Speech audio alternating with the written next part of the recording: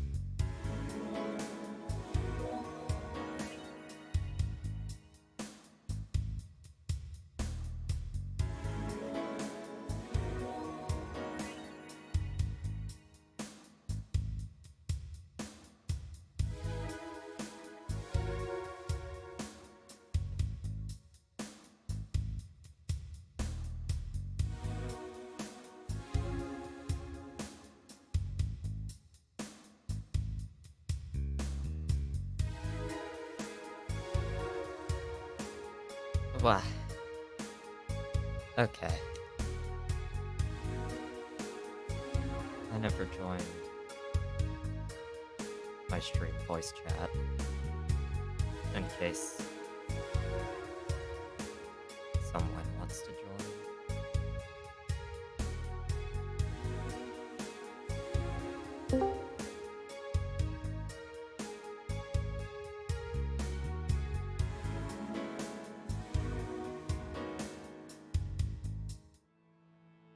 So, I literally just found out while setting up for stream and trying to figure out where to put my freeze skill. I can fit another skill.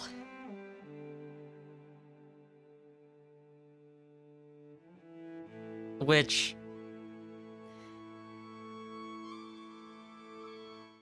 I vaguely remember... I don't remember if the other games let you have 5. I was only putting in 4 because I thought the other games had 4 as the limit, but I might just be remembering wrong. That's a demo. That's not the full game. Where's the full games?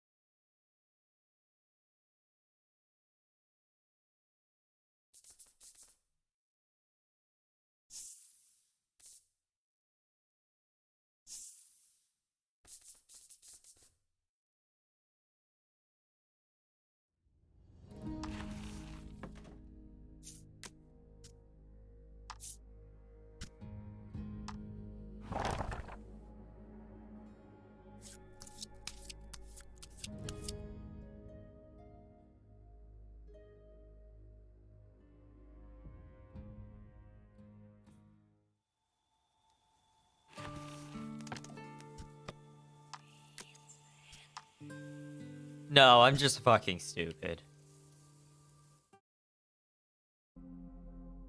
Cool.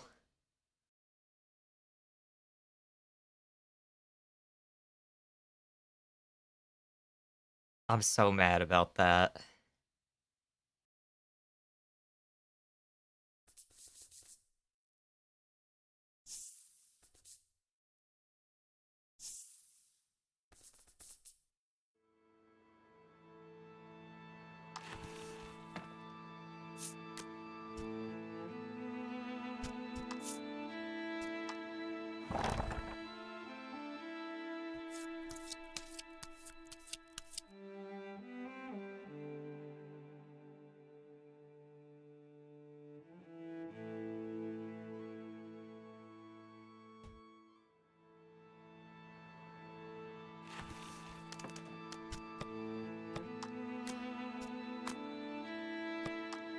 Okay.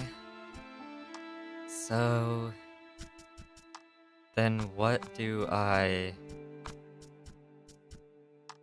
put in these extra slots that I just found out that I have?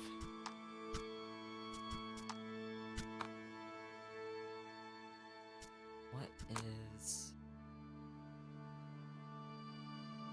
okay. So... Polka goes just before...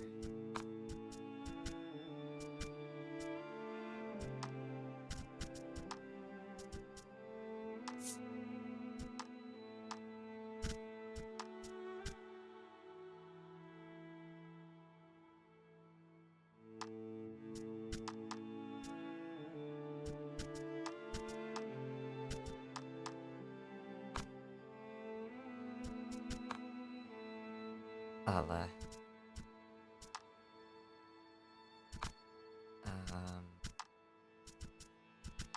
I think I still want attack times 2 on her.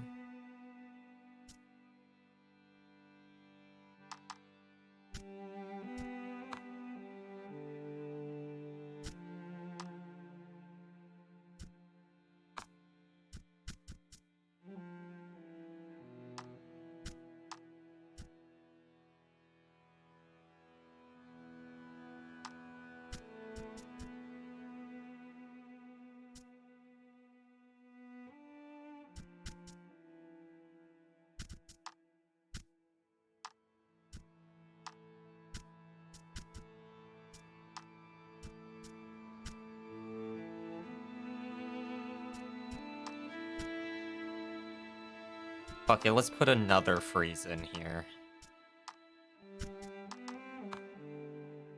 Freeze is incredibly useful in these games.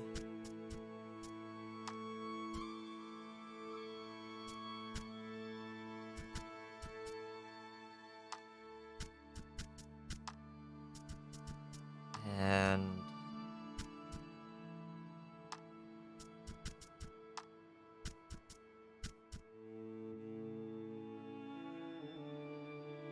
oh wait, I don't have an attack down anywhere.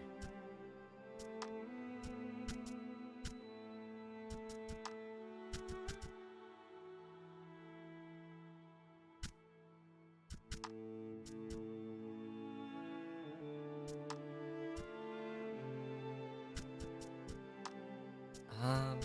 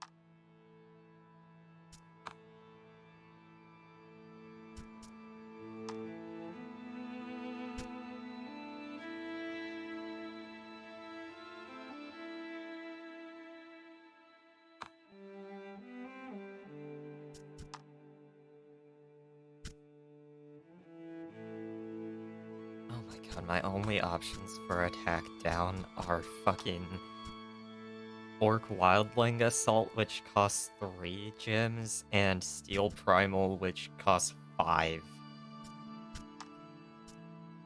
I'm pretty sure those are my only options. Yep.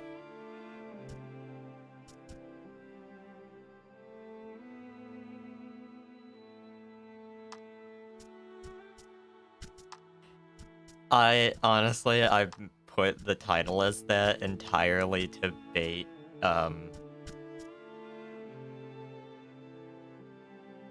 Rogue when they join.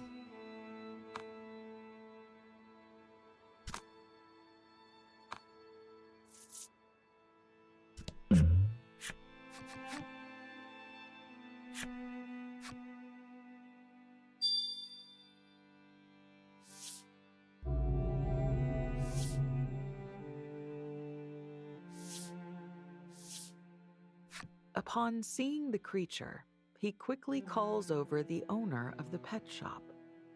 The owner looks at the toad, then begs you for some of its mucus. Apparently, one of his regulars constantly badgers him for this stuff. According to the customer, mucus from the powerful tail toads does wonders for your skin. Though you can't quite comprehend why someone would want to slather any sort of mucus on their face and body, you give the owner what he asked for. The merchant praises the shop owner for his dedication to meeting his customers' demands and presents you with your reward.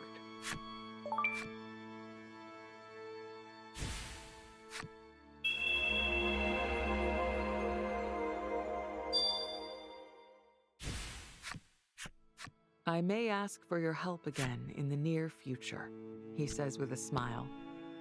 Until then, I need a mage moth, 3 stars or higher, he all but demands as you approach. He then procures a picture and shows it to you. It looks like this. The beast is said to inhabit Nuterra, and some specimens are rumored to have a certain precious material on their bodies. You make note of the information and bid the man farewell.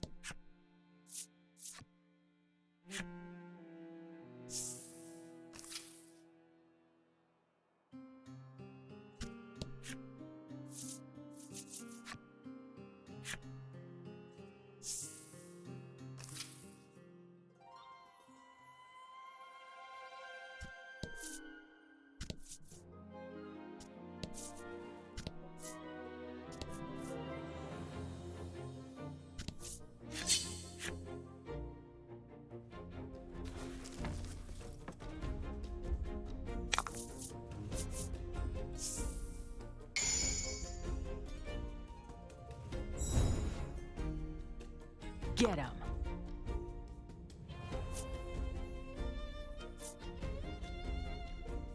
Well, that was fast.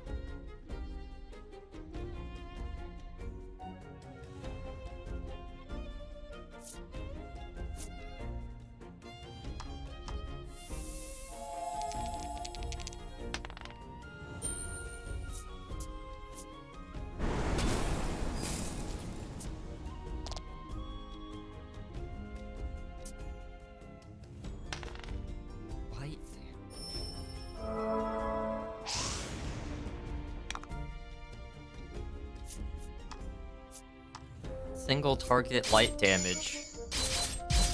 Actually, I already have a single target light damage attack.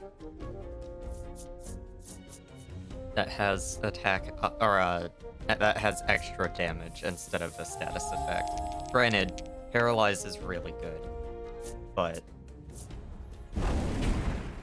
weak to fire. Yeah, that's what I expected.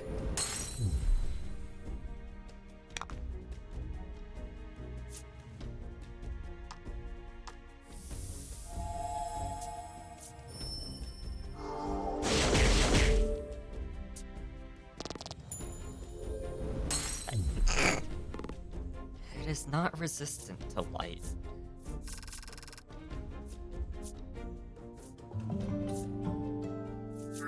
Hey! That ability is always really good.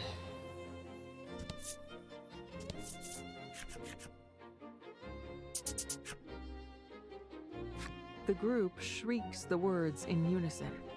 The cold is even more biting here than on the end wall. In no way could people live in temperatures like this. You decide to confer with the others on your next course of action.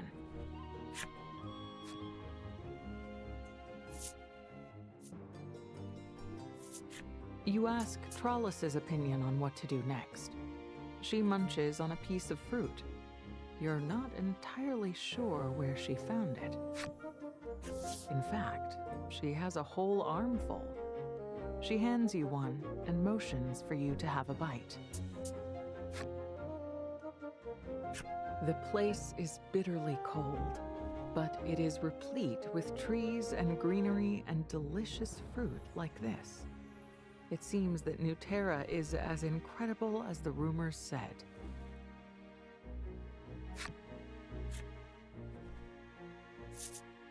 You ask Legol's opinion on what to do next, but he offers no more than a shrug and a grunt.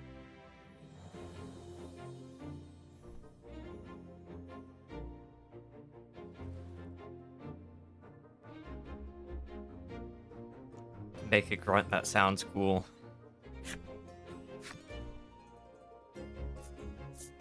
You ask Polka's opinion on what to do next. He replies, "While we were flying, I saw what looked like a village. And if I recall correctly, it was that way," he says, pointing to the northeast. The group decides to go with Polka's idea for now, and sets off in the direction of what he thought It's was gonna be a village. village of monsters.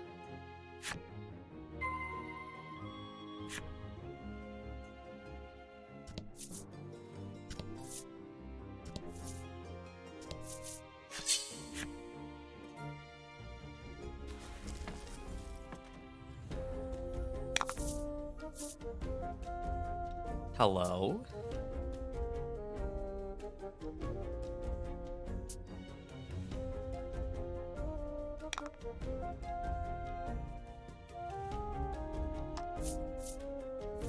Oh. Okay.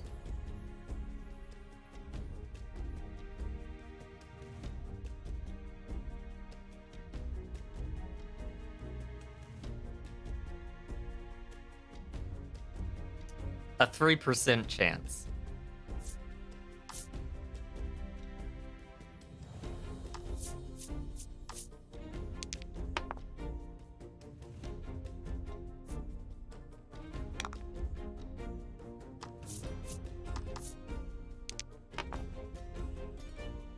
Though I have wondered if these games actually, like,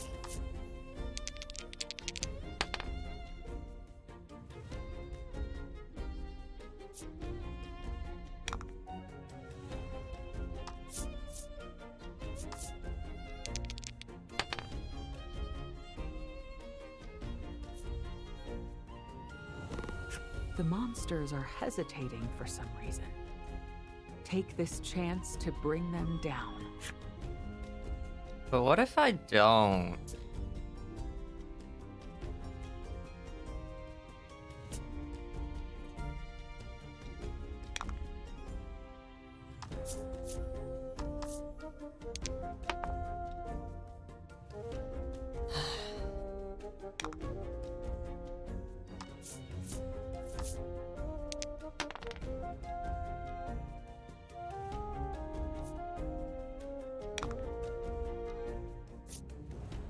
Well.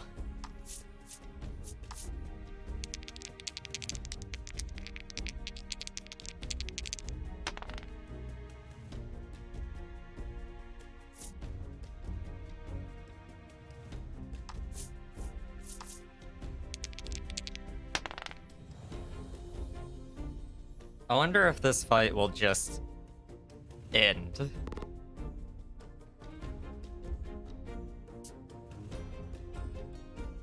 If I keep refusing to attack them.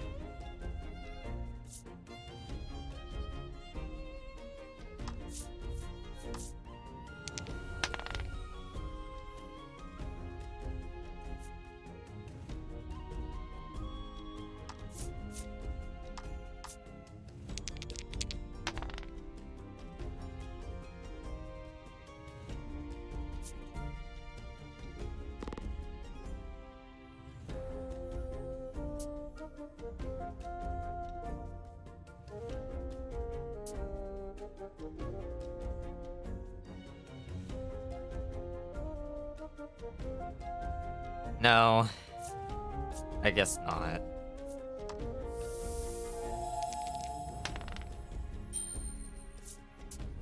I don't want to kill them.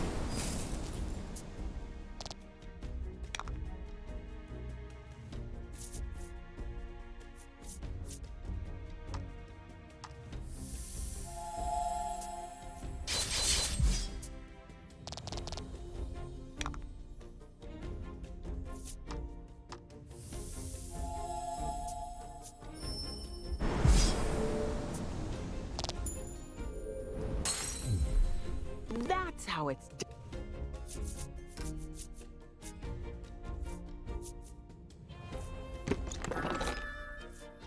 Okay. I have a better AoE attack for Lugol now. Although, I don't have any single target. I don't have any other wind attacks. So...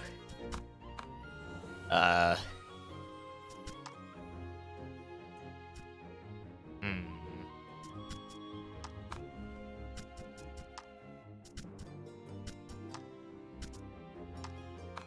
There.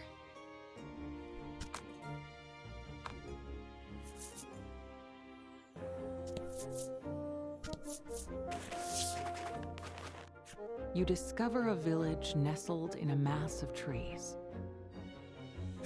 However, the place, for caution's sake, you'd best keep your guard Quiet up enough to if be you're going off. to enter. Okay.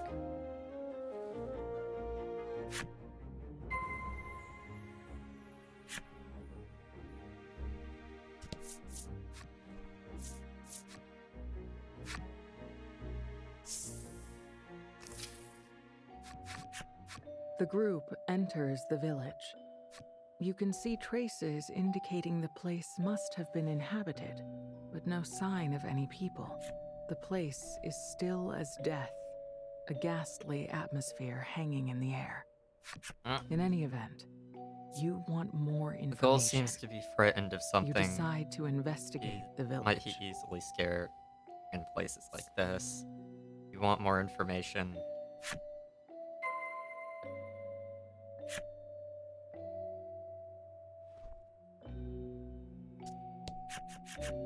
The walls are riddled with claw marks and bloodstains. Was this place attacked by monsters? Recalling the subterranean village, you cover your mouth and drop your head. Feel sick? Trollus asks, worried about you. With your eyes cast downward, you spot what appears to be a scrap of paper with a drawing on it.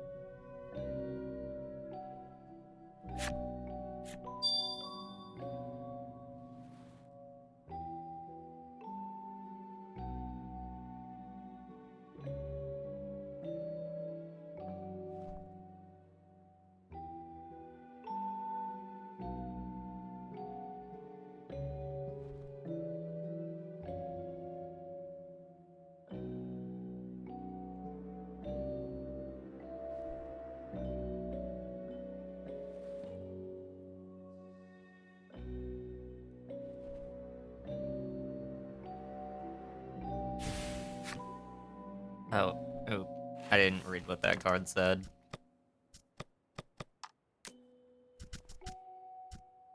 Part of a picture. Okay.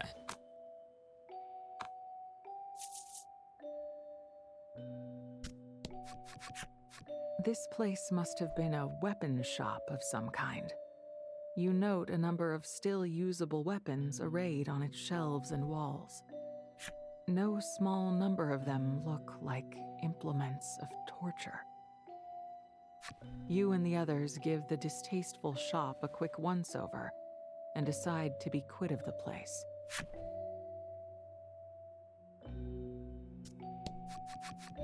This place looks like it was an inn.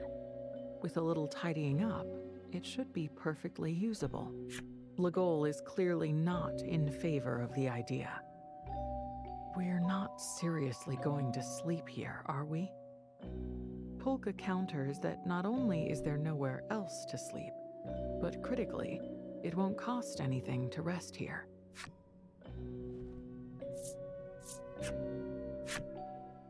Having argued down Legol's disagreement, the group decides to sleep at the inn.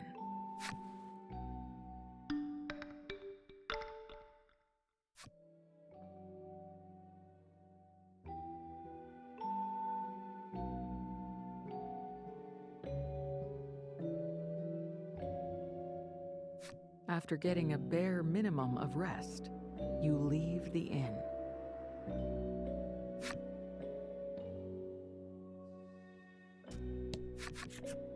Within the small building, you find some things that look like laboratory equipment, along with a sturdy-looking cage. Legol says, "Let's hurry and get out of here." The fright in his voice is plain. You suppose he really doesn't like unsettling places like this.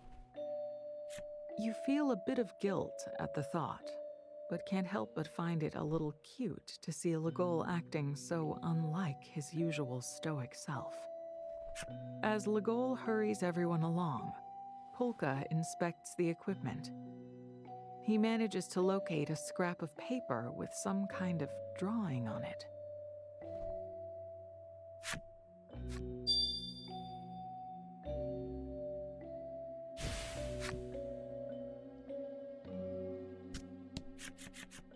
On the shelves, you spy a number of salves, poultices, and other medicinals. Maybe this place was an apothecary. Polka says that several of the items could be of use, so you decide to borrow them, minus the especially suspicious-looking ones.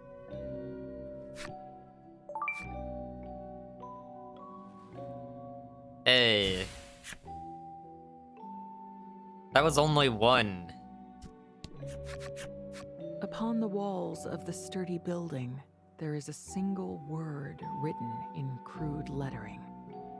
Help. Gazing at the writing, all the color drains from Legol's face, and he looks ready to make a run for it. You reach out a hand to comfort him, but as you do, you spot a scrap of paper at his feet with what looks like a drawing on it. Hi, Rogue.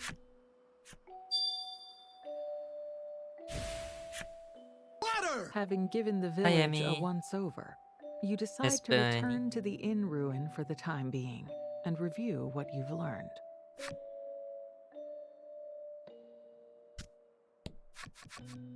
However, you don't have a clear picture of what happened here.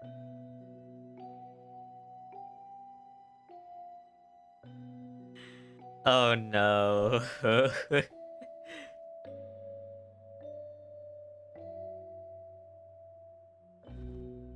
Absent any other ideas, you take the scraps of paper you found during your search and lay them out on top of a desk.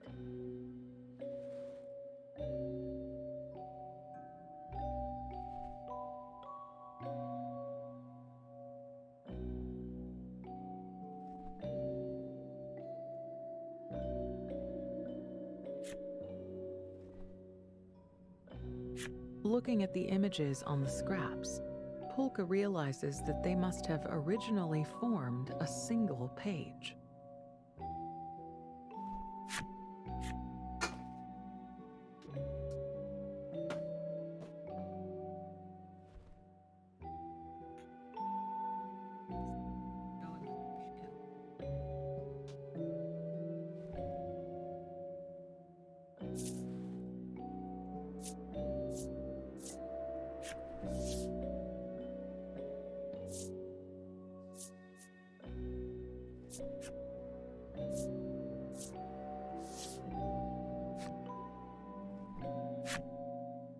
With the scraps assembled properly, they form what appears to be a map.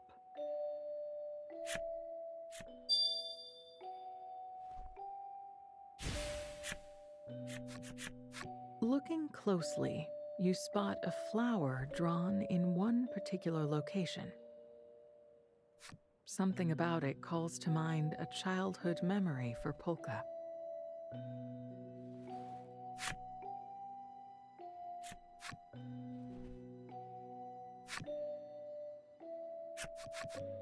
Polka stands dazed and unmoving.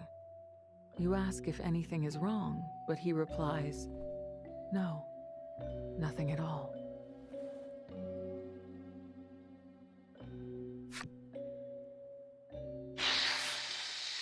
Breaking the reverie, a something black as midnight assails the party. You reach for your weapon, ready to fend off a monster. But when you take a look,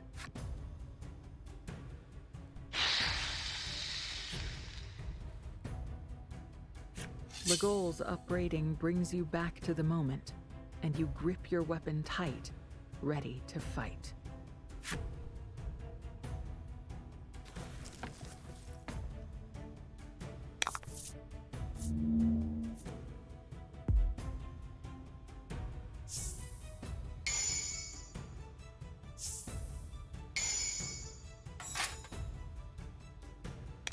Wow. Fury Aberrant. Whoa, these are actually just back.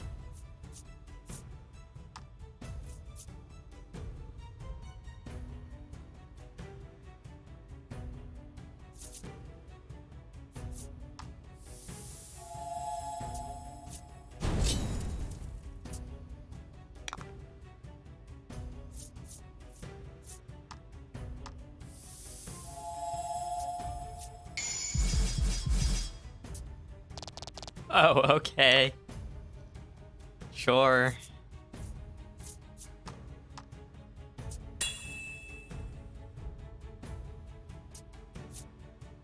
Oh.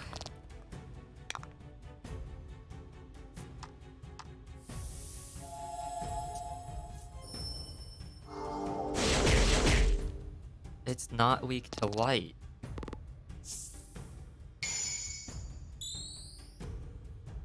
Interesting.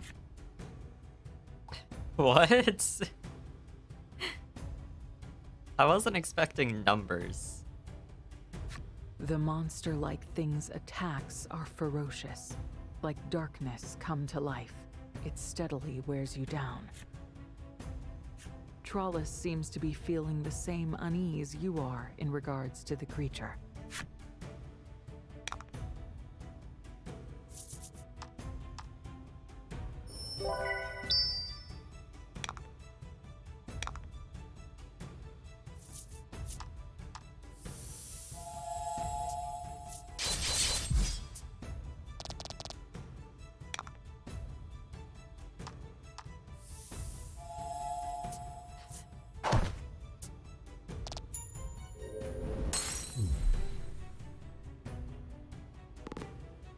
Yep.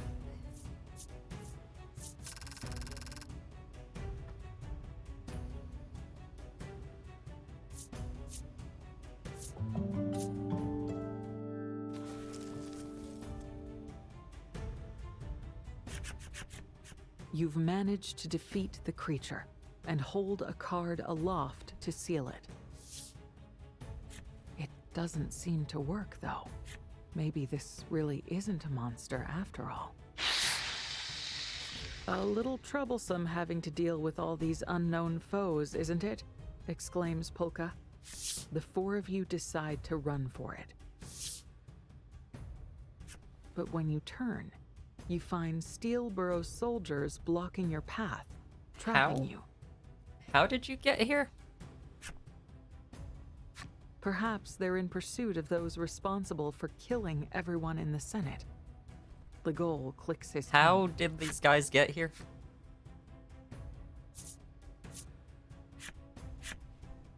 The group decides that it would be better to take on the soldiers than to challenge the black creatures. Oh boy. However, This game learned nothing from Shadow the Hedgehog for the GameCube.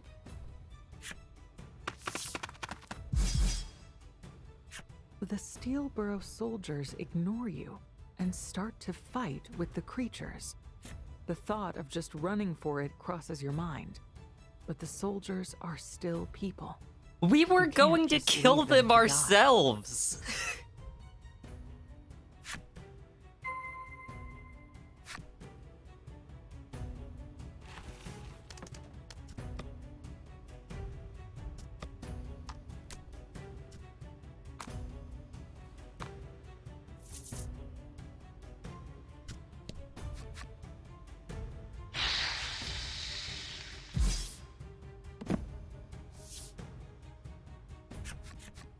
The soldiers don't wait for your help and manage to bring down the shadowy creatures. Polka shouts his appreciation to the soldiers. "Thank you so much." They turn to look at you and Polka, and with a nod, they attack you this time. Bruh. So nothing changed from my decision. I get the feeling that these are not Steelborough people.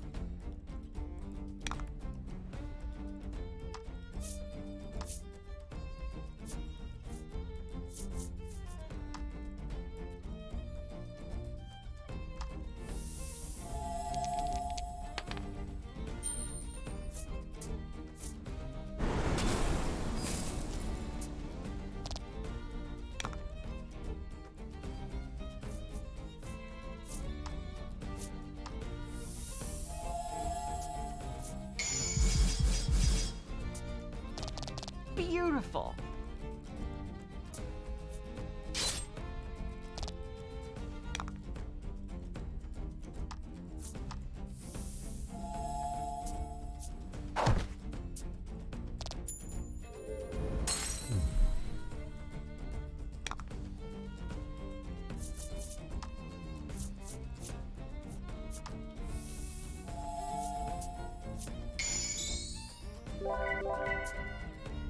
Beautiful!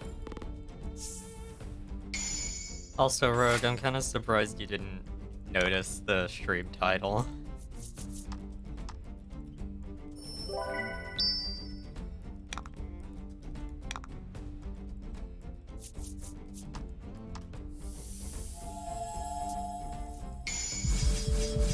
Oh, that would have just one-shot him. Like, A masterful that would have done victory. like 120 damage total. Even without freeze, that would have done almost all of his damage, all of his health.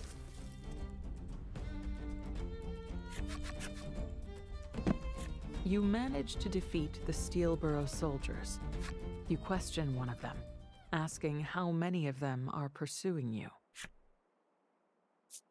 In the next instant, the soldier is back on its feet and rushing at you. Legol turns to you. We shouldn't linger here. Abiding his suggestion, you decide to hurry away from the place.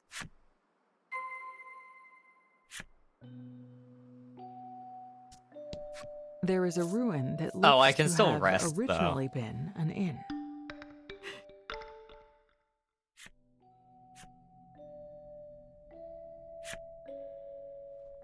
Hey, we should get out of here as soon as possible, but first, let's take a nap.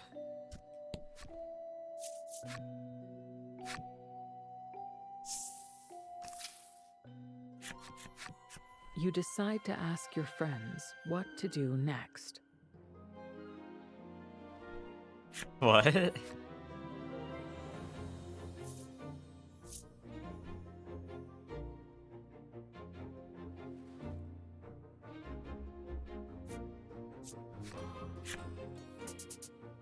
Trollis waves her hands about vigorously. Oh. Still good to go. And with that, she indicates that she'll follow you.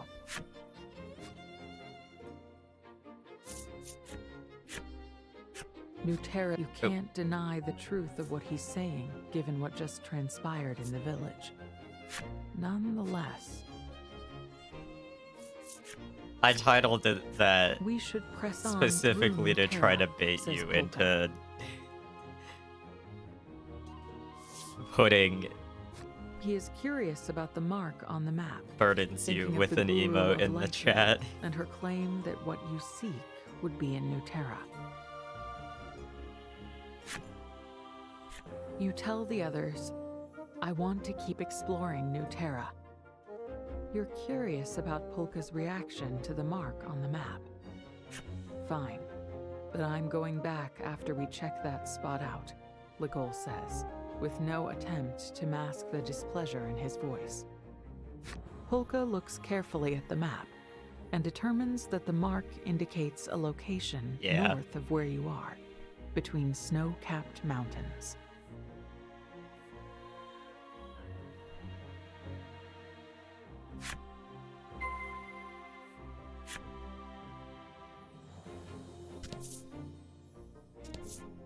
Okay, how did the roving market get here?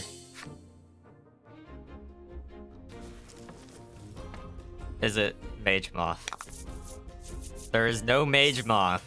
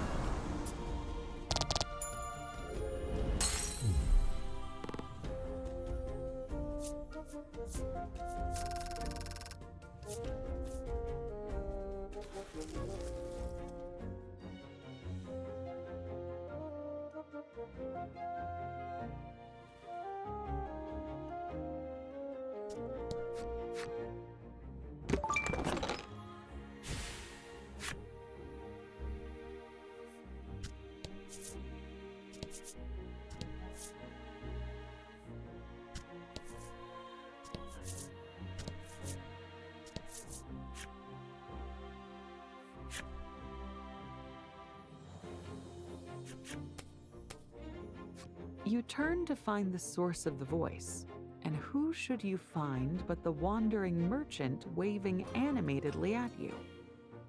How did You're he get asking here? that about the wandering Did he merchant, but not the climb the fucky end wall? Steelborough soldiers? You're floored by his hustle, but pull yourself together enough to offer a tiny wave in reply. The grind never stops.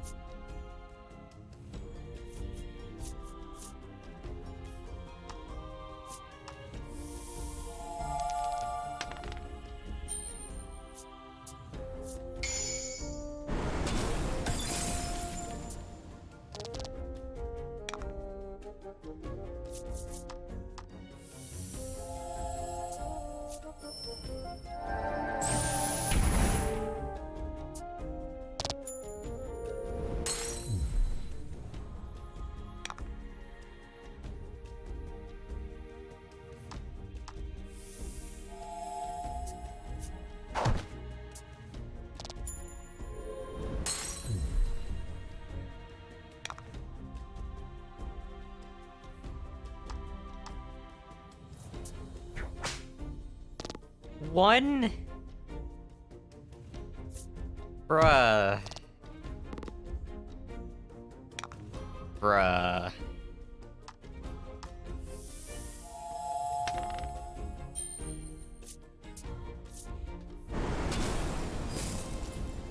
They're not immune to freeze?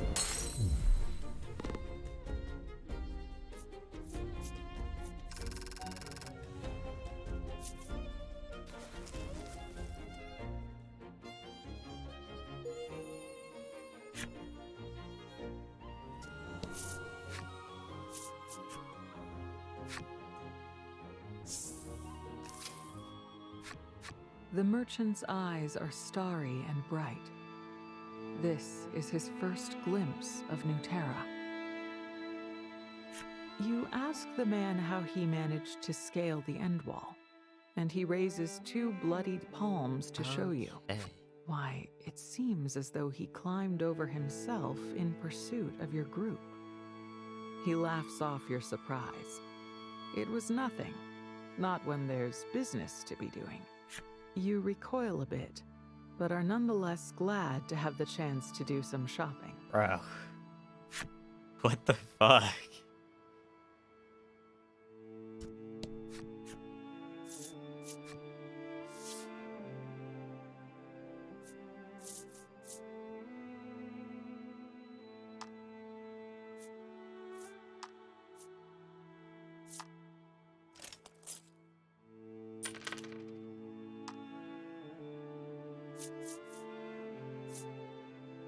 Wait, what?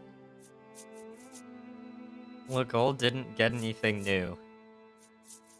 Neither did Trollis.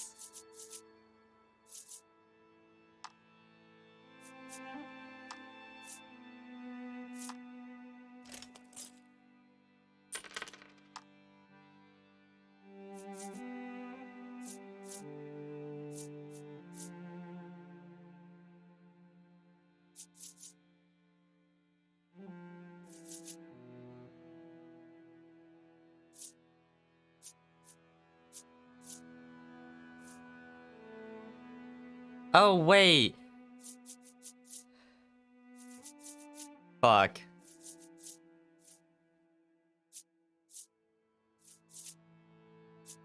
I just realized something.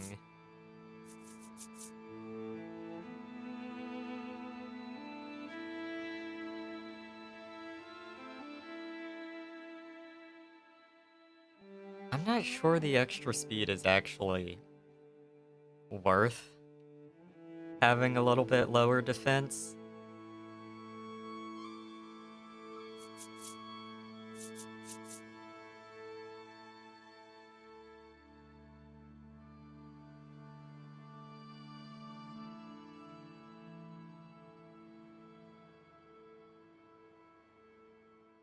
Speed is not really a terribly important stat in this game.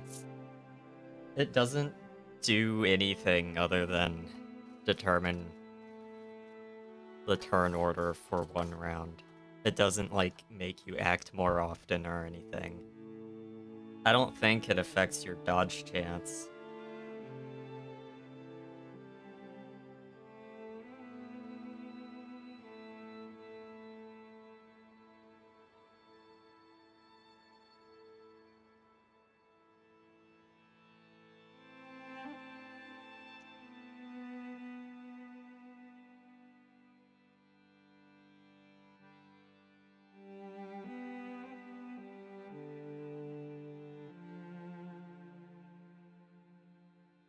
And these games aren't popular enough to actually get,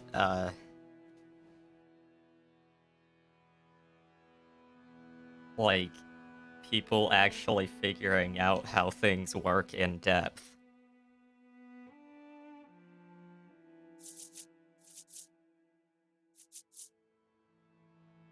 I'm not gonna bother buying new armor for them right now.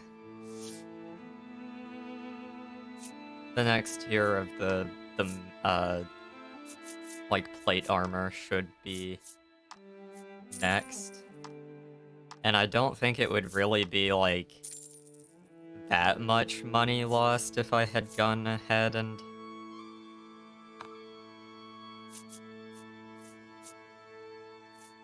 sold it, or replaced their armor, upgraded it, but...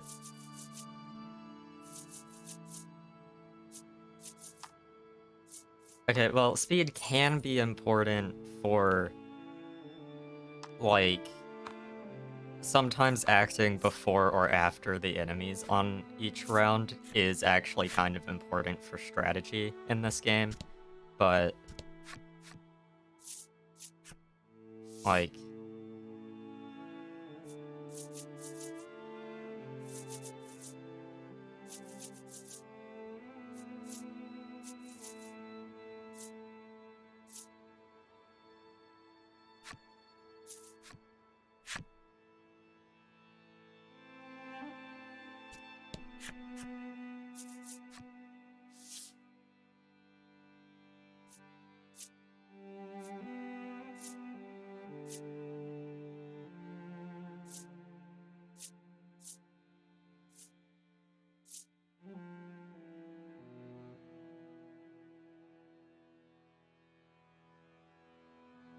Inflict random status ailment?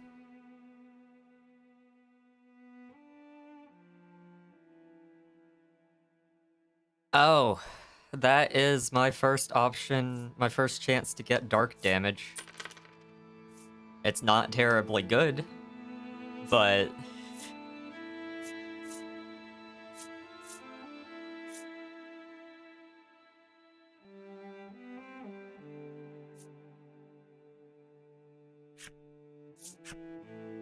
But it's something.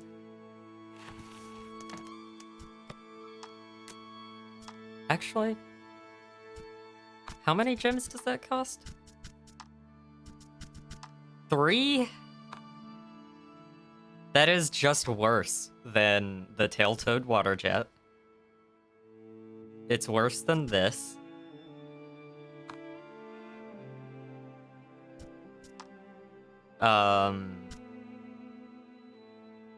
Not necessarily worse than the Wasp Stab.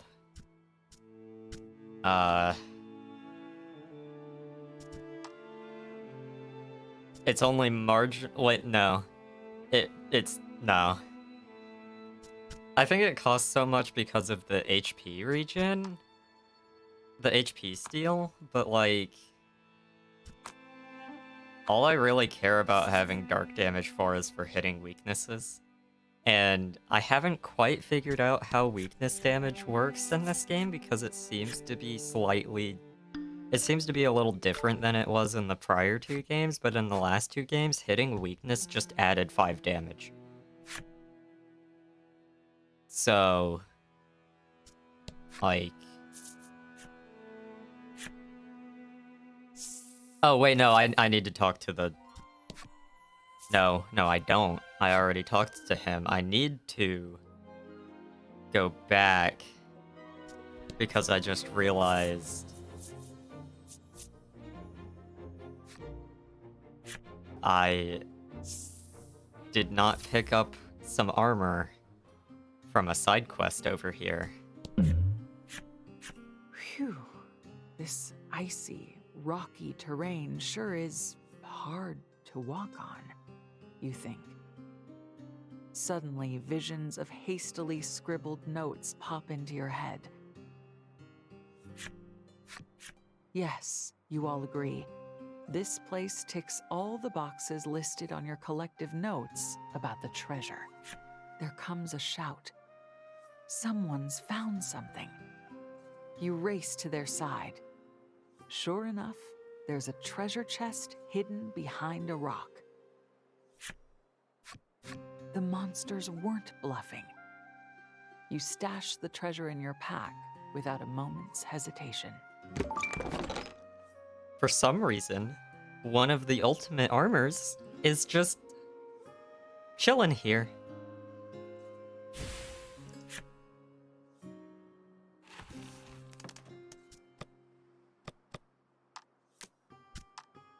And I have no clue what its special effect is.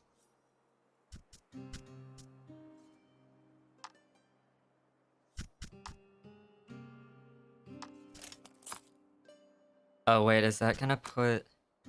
Okay, no. Okay. Ala is 1 speed behind. And that's all that matters. There.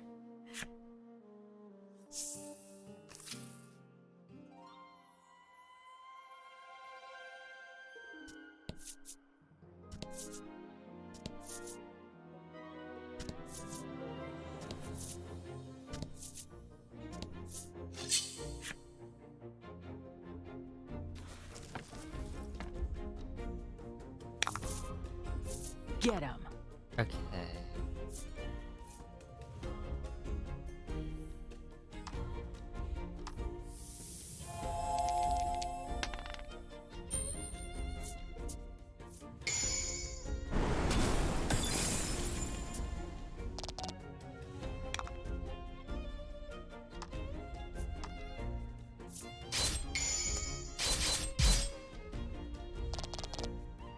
Oh! Okay.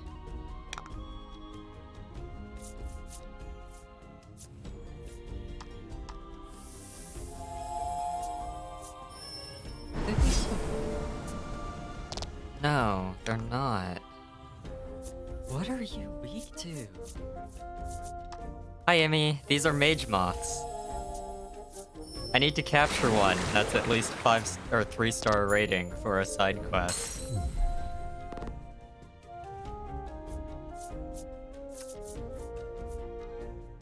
And I still have not gotten a single chance to. Sick.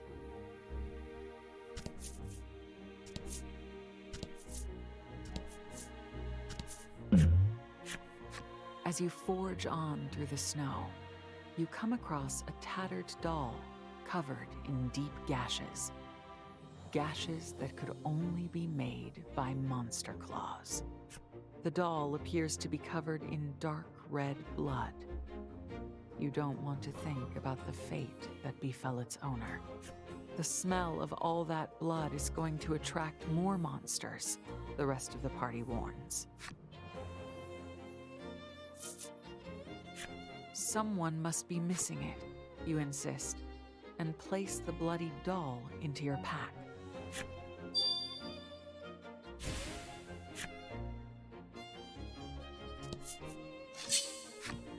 Well, that was fast.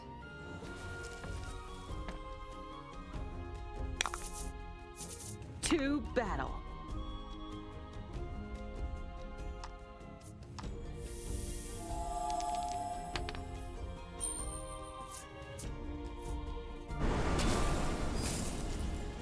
Okay, 21 damage from that.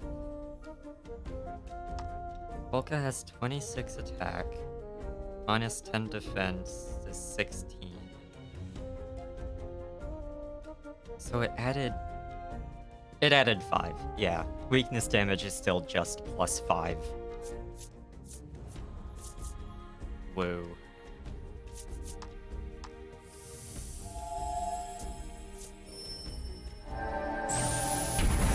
Oh. Okay. That's a lot.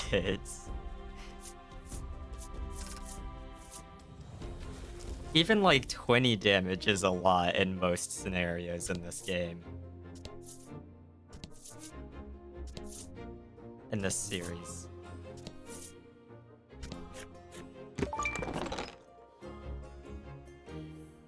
Okay. That could be okay.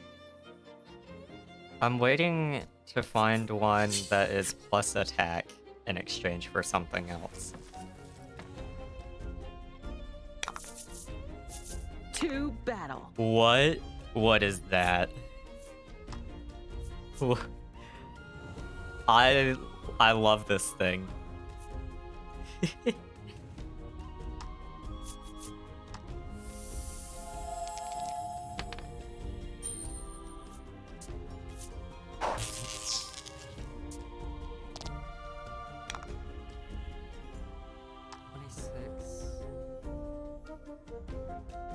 Well, it added 7 there. Weakness damage added 7 there.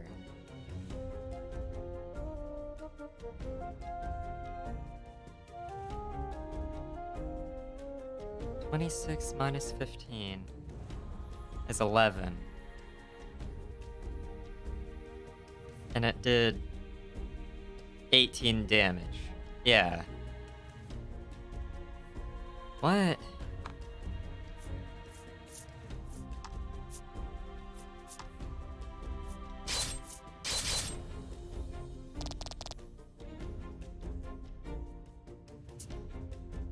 Oh. That's bullshit. All enemies? What the fuck?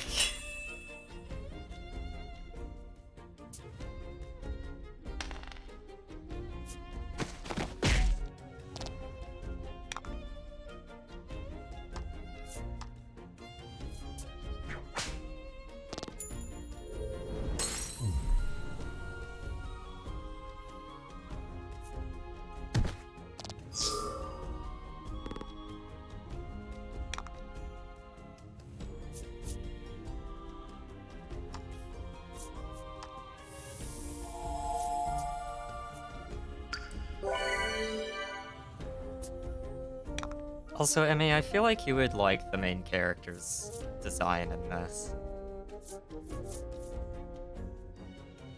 Her outfit design.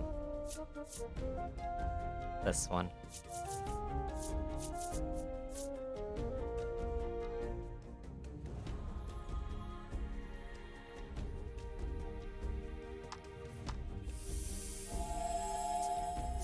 She uses twin blades from Dark Souls 2.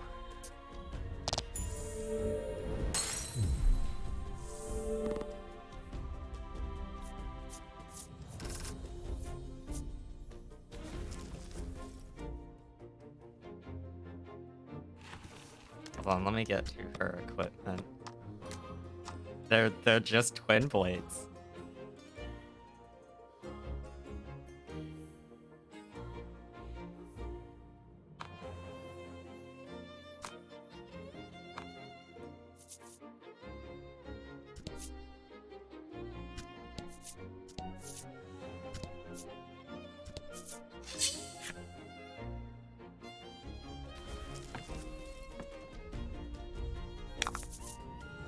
To battle. Off.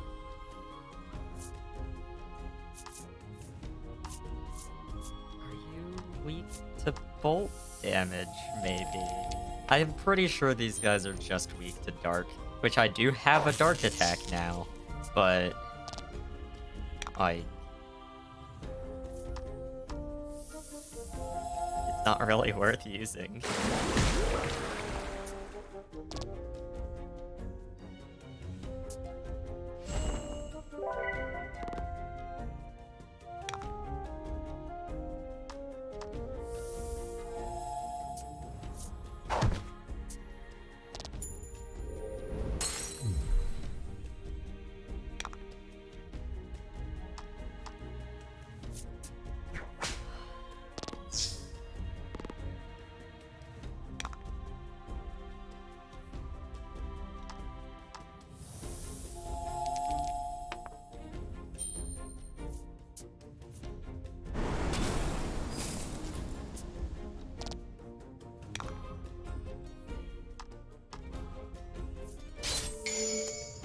Okay, it's dead. Chill.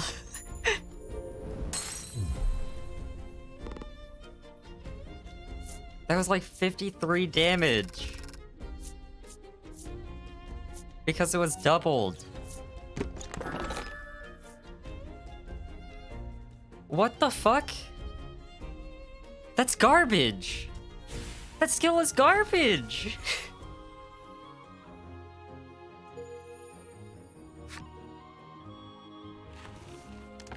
At least how it is right now, that is the weakest version of it, but like...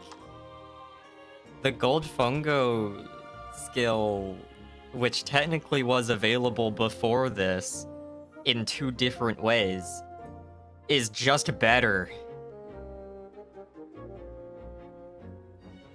It costs the same amount.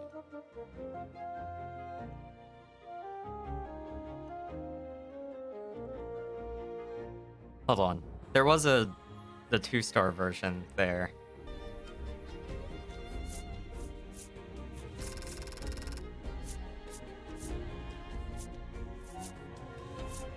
What's different? 12 HP. Okay.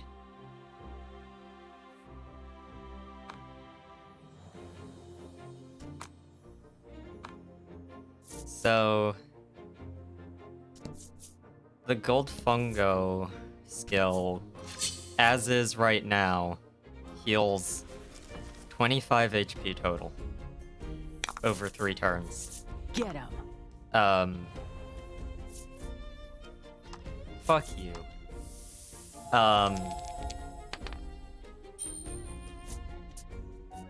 The only way that the Moth one is technically better is just that it doesn't overwrite your other buffs. You don't have to reapply your other buffs if you were trying to keep a specific buff active.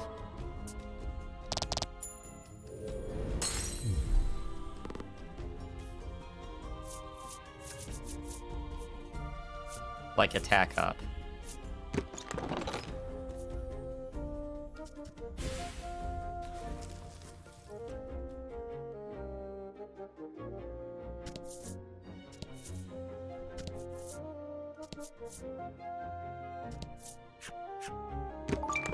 Sick.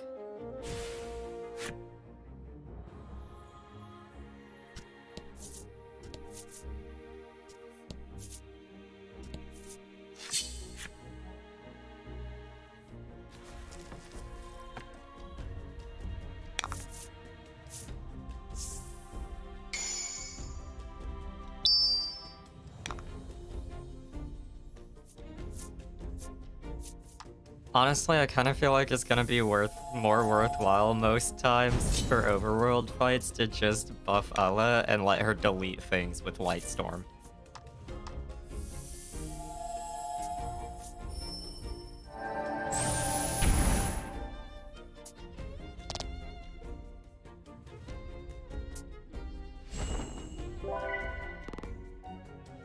She does so much damage.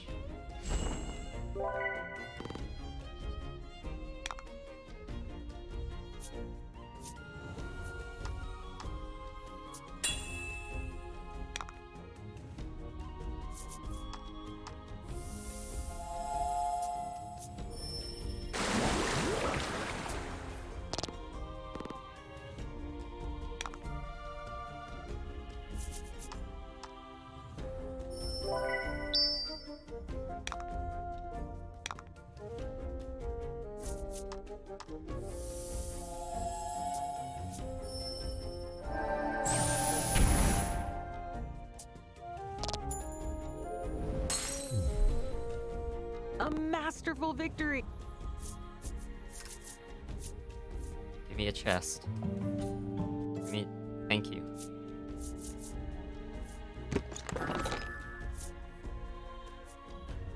$14. Okay.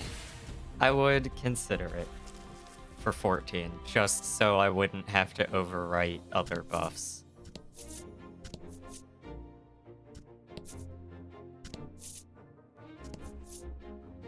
With the regen.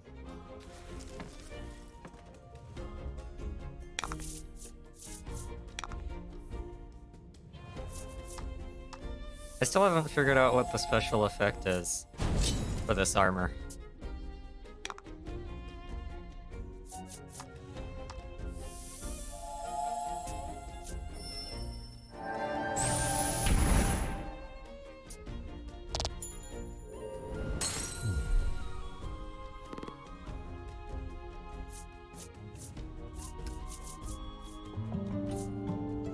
Okay, I'm gonna guess that the level cap is gonna be 30 in this game. It was 30 in the last one, but it was 20 in the first game.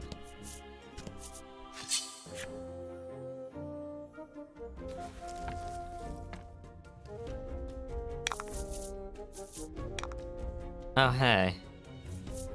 Wait, no! Ella has a speed tie with Polka now. Because of her level up.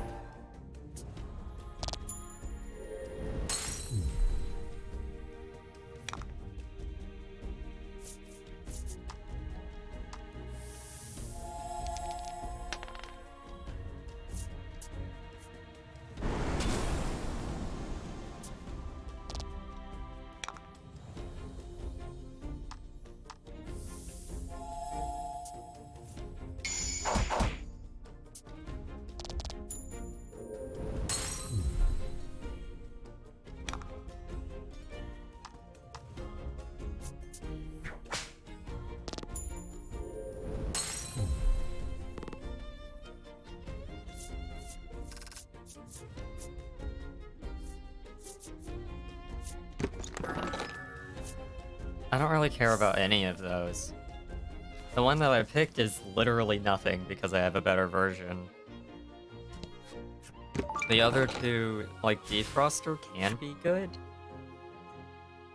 but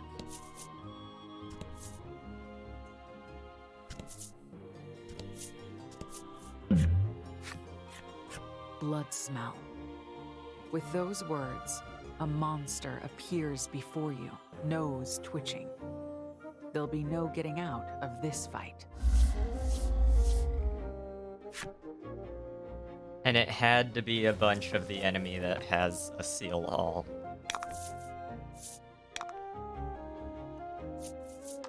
Light storms you. Oh, and it crit. Okay. Well, you know.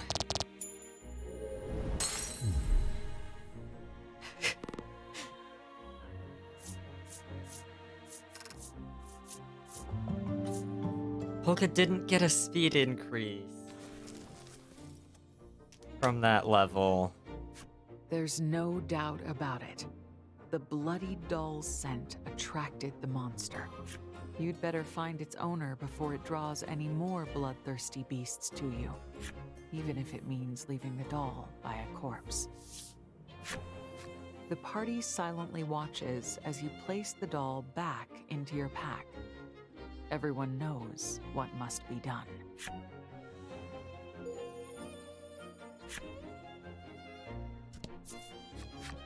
According to Polka, the place that the map marker indicates should be around here. You can detect the telltale signs of life nearby. Could there be a village? It may be worth a visit. Well, I can already tell you. You notice telltale The village signs is of monsters not gonna too. be full of people. Monster Town, yeah. The village is not gonna be To full of your people. surprise, you realize that there is a settlement of monsters just ahead. The mark on the map looks like it's pointing to this village. It seems like it could be dangerous to approach.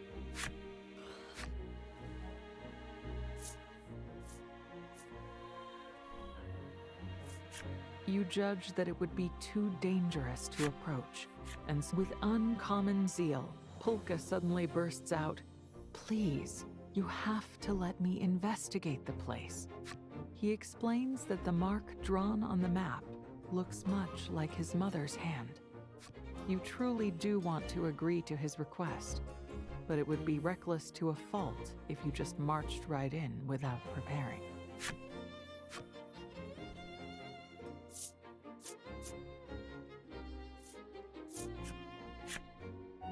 The fairies you encountered on the end wall were masquerading as Polka and Trollus. So wouldn't that mean you could use this powder to disguise yourselves? You suggest to the others that you use the fairy dust to disguise yourselves as monsters. Though reluctant to assume such a form, you're left with little other recourse.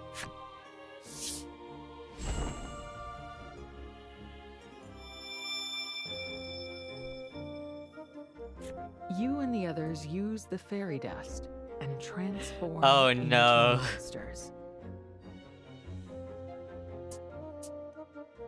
Trollus seems somehow pleased with her newfound fuzziness. Certainly more pleased than Legol, who is rather less than happy about his new monster form. At any rate, the transformation has afforded you the Cat girl opportunity to Allah. safely infiltrate the village, and you set off to do so.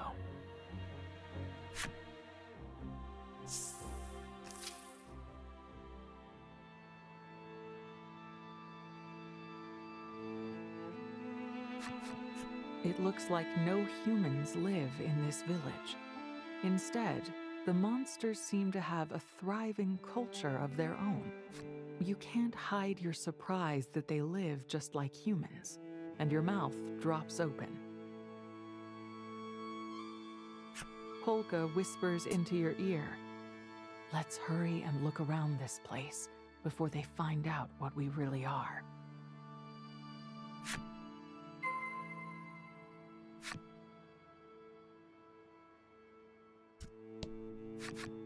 The monster offers you a ball and says, "I'm much too noble. Couldn't possibly play with something like this. Throw me something more valuable," the monster says, tail wagging back and forth out of a desire to play.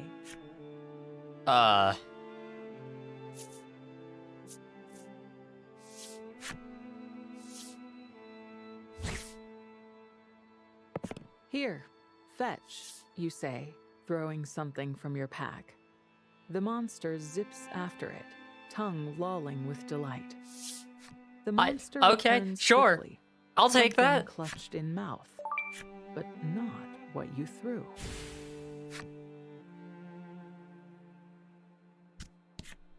The monster's tail wags back and forth, and its tongue lolls out.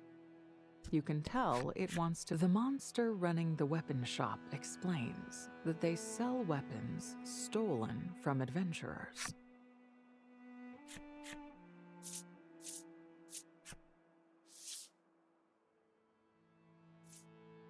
There we go. Dark mail.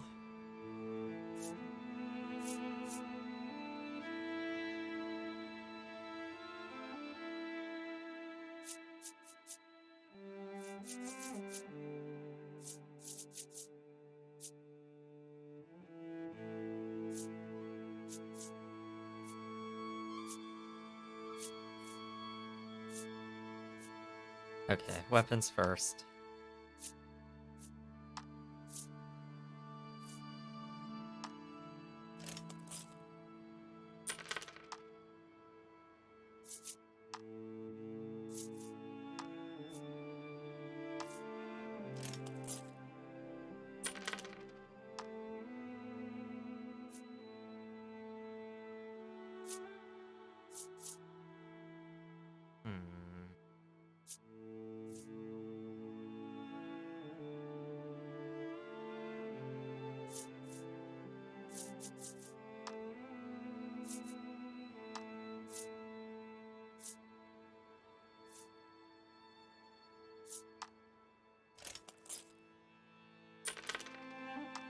Oh, wait.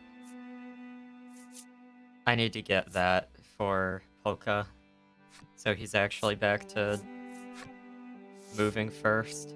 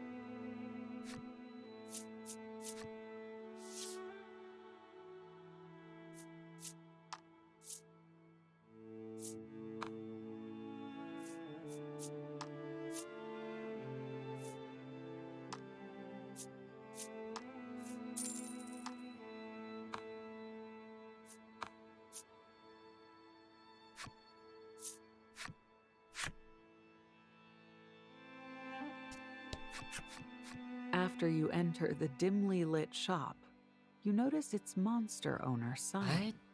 What? You ask if something is wrong, and it explains This that seems it a little doesn't have questionable. enough dishes to feed the pets in the shop. After taking a good look at you, the owner asks, "Would you be willing to get a plate from the nearby village?" You don't especially want to help a monster, but Pulka convinces you by saying, "It probably wouldn't hurt for us to ingratiate ourselves to the locals."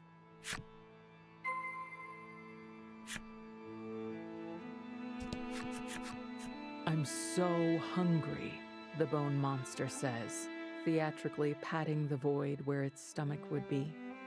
It keeps stealing glances over at you. Polka signals to you with his eyes to just ignore it. The creature is clearly fishing for a response. Trollis, however, takes the bait. "But no stomach?" "Great. That's right," chatters the monster with delight, its joints cricking and cracking. "That's why I'm so hungry. It always goes right through me." Okay.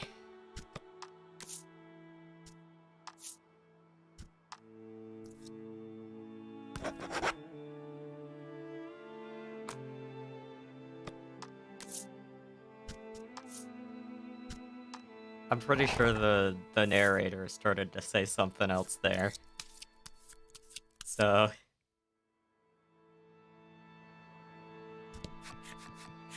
Polka's Trollis, however, "That's right," chatters the monster with Shit. delight, its I joints skipped past cricking it. and cracking. "That's why I'm so hungry. It always goes right through me."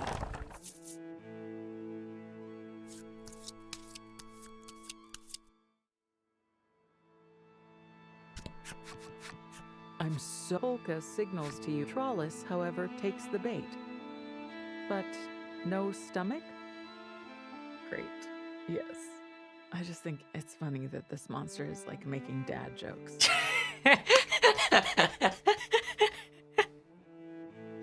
Okay. I'm glad I went back to let that play out. "That's right," chatters the monster with delight, its joints cricking and cracking. "That's why I'm so hungry. It always goes right Why did through I- me." Oh, there was still a little bit other stuff that I would have had to mash through, so...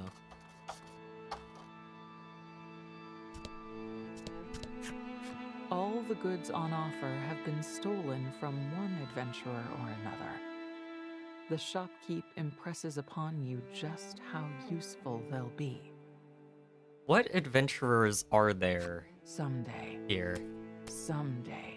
the monster says, trembling all over. Are those fruits fake? Those fruits look like they're made out of wood.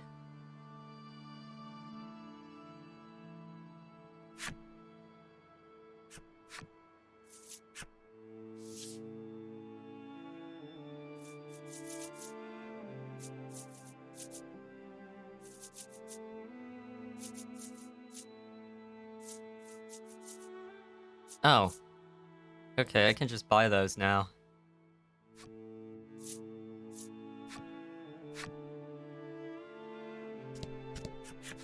With starry, lovelorn eyes, the sprite says, "How I wish to see him again." Upon hearing the details from her, you think the object of her longing sounds a bit like Legol. "Ha! As if," the monster snorts with laughter.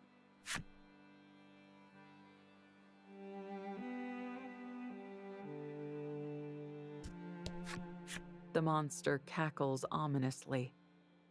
"I may have shed my earthly shell, but I haven't lost my love of games."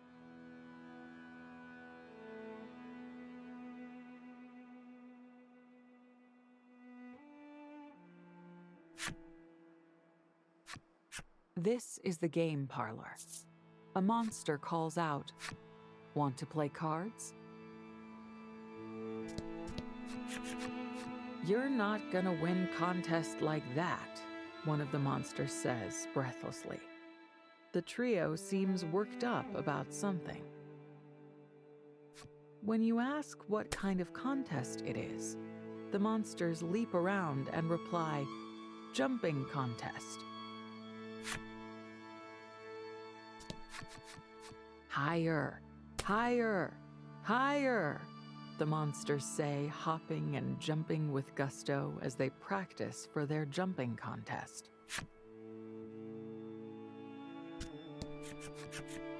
The doors of the magnificent mansion open, and a delightfully fluffy monster comes out. The monster says, "Spend all the time you want. Our village is yours." It looks as though this is the local mayor. The mayor looks at Polka in surprise and then narrows his eyes. He explains that Polka reminds him a lot of a friend of his from long ago. Hoping to win the mayor over, Polka rattles off a lie. Yes, I'm his descendant." The mayor is apparently the credulous sort and is convinced. He offers a memento of his old friend.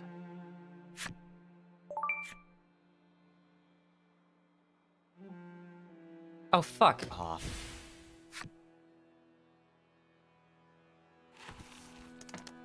I don't need that. I can sell it, I guess.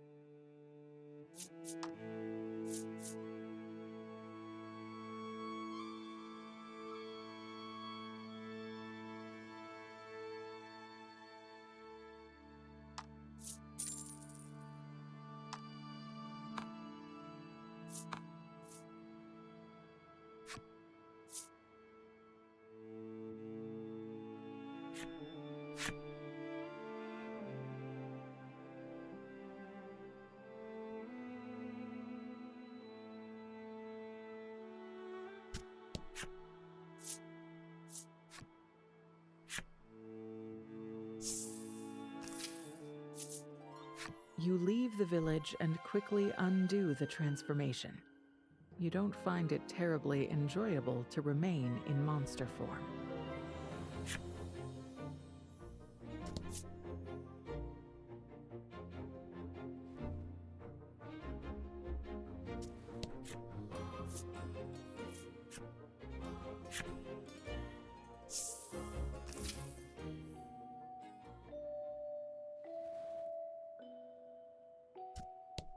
There is a single word written in crude lettering on the wall. Help. Highly unsettling though it may be, you carefully search the area and find a plate on the floor.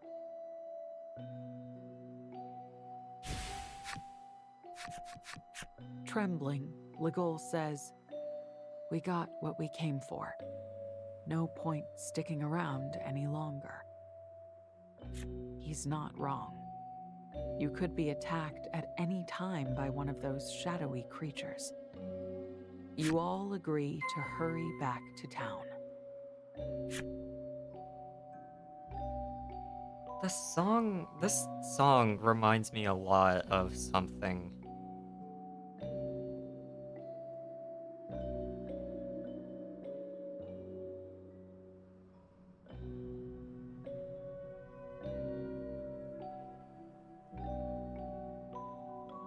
I want to say from one of the Zelda games, but I don't really know.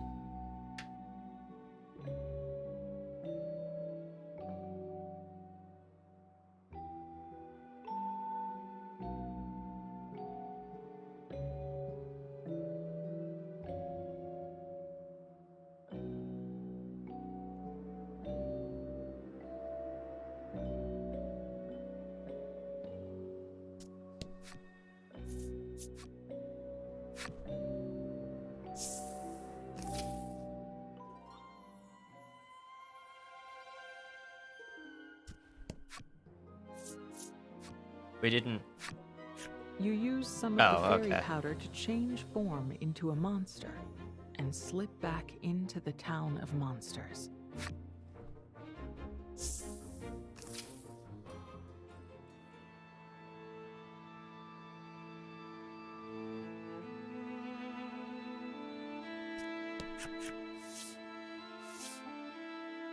The monster accepts the plate from you and immediately sets about preparing food for the pets.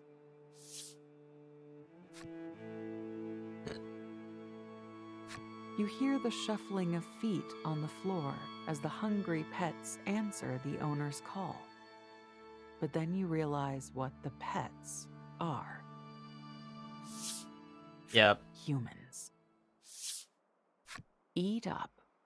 You're all very, very important gifts, the monster coos with a smile.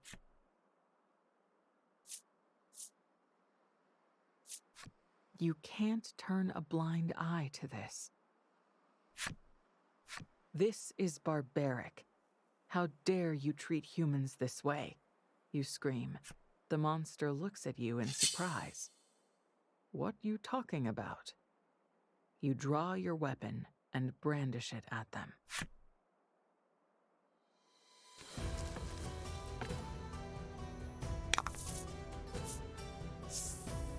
Oh. Oh, we're To really battle. just fucking murdering this shop owner.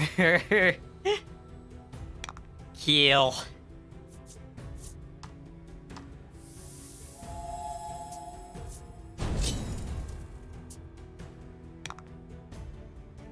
Kill.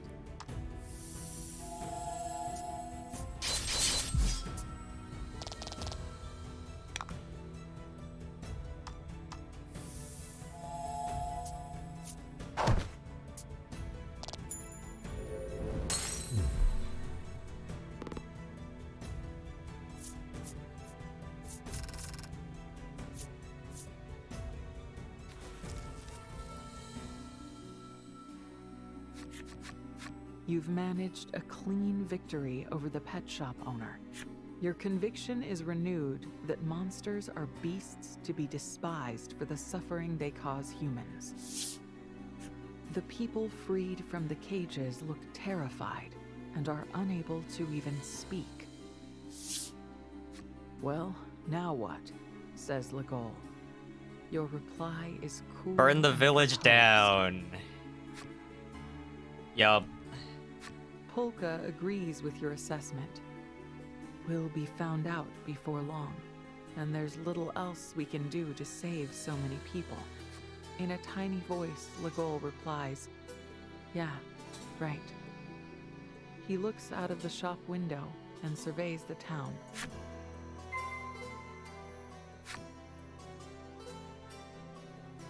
Oh yeah, we're really doing this.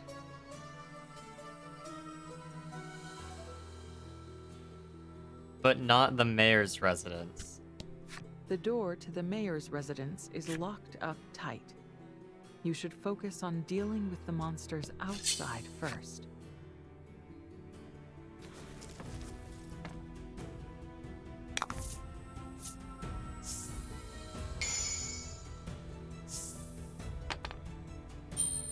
What? That one's new. That one wasn't in the other games. Why does the slime have 88 HP?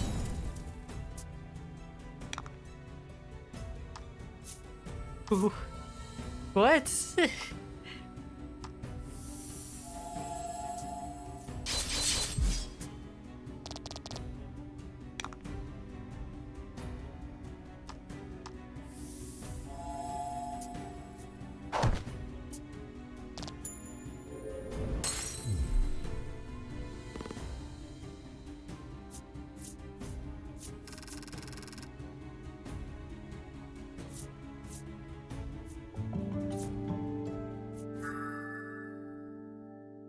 We're still monster form on the level up screen. That's hilarious.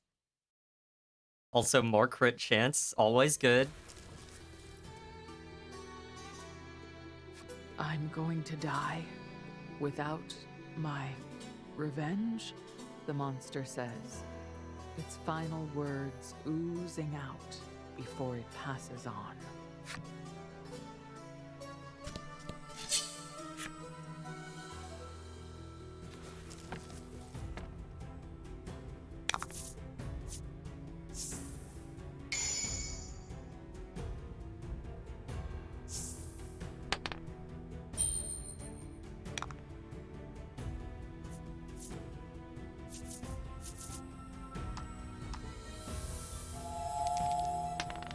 Fuck.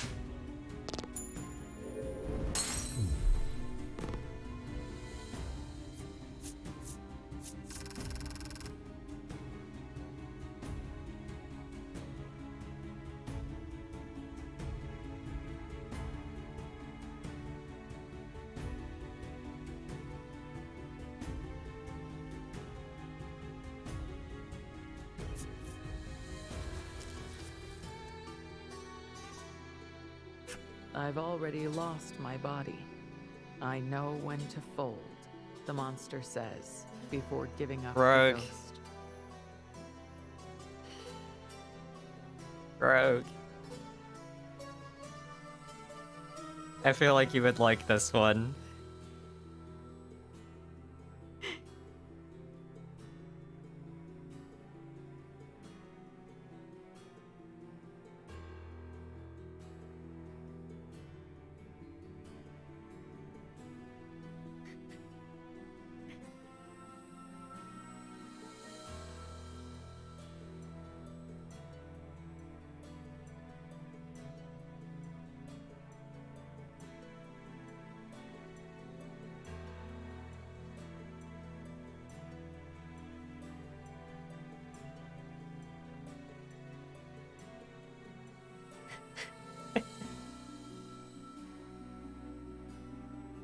I'll screenshot that for Rogue.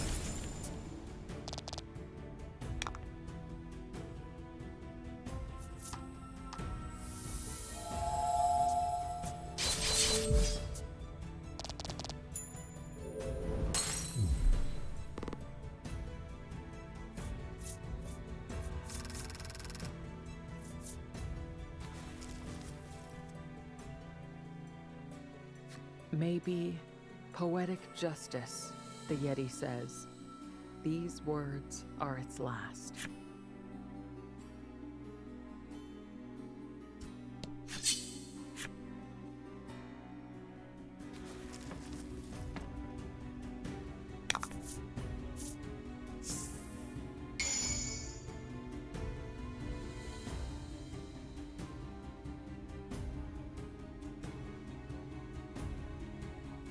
Battle time.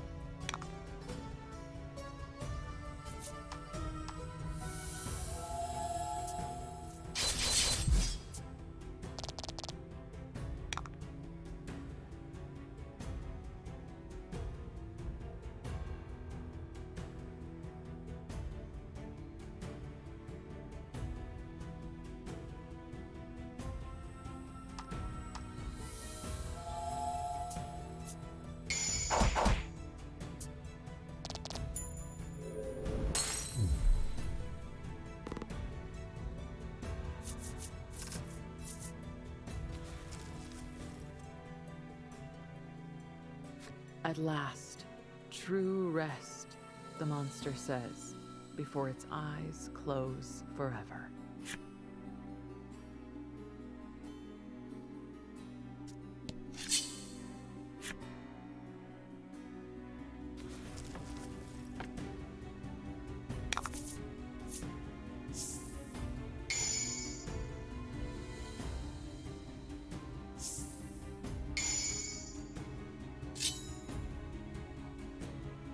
Oh boy. How big of damage can this get?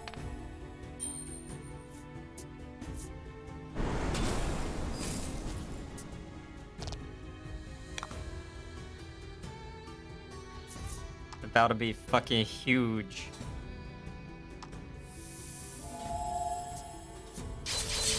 Oh, okay. That's how it's done. 133 was the answer.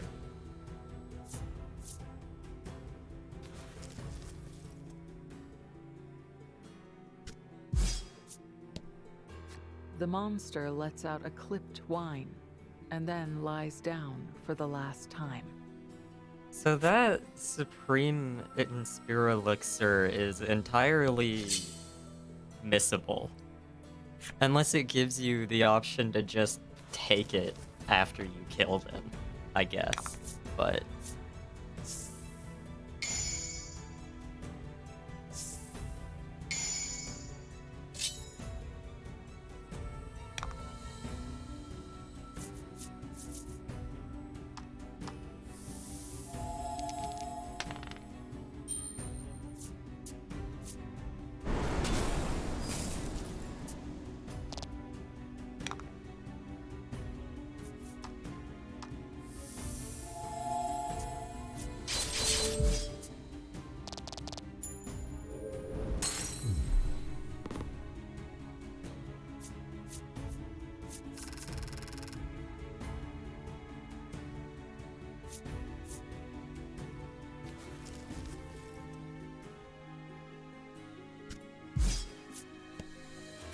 Wish I could have eaten my fill one last time, the monster says, before issuing a particularly dry death rattle.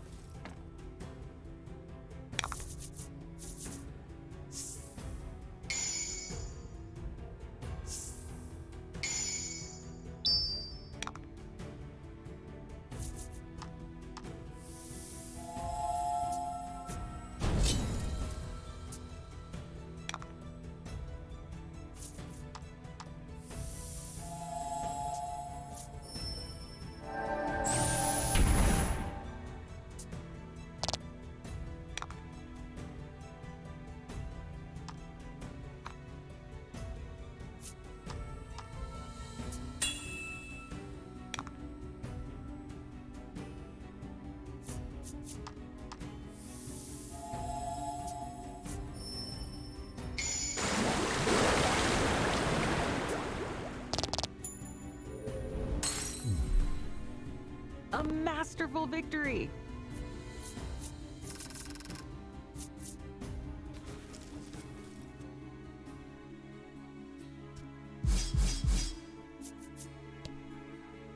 We practiced so much, the monster says. They have hopped their last.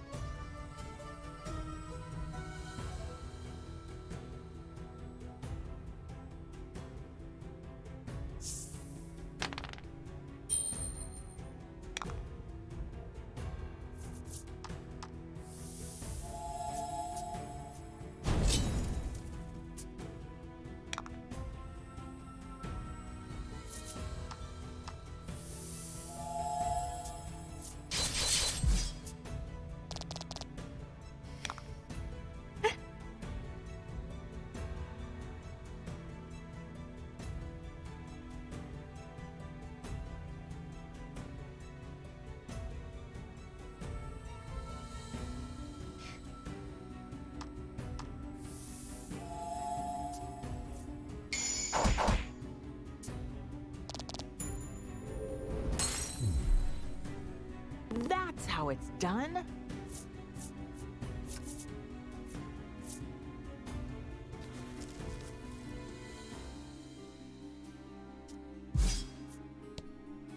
I wish I could have seen him one more time, the monster says before issuing its dying breath. It looks like you've defeated all of the monsters in the village. You decide that there's no longer any need to remain in monster form and undo your transformations. But at that moment, a giant monster stomps up to your group.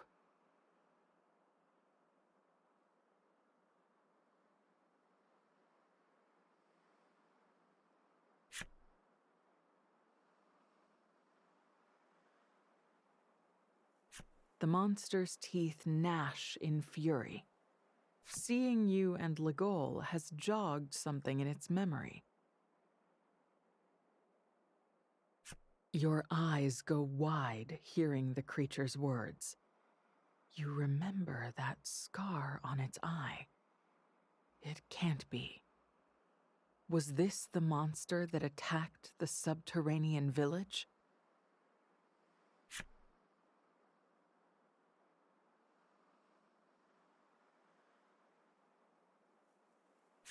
Never would you have imagined you'd run into this monster here.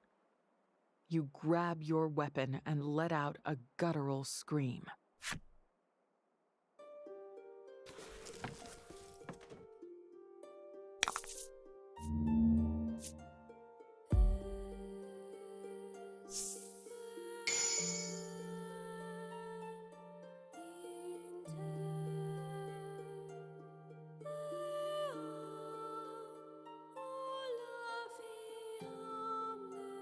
You have a history with this one.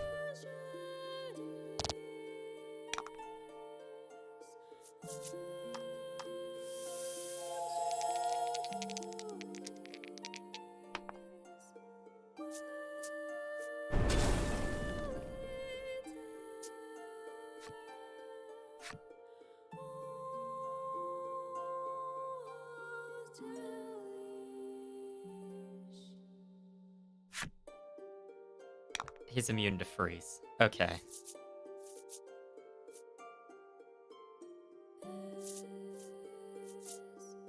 Shit, I don't have any defense down skills equipped.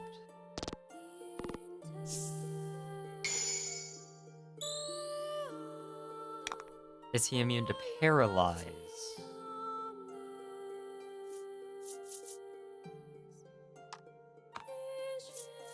I'm not gonna have...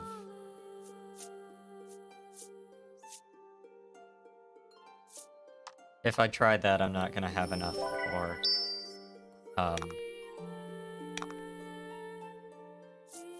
Frenzy. I would have to guess that he's immune to paralyze too.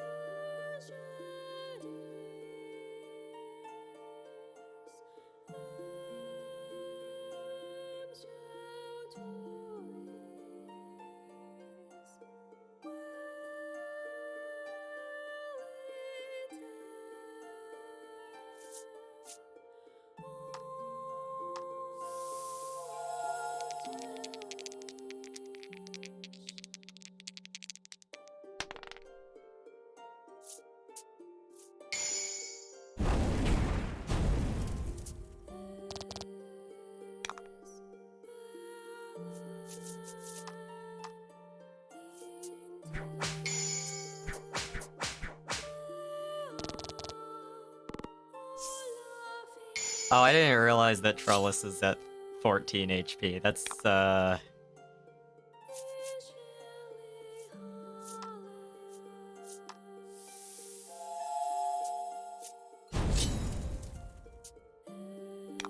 Oh, shit.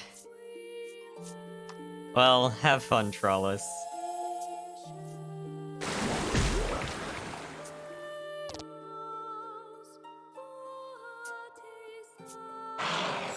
Oh.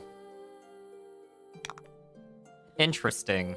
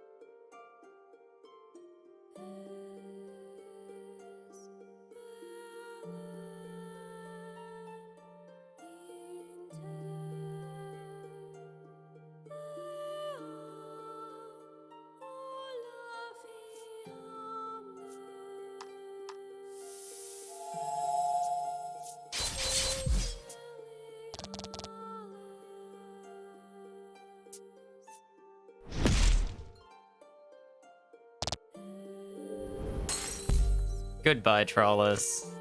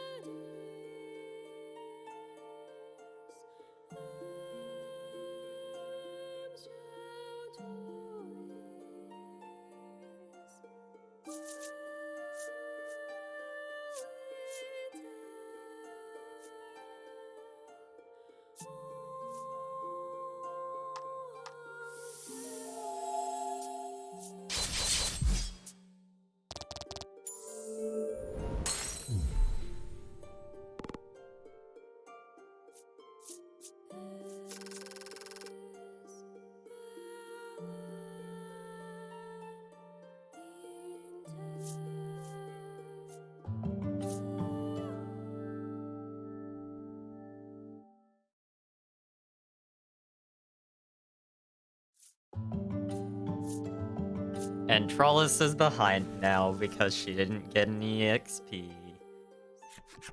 You stand over the fallen monster and raise your sword high.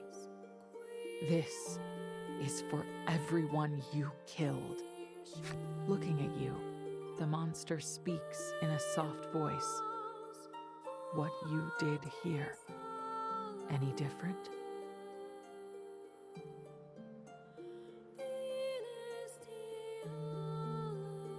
The scarred monster destroyed your home, and now you've destroyed its.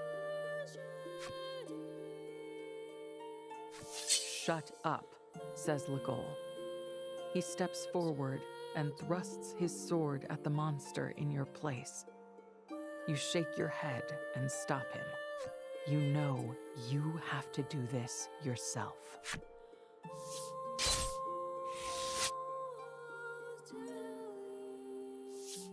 You've had your revenge. Maybe killing this monster was the whole reason for this trip. Yet the monster's words stick with you, like a tiny bone lodged in your throat.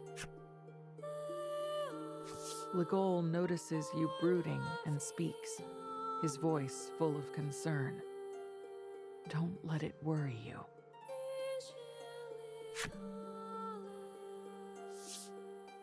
The village mayor comes over, looking at you as though he wishes to speak. You decide to listen to the mayor. The mayor speaks in a quiet voice as he tells you how this town came to be.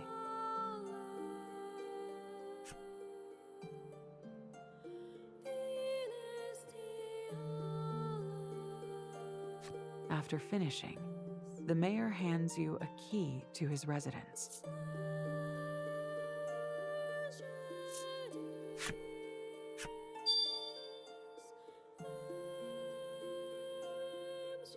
Munching on it? He explains that the entrance to the ruins can be found in the basement of his home. There is something there, a truth you ought to know. Emmy, don't chew He on your continues. keys. Now my duty is done. Will you kill me quickly?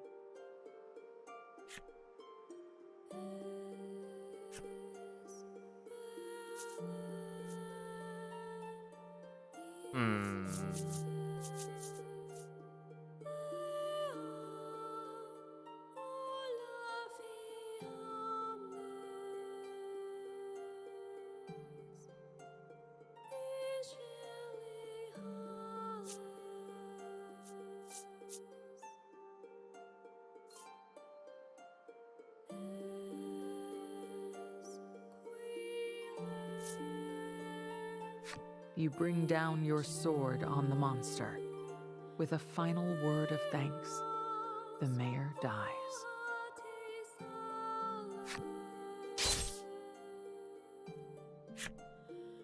You need to go to the mayor's residence and find whatever this truth is that you must know.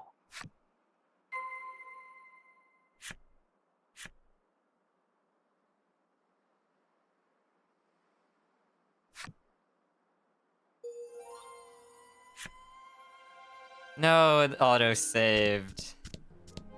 I kind of wanted to go see what the... The establishment no longer has anyone to attend it. The other outcome was. The establishment no longer has anyone to attend it. You manage to free the captive humans. The cage is empty.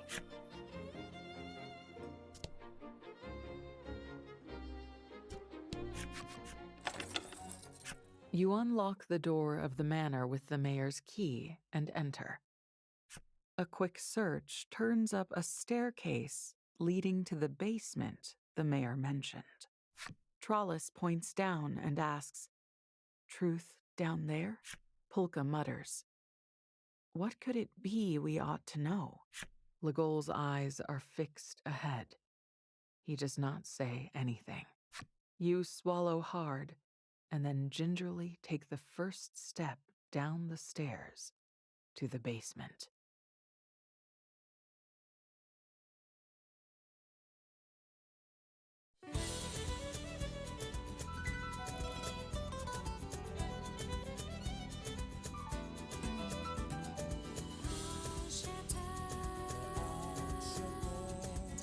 Stay safe.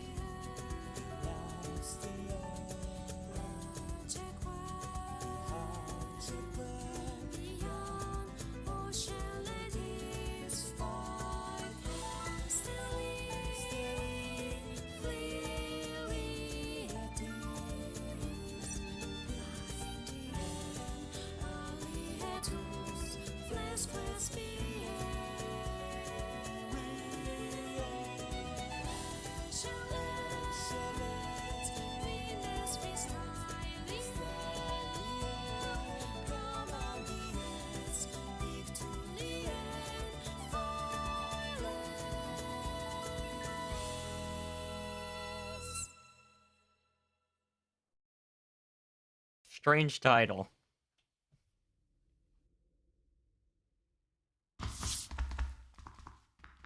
You make your way down the stairs.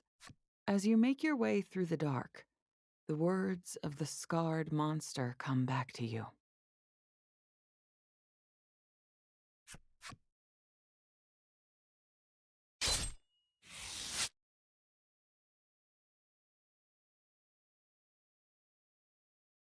The monsters were just like you, living in their town.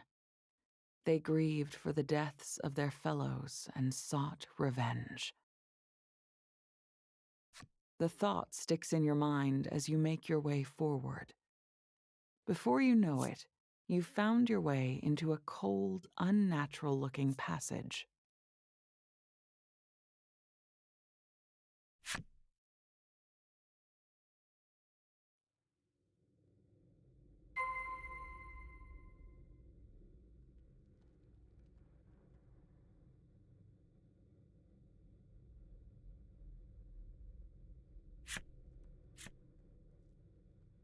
I do want to...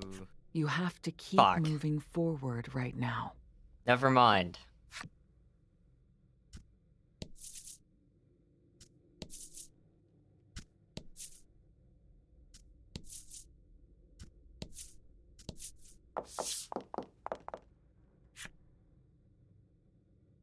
Having heard your muttering, Polka speaks up. I'd like to know that myself. Trollis hums pensively, her head inclined in confusion. Legol says nothing.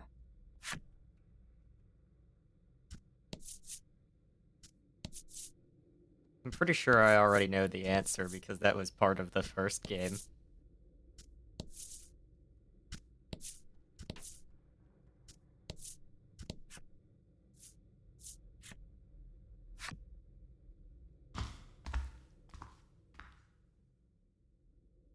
The ruins looming before you elicit a gasp.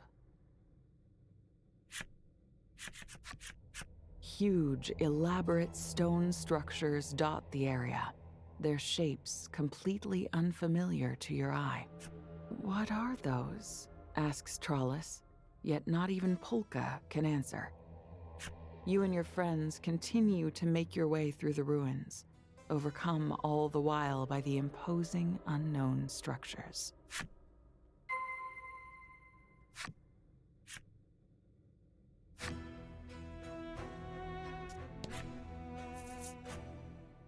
Welcome back.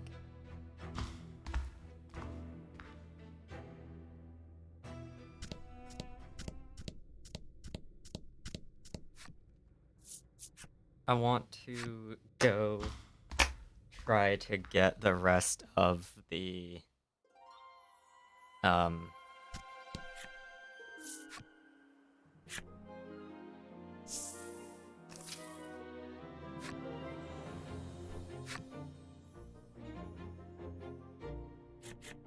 You don't even need to. You answer his vivacious waving with a little wave of your own.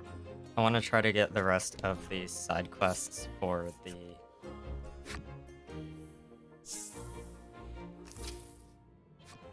The merchant looks stunned at the state The of the merchant? town. He puffs Because up his chest the and cards- says in a gallant voice, "We'll the, see to the like, safety of the escapees." Monster Trainer certificate cards, the style that those are in is the same style of the cards that unlock the true ending in the first two games. So, Human resources are what makes business possible. He lets slip. The merchant brushes aside his drool and flashes you a business-ready smile that says, "I'll be here for a while, so be sure to do lots of shopping." The elderly man keeps repeating the same thing. "What I wouldn't give for a nice piece of well-cooked beef."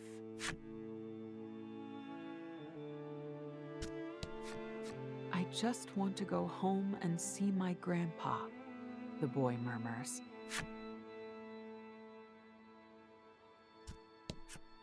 The woman gazes spellbound at the merchant. What a lovely gentleman. The woman flexes. "I've been working on building muscle specifically so we could escape, but I ended up not even needing it."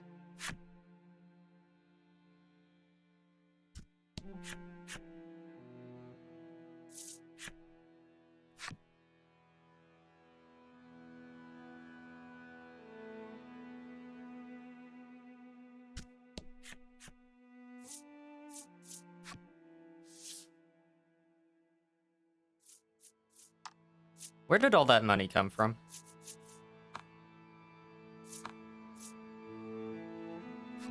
What?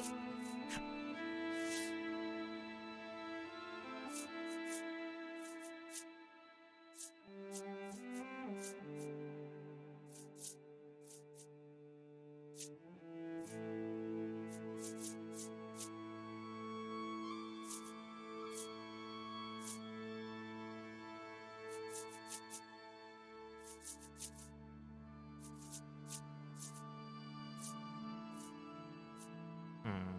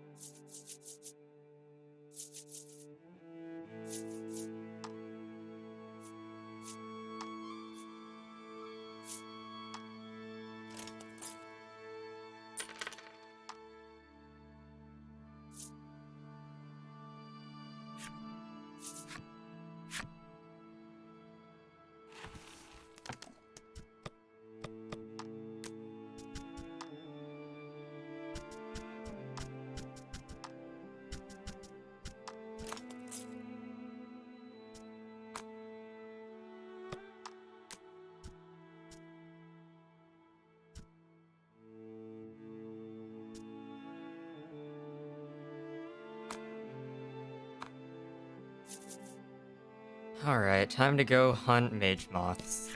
And I'm gonna pause the VOD while I do.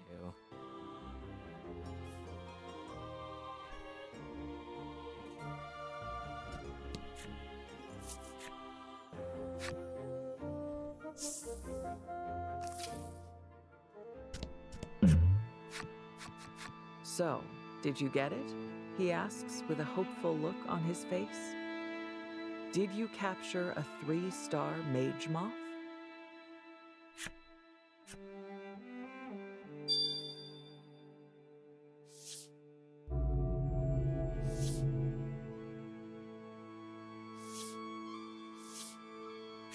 Once you call forth the beast, the merchant tells the item shop girl to come over.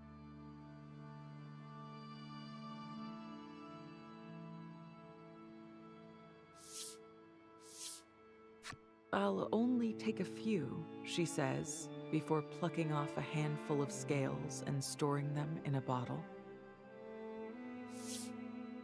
She gazes at the jar and whispers, "With these, I can make a love potion for that game parlor." "What's that?" the merchant interjects in a booming voice. "You're going to craft a panacea for the people, are you?" The girl panics, having been found out. You realize she had intended to use the precious scales for her own purposes. "A merchant ought to put her customers first," he says, gently chiding the girl, before presenting you with your reward. This game has given out way more of these than the other two did.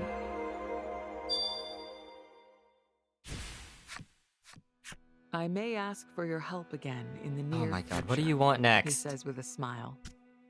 "Until then." The merchant tells you that this will be his last, but most difficult request, then asks you to bring him a sea stone.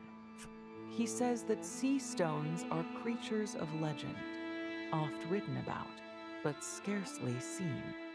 He then pulls out a tome and flips to a Oh certain no. page. "They're rumored to look like this," he says. The book claims the beasts live in the dark depths of the earth, beyond the reach. The merchant tells you that any star ranking will do this time, so long as you bring him a sea stone. Okay. You make note of the information and bid the man farewell.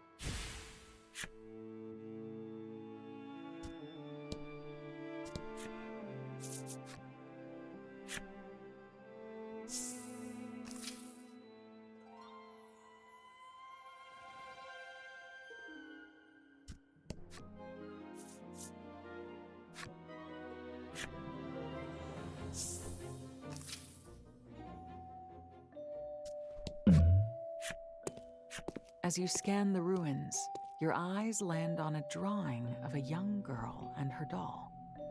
You pick it up from the floor. The doll looks rather familiar. Your eyes go wide. You tear open your pack and I just take out realized the that bloodied doll. The doll It probably must would have have been belonged in this to the little village. girl who lived here. The next instant, your companions call your name and point to the floor where you picked up the drawing. You look back down at the floor and notice a plank that doesn't quite look like the others. You pry the plank loose, revealing a treasure chest hidden beneath the floor. Inside is a piece of equipment in Okay. almost pristine condition. Ultimate armor. Yep. You take the equipment from the chest and place the bloodied doll inside. "I will avenge you," you whisper. I still haven't even figured out what the...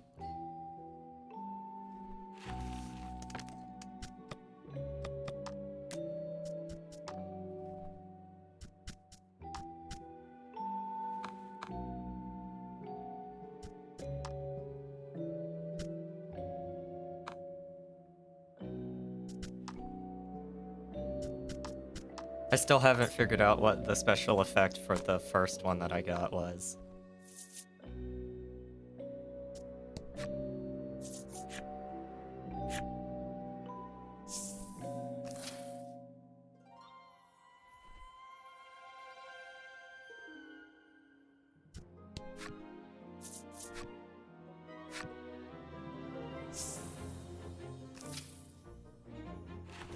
Everybody's full on health. Okay, Legol is one. Missing one. I don't care.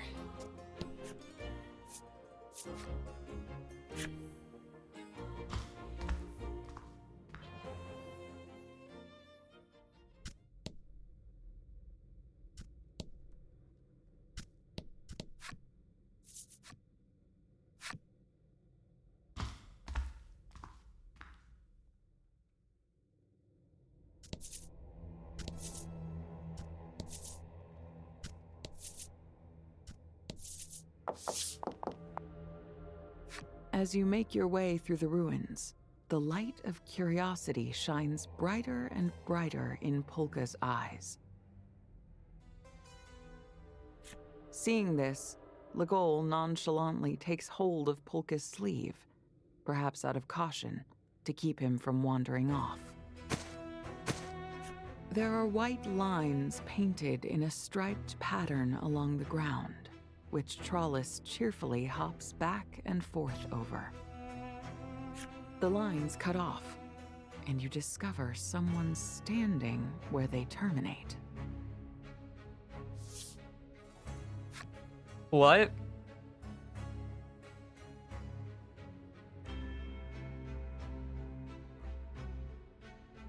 Okay. That is not the direction I was expecting this series to go. With the end of the last game. We'll have trouble if it tells its friends we're here. Come on, says Legol as he draws his weapon. The monster tries to flee, but you and your friends attack.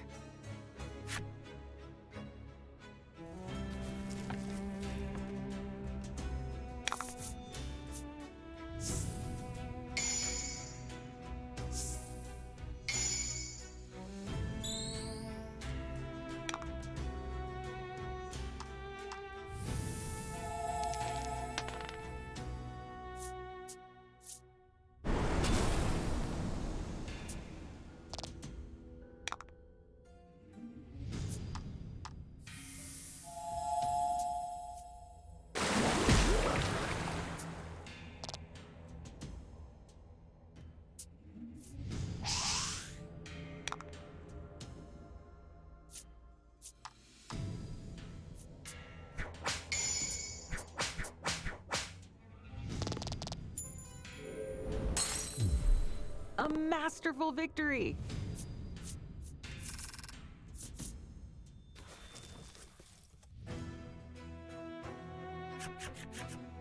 I'm sorry, Mother, the creature says before collapsing.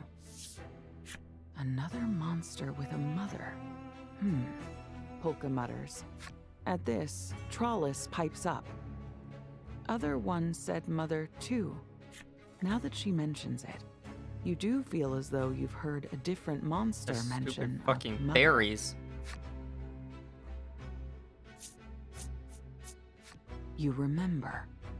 The fairy at the end wall said, "Ooh, we'll tell Mother on you." Polka frowns when you mention the fairy from the end wall. He goes on to point out the possibility that Mother does not refer to a literal mother per se, but a presence that governs all monster kind. This mother might well be deeper within these ruins. All of you agree to proceed with utmost caution.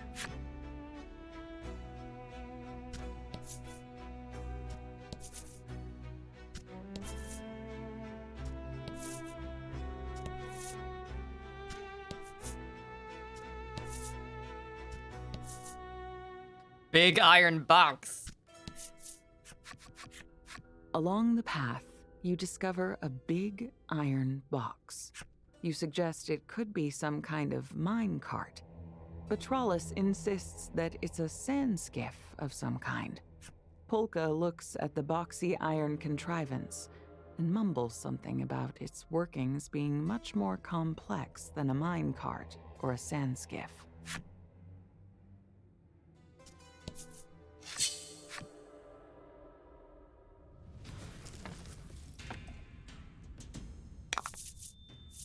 Battle time.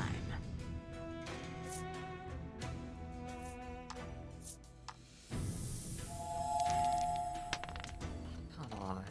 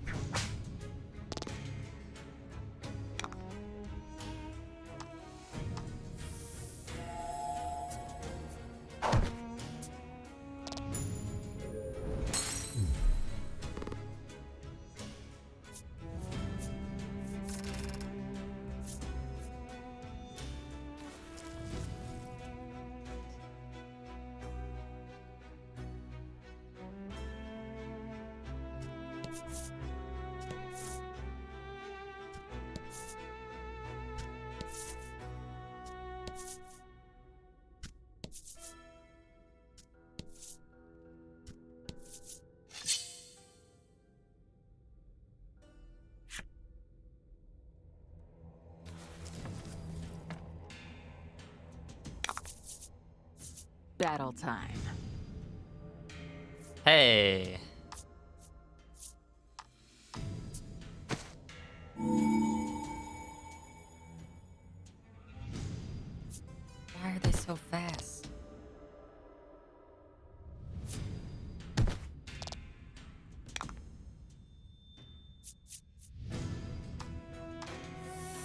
Why are they so fast?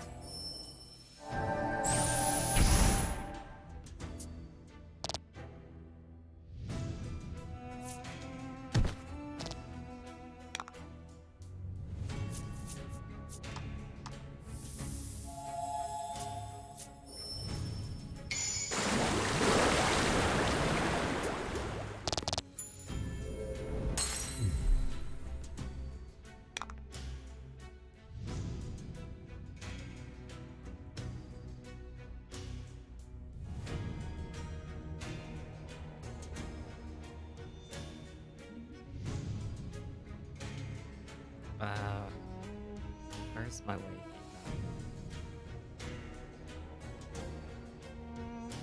Why not? There it is. I thought for a second that I didn't have it added on Discord.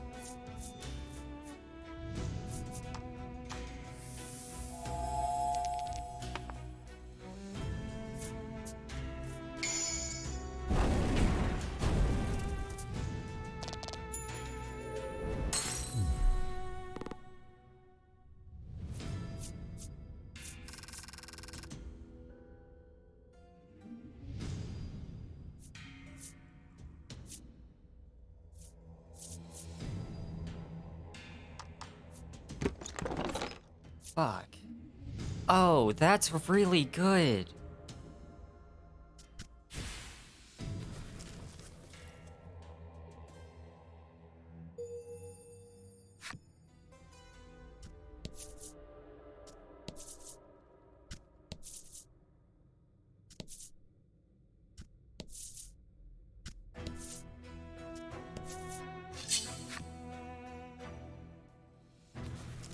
The skill, I mean. To battle.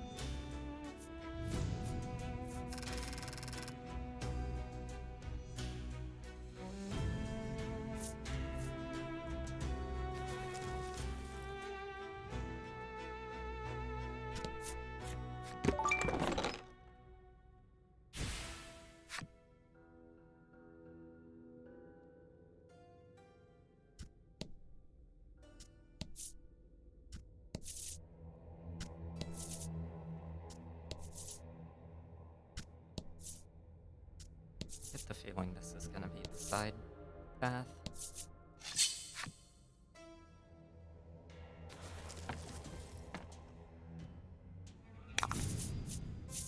Battle Moth. time. I don't need them anymore.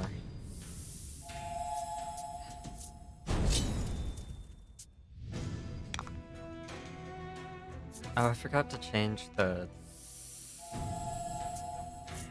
gold fungo that I've got to a moth.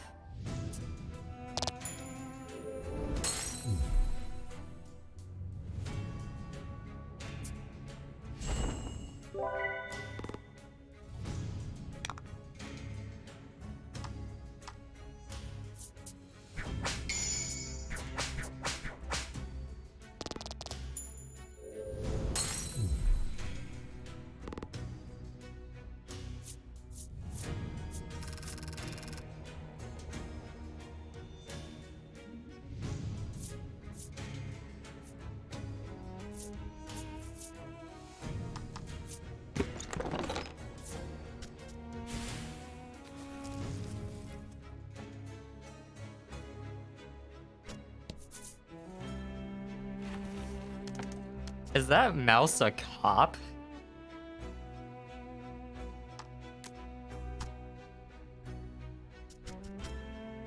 Is that really a cop rat?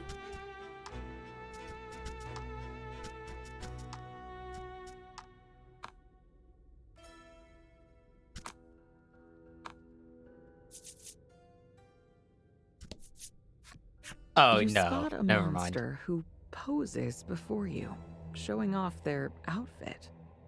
You like what you see? Killer fit, right? You can't quite find the words, and as you gawp, the creature hands you a ring. Go on, embrace the drip. Embrace the This drip. monster doesn't seem hostile at all. You and your friends decide that it would be best not to make a scene and decide to leave quietly. Hey.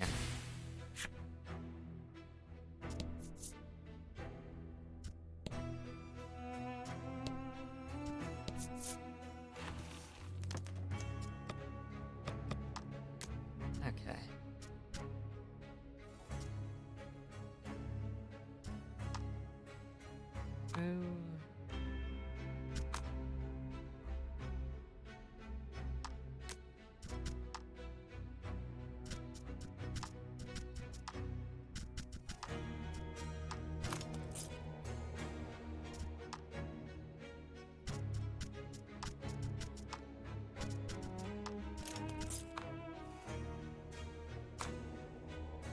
Oh, but now they're tied.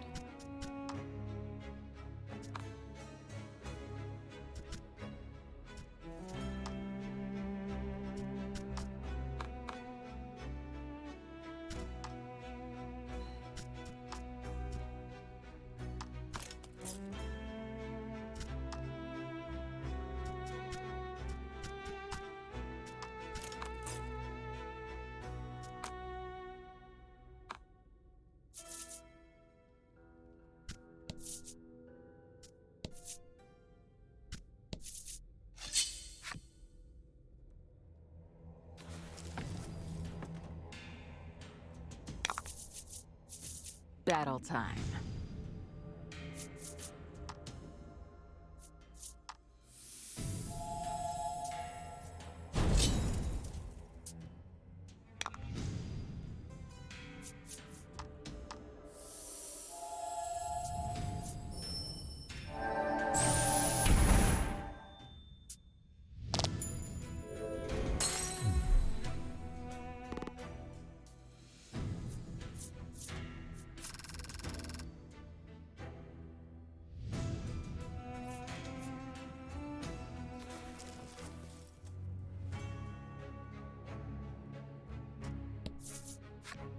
The monster offers a warning. Many monsters around here. Good to be careful. You find it a bit rich to hear a comment like that, given the source. Nonetheless, it doesn't seem to be hostile, so you decide to do as it says and steer clear.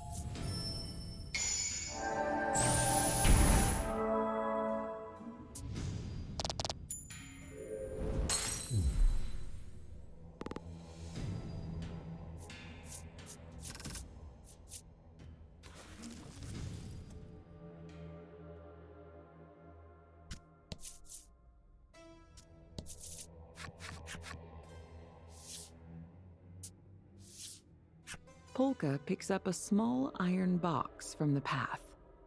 Curiosity shines in his eyes as he examines the object. Suddenly, the small box There is no way releases that a the batteries in blinding that thing are flash still of alive. light.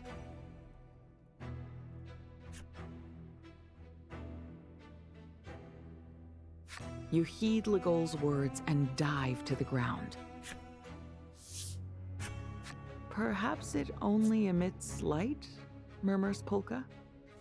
Legol's face flushes, and he stares at the ground, suddenly very interested in a particular loose pebble.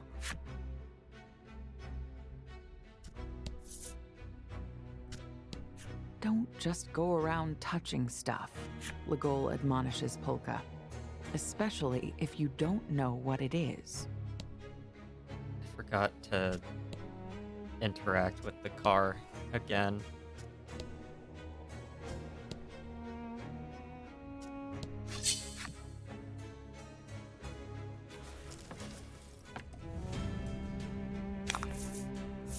Battle time.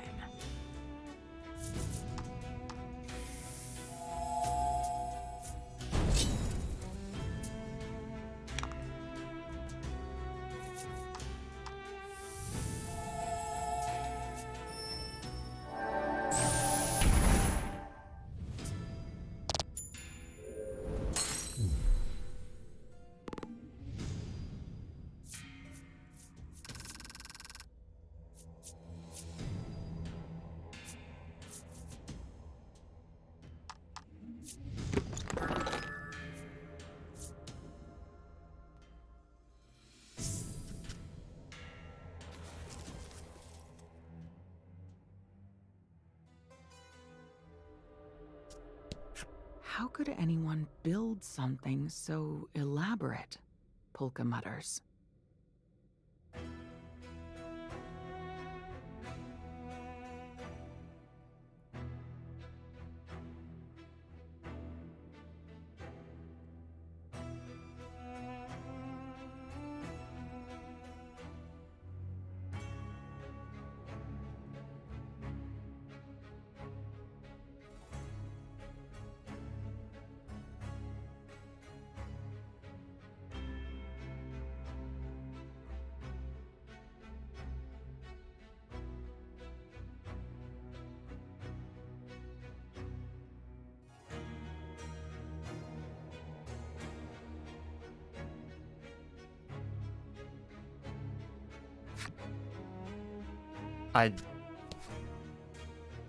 Oh.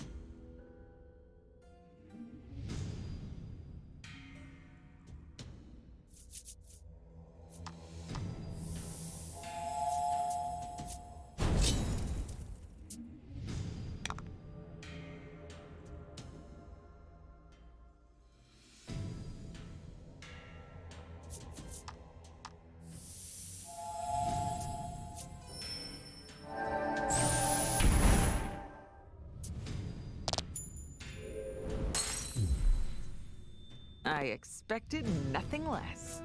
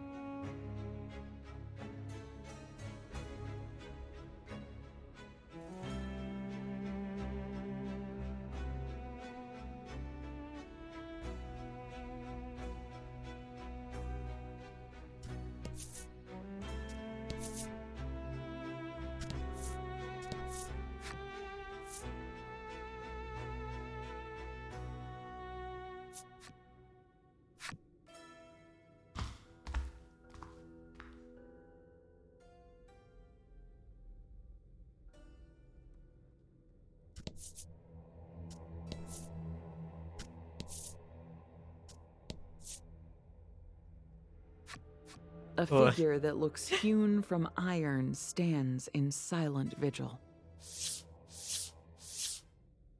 You and your friends take a few ginger steps forward. The creature rattles and clanks to life, uttering nonsense.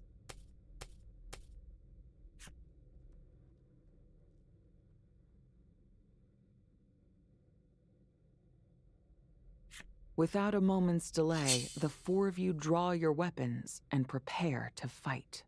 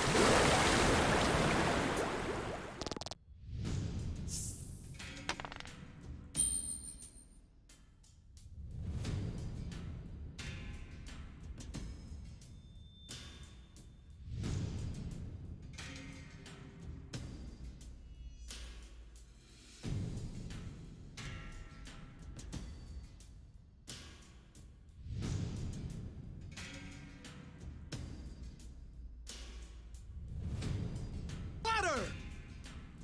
I see, Jay.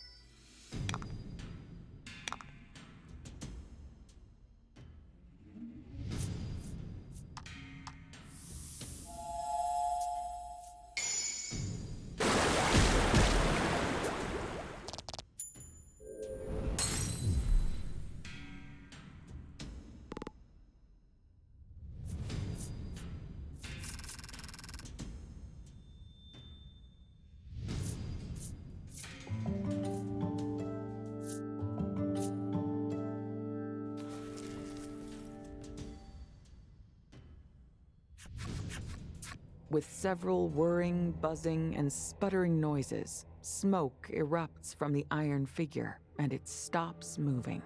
A close look at the figure reveals that not only is it not a monster, it doesn't seem to be a living creature at all. Despite no longer moving, the thing continues to babble.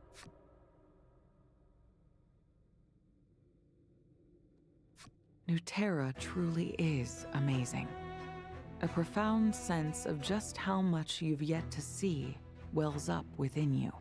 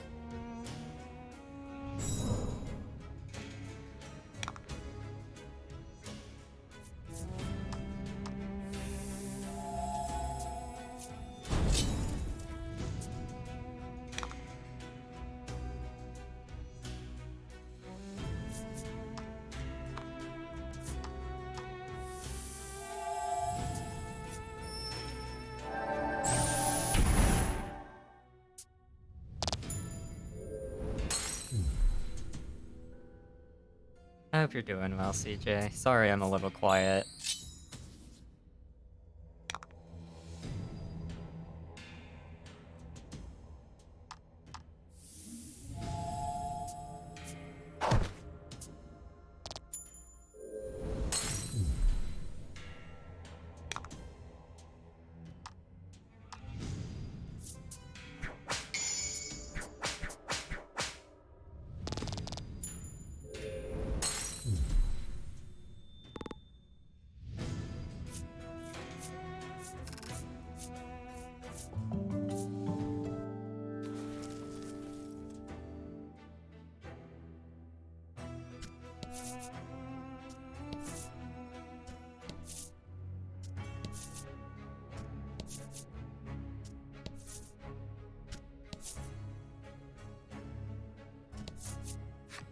In a quiet voice, the monster says, "Don't want to fight, unless you bother Mother."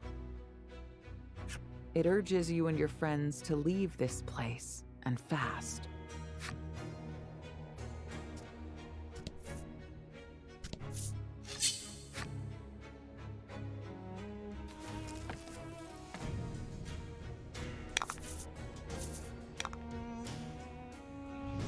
Well, these things are back.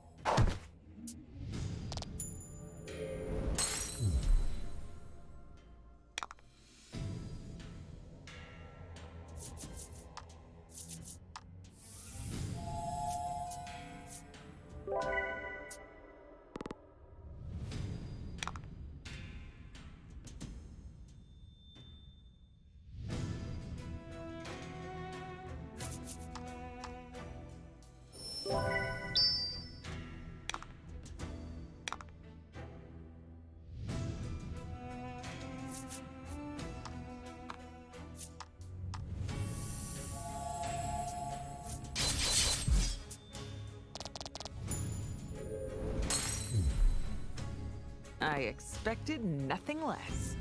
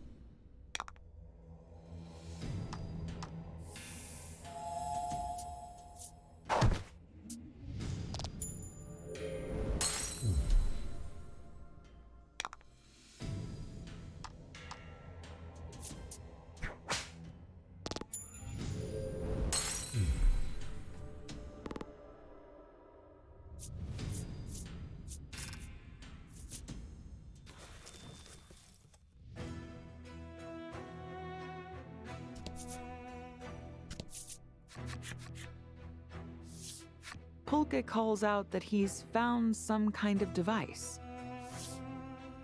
You look over just in time to see something moving behind him, but he doesn't seem to have noticed, as he is totally fixated on the equipment. Monsters appear, lightning arcing and crackling around them.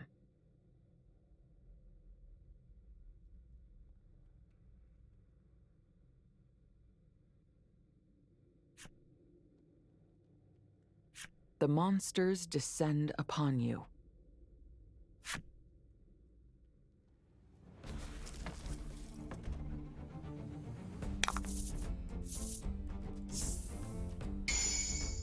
To battle.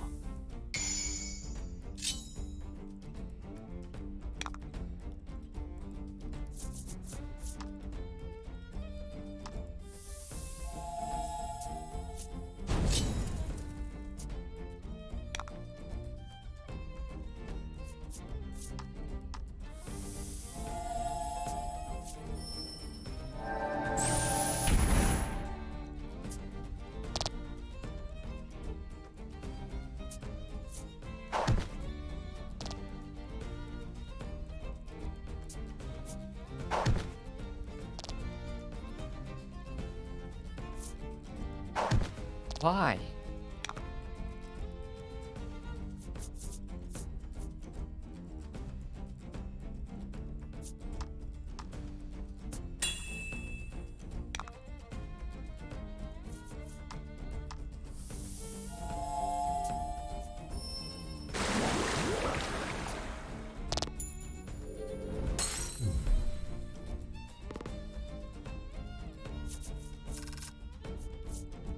I just realized.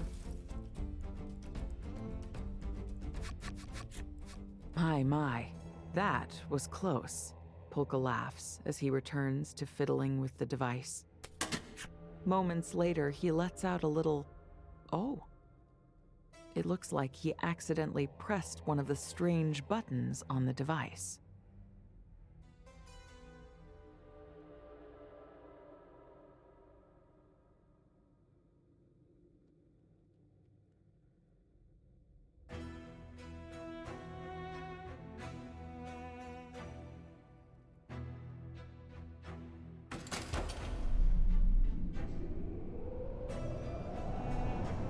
You hear a loud whirring sound coming from somewhere.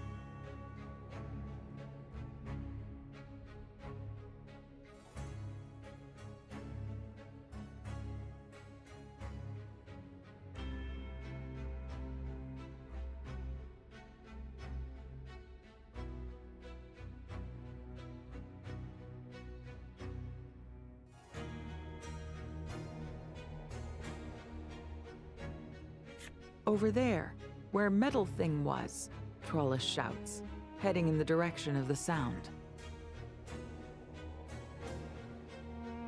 Maybe it has something to do with the iron figure from earlier. You'd better go check it out.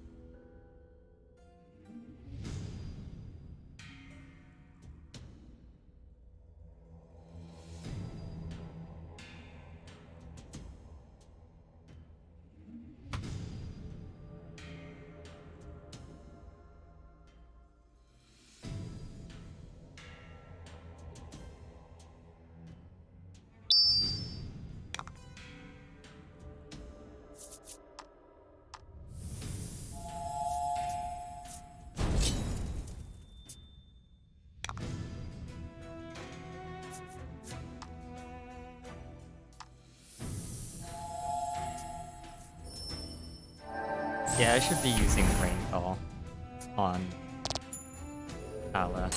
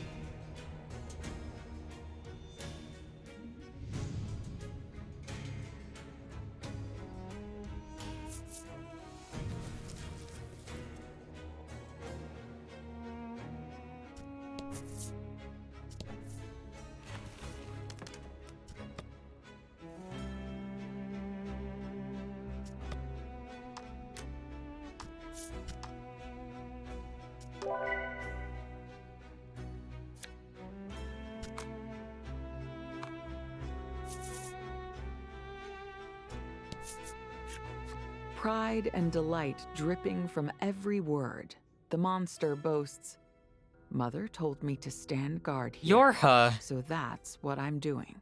I just noticed his hat says Yorha. Nonetheless, it doesn't seem like it's going to stop you. You can practically hear the wheels turning in its brain as it says, "What was I supposed to do if I spotted someone?"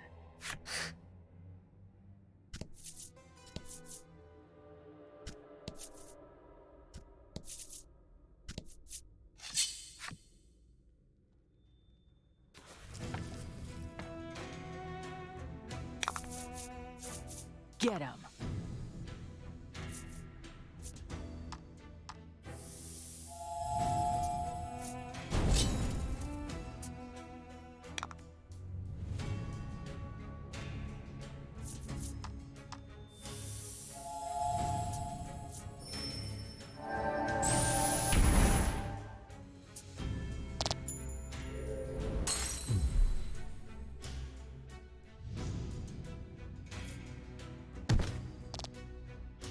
I already made a joke about this game just making this series also Drakengard, but game literally has Yorha in it.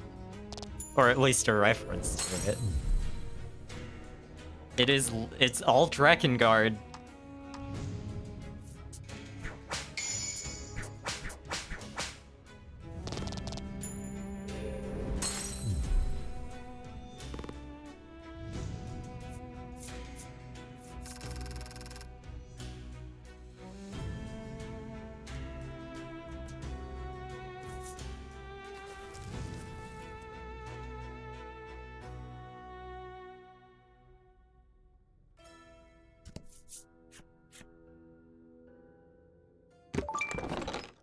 Okay.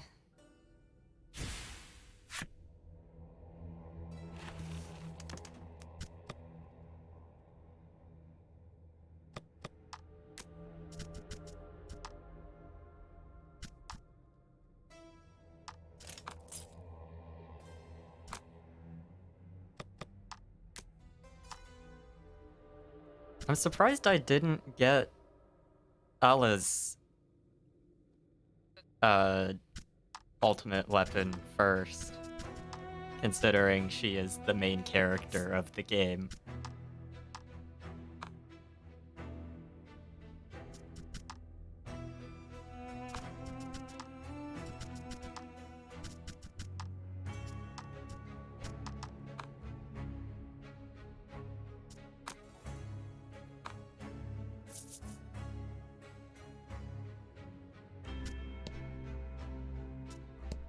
We did meet a robot, but all it did was talk about elevators. The iron figure continues to spout nonsense and smoke in equal measure. However, the nonsense seems to be slightly different nonsense now. It keeps saying that word, elevator. What is it talking about?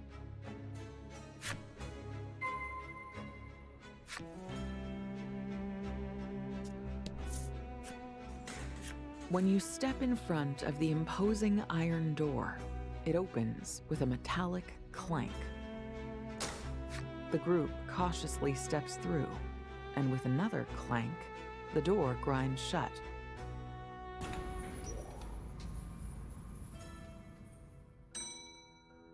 The four of you are quite flustered about being trapped inside, but then you hear a ding sound, and the doors clank open again.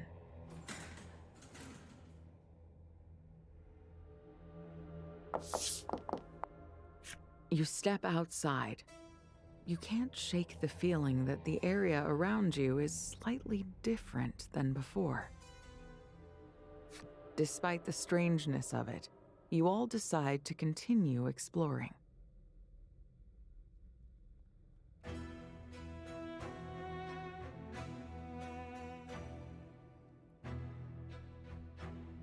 As you do, you continue to wonder what that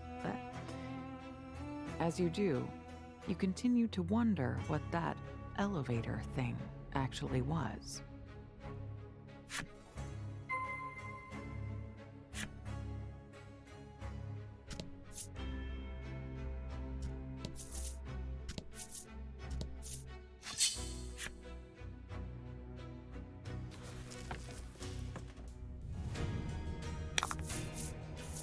Get him.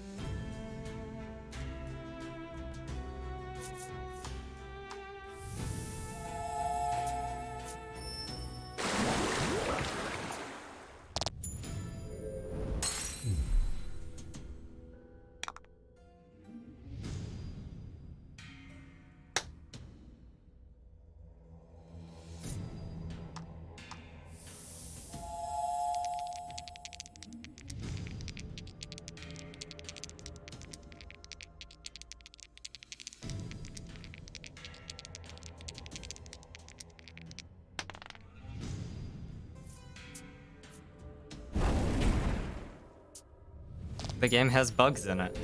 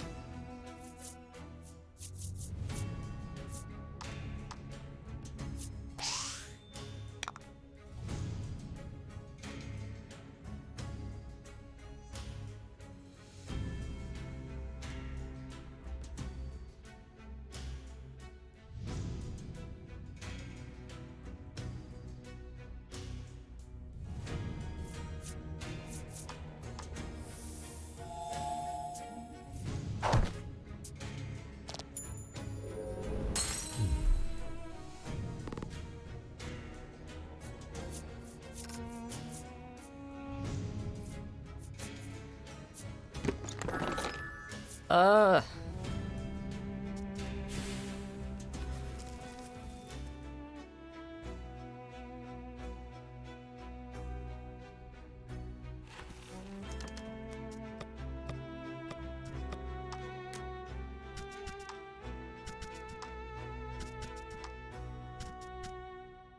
I don't have any bellwethers?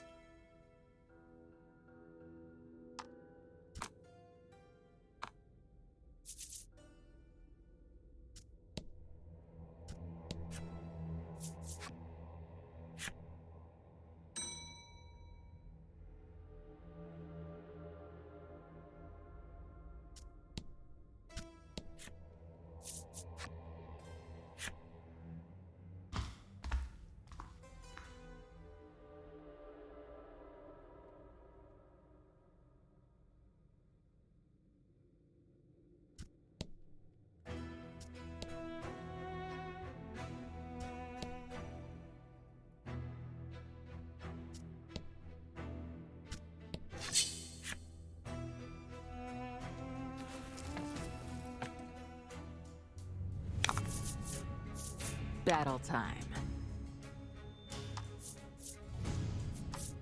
Decent chance of it escaping.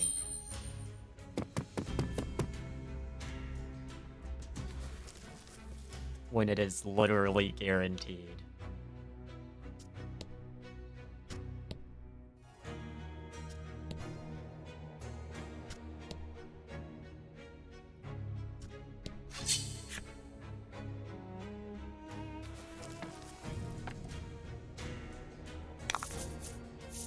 Get him.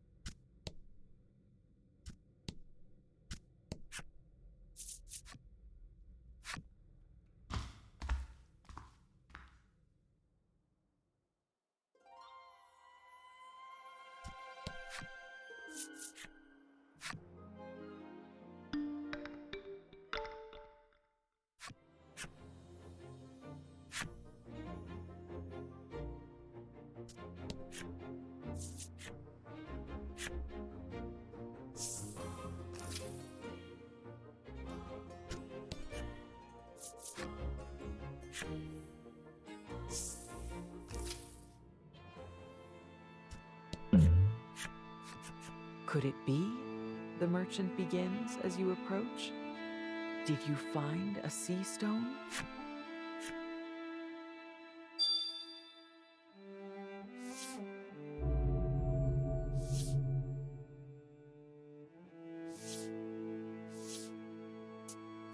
The beast manifests, and the man cries out in joy. So, they really do exist.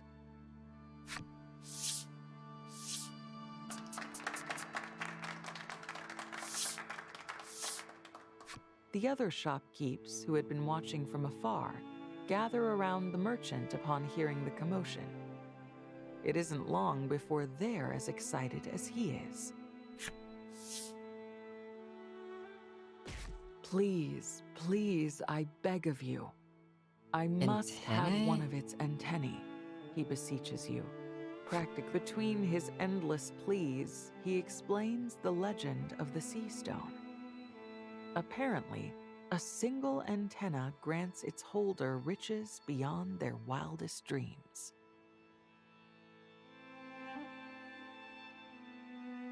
I suppose I could, you say, then trim off a bit of the antenna for the man.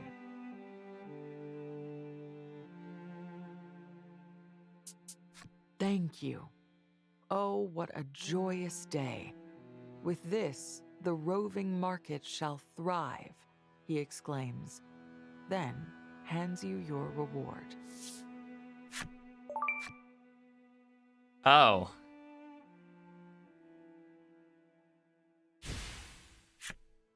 Unable to contain their joy, the shopkeepers gather together to celebrate, the festivities lasting well into the night.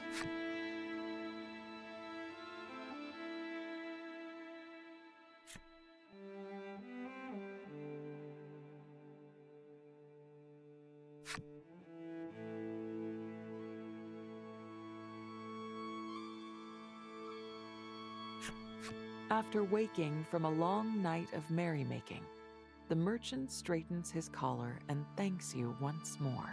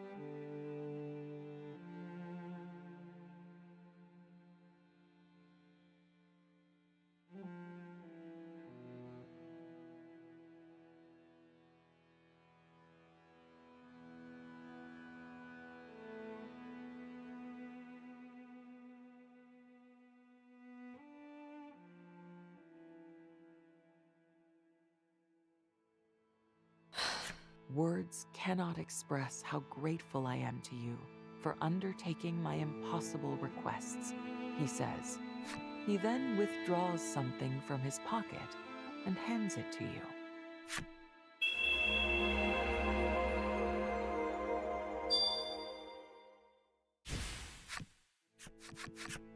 As he does, the other shopkeepers peek their heads out of their stores. You truly are the second coming of the legendary monster tamer, he says. You can tell it's high praise.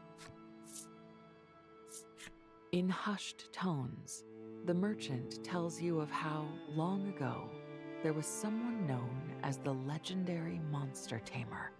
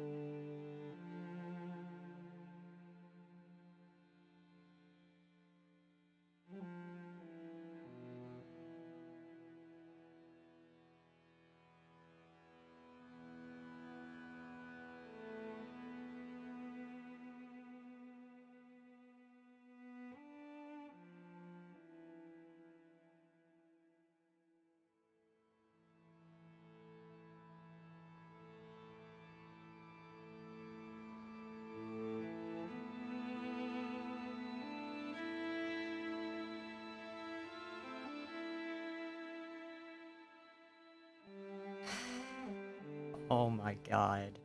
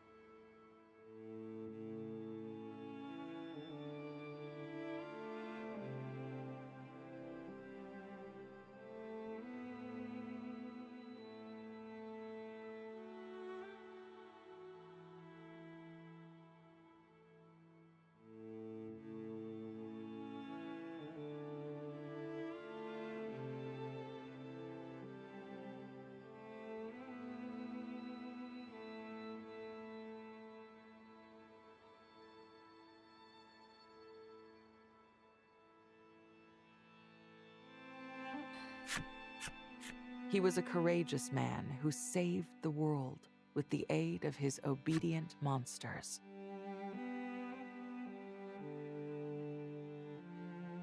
You may become a legend in your own right soon, he says.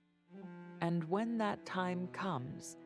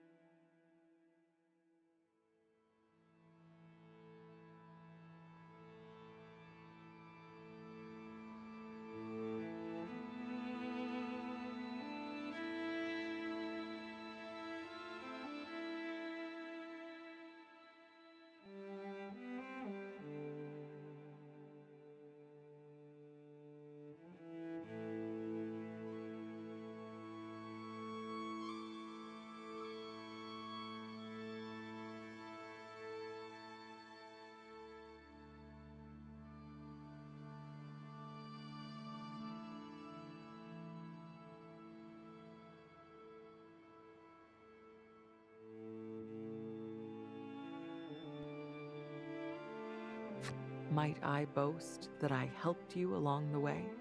He asks. You turn to the merchant and nod your head with a smile.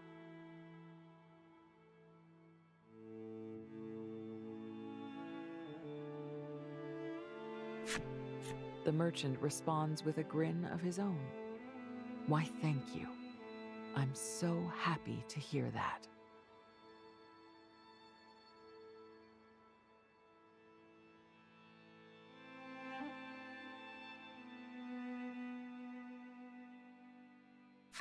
Thank you for listening to my tale, he says softly. I hope to be of service on your journey, wherever it may take you. Hi, Vola. Not a moment later, he spreads his arms wide open and shouts, Now come, stock up on whatever you need for your travels. Don't be shy.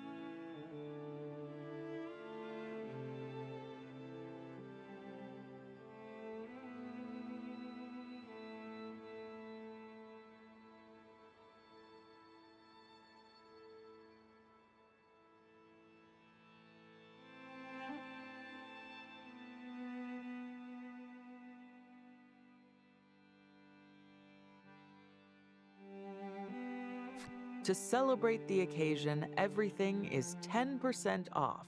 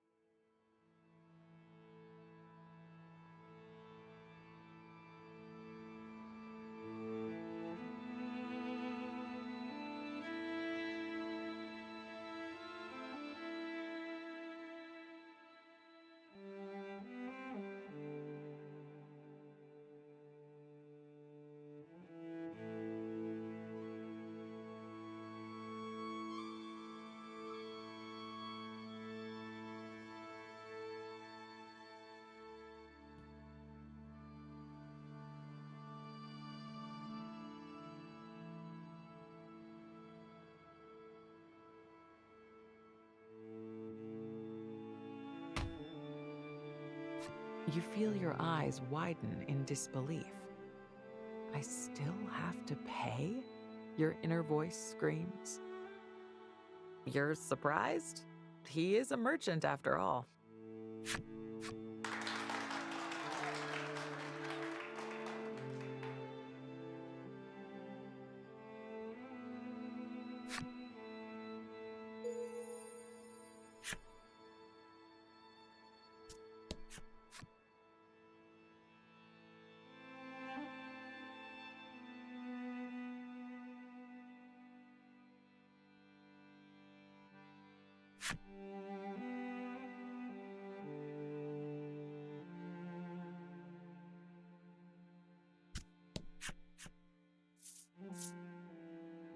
I don't think I actually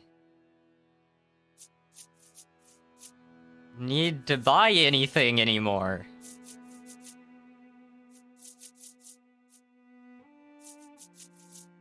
Actually, sale on consumables is useful. But I don't need to buy equipment anymore.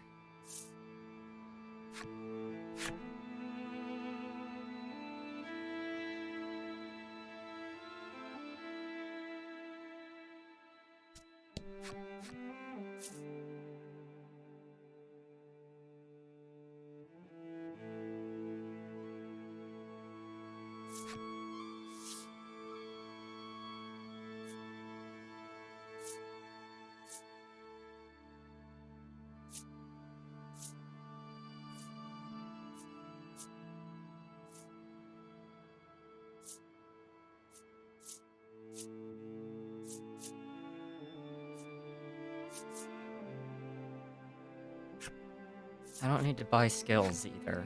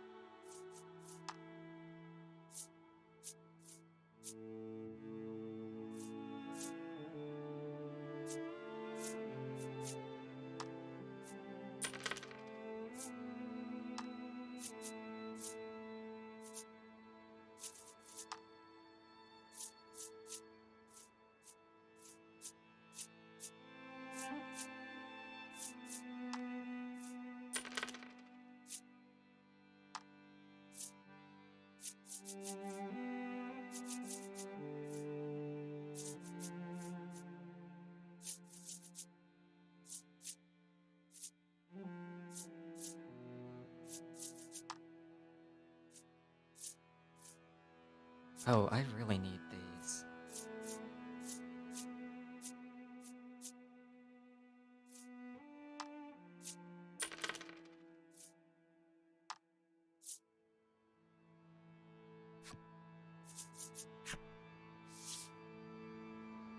Time to go sell all of my other curatives.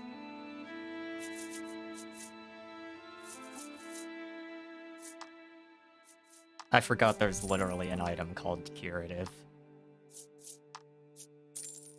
But I mean anything that heals status effects.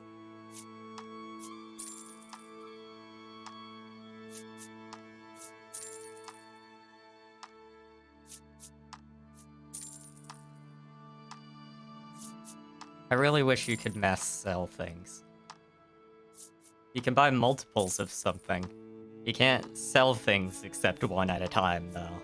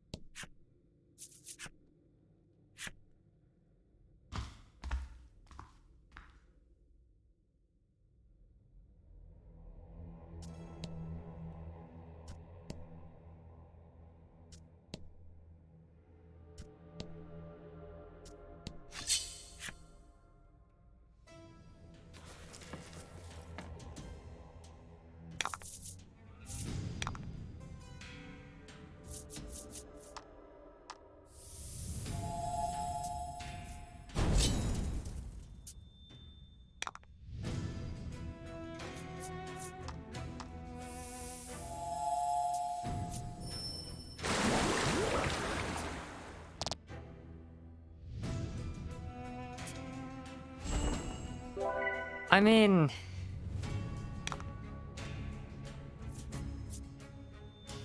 being able to get the currency by playing the game doesn't necessarily mean that it's not pay to win, but like... I expected... I don't really get that argument, regardless.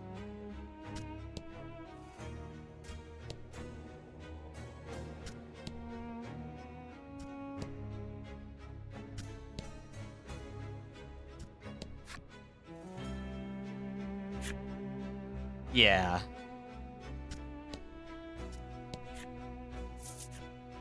If it was super slow to get 1,000 super credits, maybe, but like...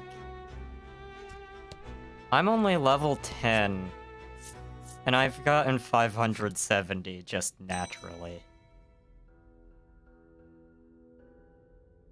And I don't even know how to, like... I don't know how to tell when super credits spawn in the world.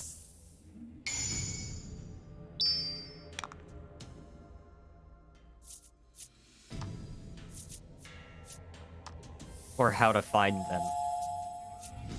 It's not that hard.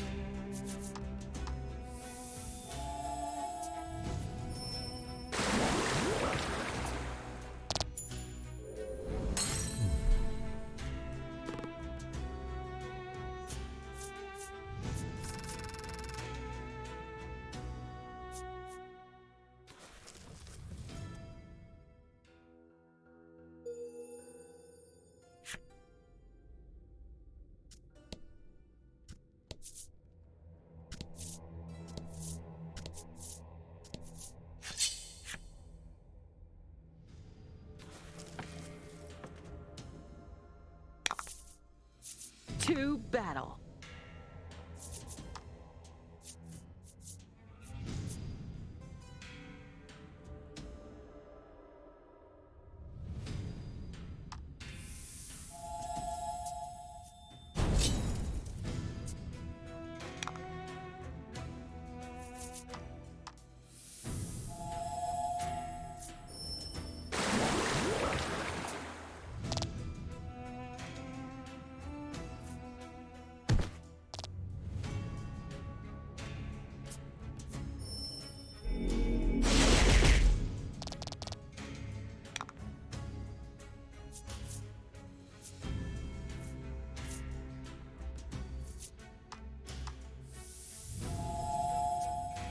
Oh, that's dumb. I heard the stun grenades were really good, but that's kinda dumb.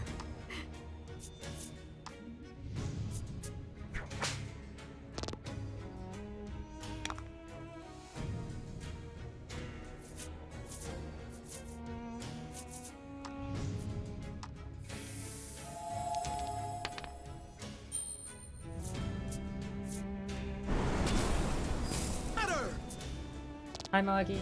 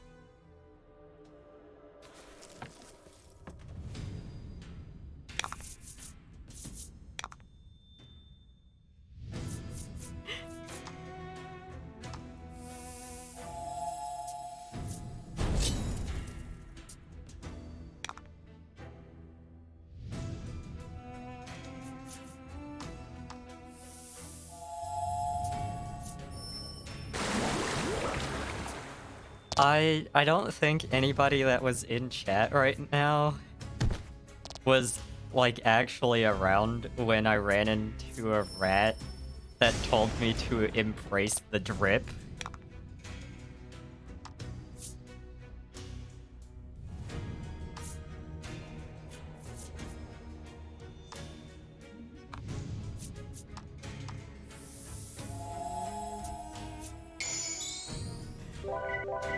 Also, one of the monsters in this Sometimes you area get has a lucky. shirt or has a hat that says Yorha.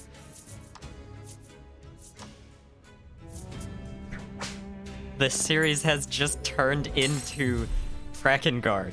It's all Drakengard.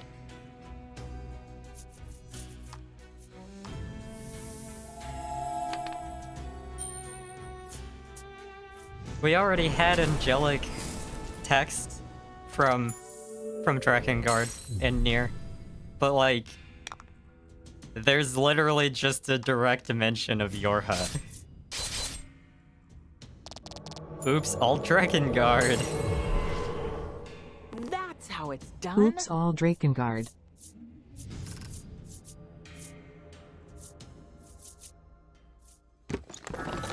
Ooh.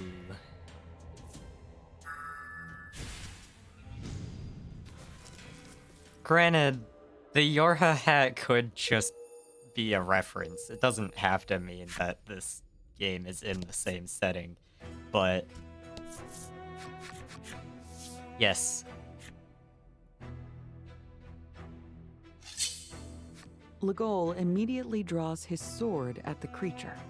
Polka raises a hand to stop him.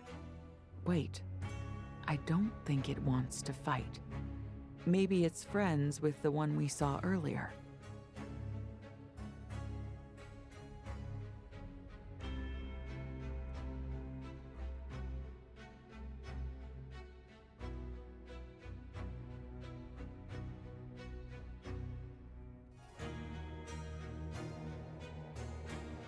I'm escaping to the one place that hasn't been corrupted by capitalism. Space! The iron Space. figure hands you a small metal cylinder with a delicious-looking picture on it. Yeah. Legol tries to stop you. Don't. It could be a trap. But the iron figure said it was tasty. And it is simply human nature to want to eat tasty things. Having examined the cylinder, Polka mutters to himself and starts fiddling with it. With a pop, the cylinder opens up. Inside is some kind of delicious-looking, vibrant red food. The smell of it makes your stomach burble in hunger. Don't eat that unless you want it spraying out both ends, says Legol. Trollis ignores him and dumps the contents of the cylinder into her mouth. Yeah. I imagine that would be better against the robots. Trollis doesn't look like she's in distress. Is it good, you ask? Her eyes light up, and she tells you that she's never eaten anything so delicious in all her life. The rest of you swallow hard, practically in unison.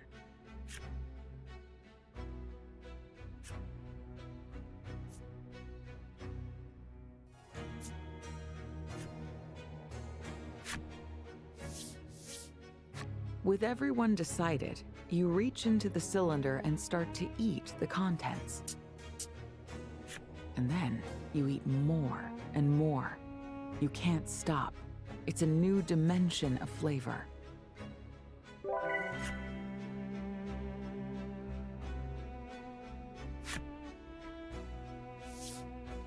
Legol apologizes Potion to seller. the iron figure. I'm telling you right now, You're all right. I'm going into Sorry battle, we hurt your buddy. and I need only your strongest potions. Potions. That is actually good time to use that.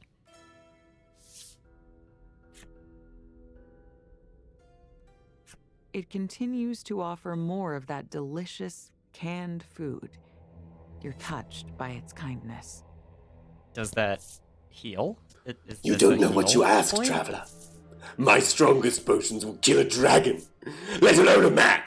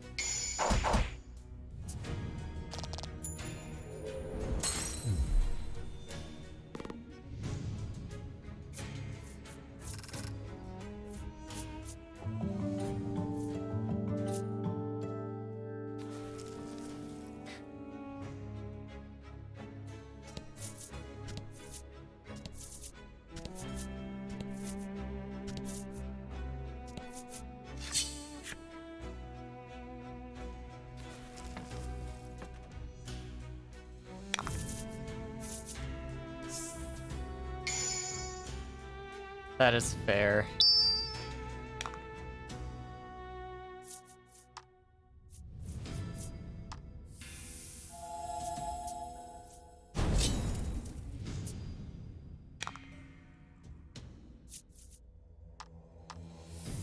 These gargoyles have fucking road signs.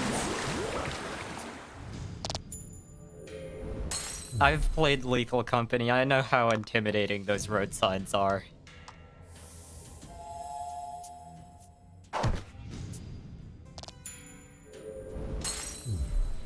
I need to play more of Lethal Company.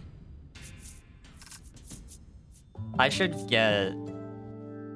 Timmy, I should get you and Icy to play Lethal Company with me.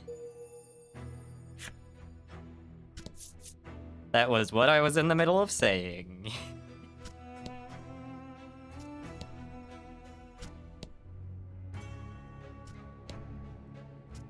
I'm glad we had the same thought.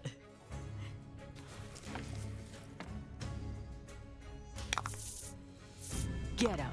Yes. That's part of why I'm making the joke that everything is Drakengard.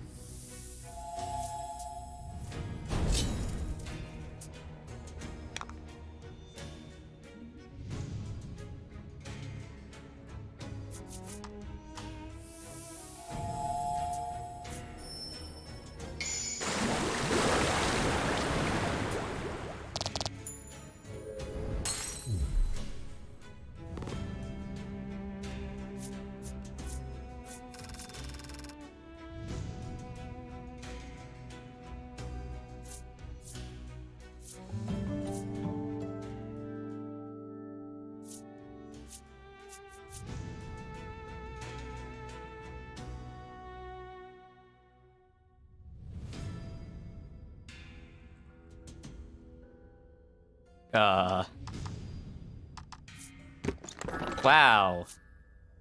That's shit.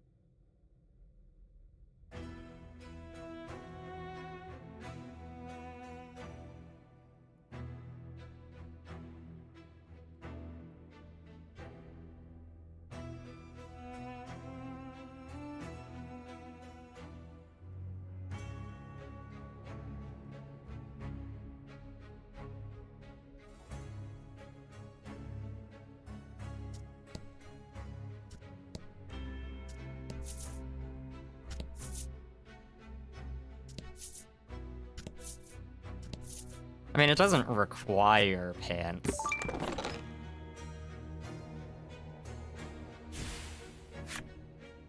Well, I'm glad I came back and went the other way. Wear shorts or a skirt. Battle time.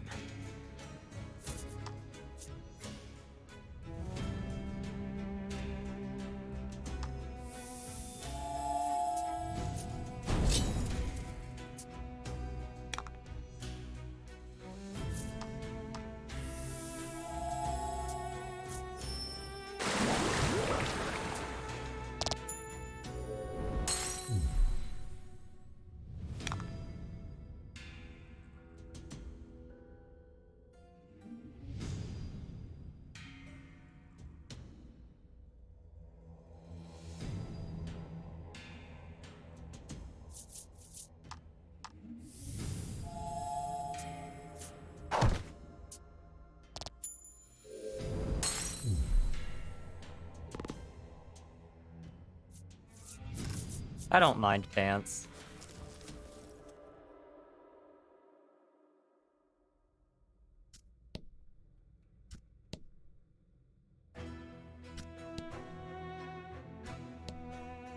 But I understand why people don't like pants.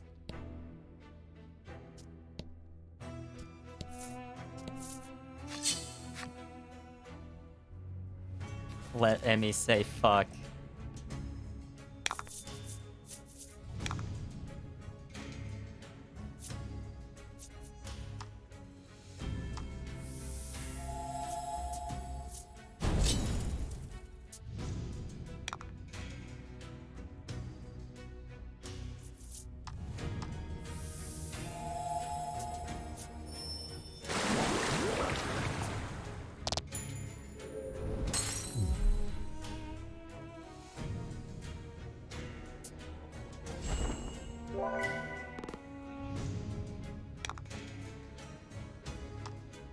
Is it holding a cheeseburger? It is! It's holding a fucking cheeseburger.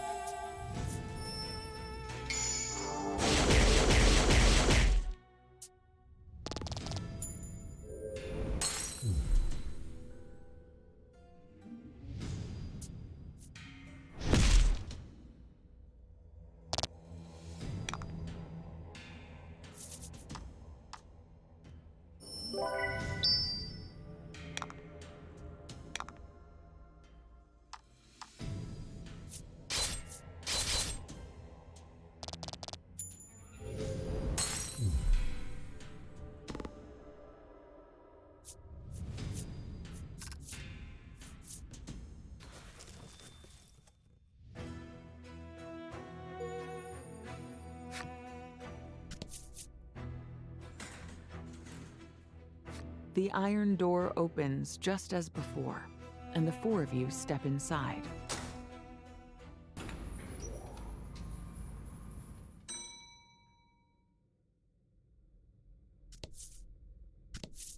Please stop giving me rooms that are 3. Another iron figure 3 stands spaces before you. wide. Something is different about this one, though.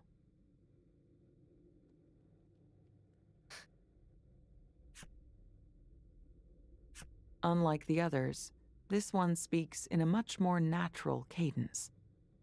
Upon hearing its voice, Polka's eyes go wide. You hear the sound of a door slamming open.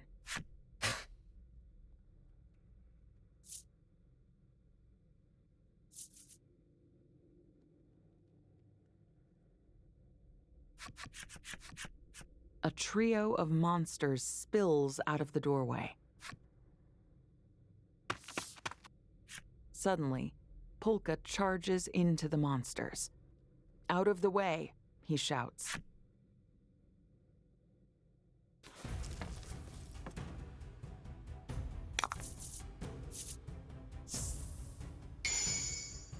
Battle time.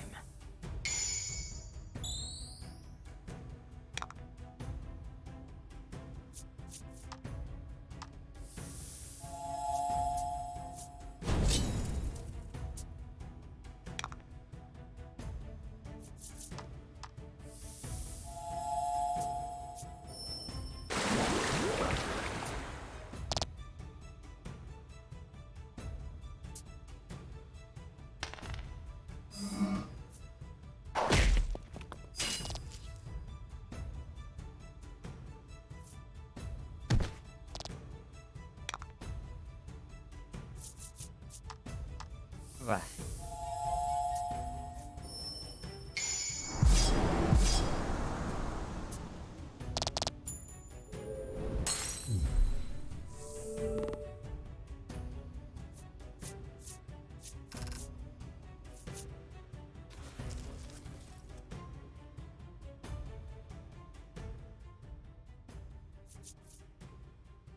That is a toaster. No sooner do you defeat the monsters than reinforcements rush from the door, barring your path. Polka looks ready to charge into them again at any Toaster second. oven. That is a toaster oven. Not a toaster. There's clearly something wrong with Polka. It'd be dangerous to keep fighting with him in this state. Trollis grabs him, and the group beats a quick retreat.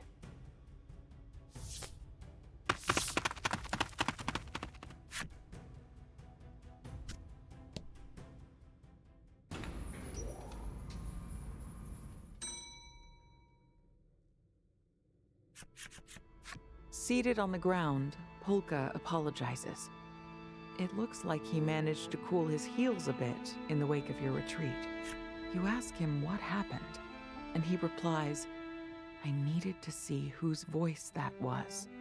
You look to Legol for assistance, but for some reason, His face has gone pale. Polka is silent for a few moments. The iron figure's voice. It sounded just like somebody important to me. I can't ask you all to put yourselves in danger. I'll go on by myself, he You continues. will standing get up. yourself killed.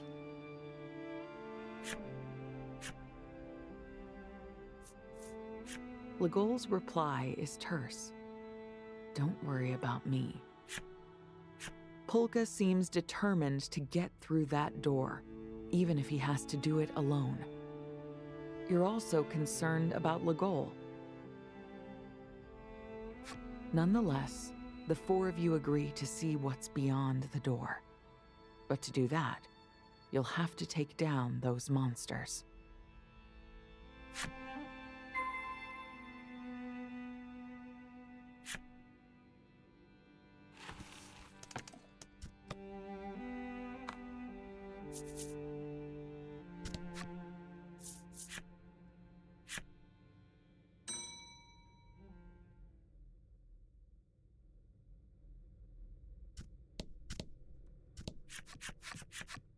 Should have stayed away, one of the monsters says.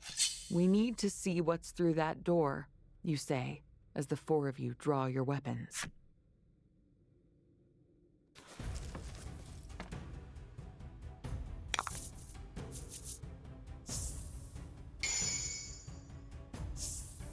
Sick. That's what I was hoping for, actually.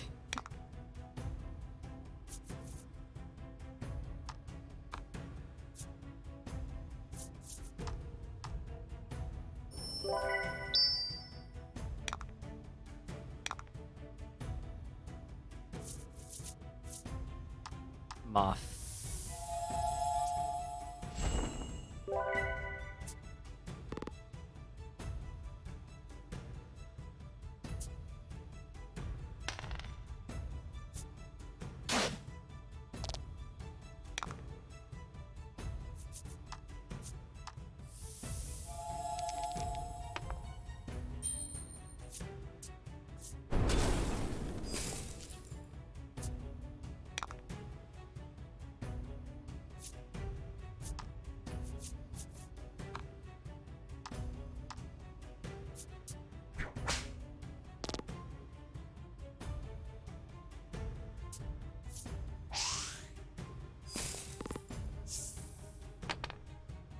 Oh, sick. Free freeze.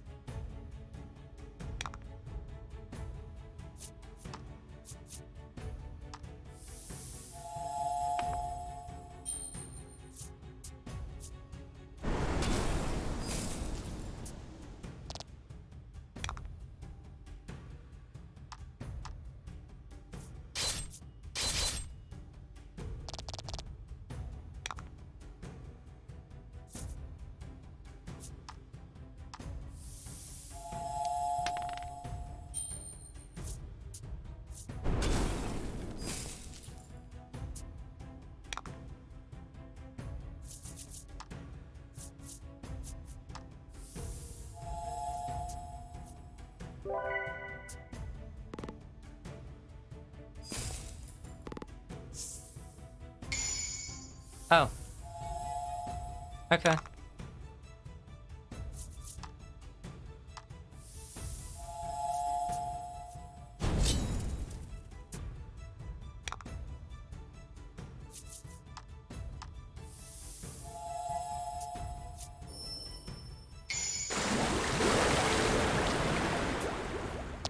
Okay. That fight ended up being a lot easier than I was expecting.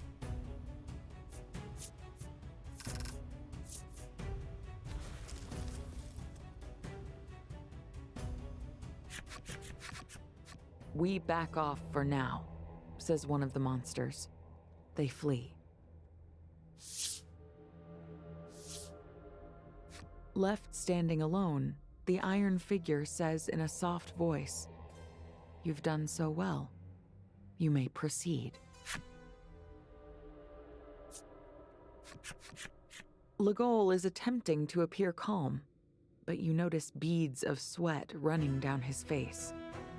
The figure's voice was certainly unsettling, but it didn't seem that unsettling. Polka looks at the rest of you and gives a deep bow of his head. "I'm so sorry to have dragged you all into this," he mutters, his voice barely audible.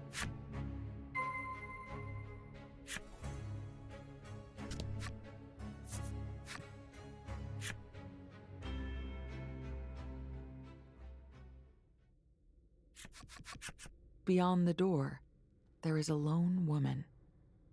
Polka gasps at the sight of her. "Mom!" Polka shouts. He tries to run over to the woman. Legol holds out an arm. "No, don't."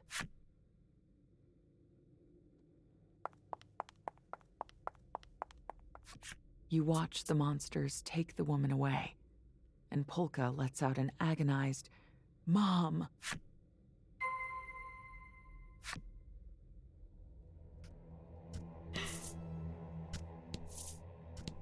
Mom, question mark, in parentheses, and then an exclamation mark after the parentheses. To battle.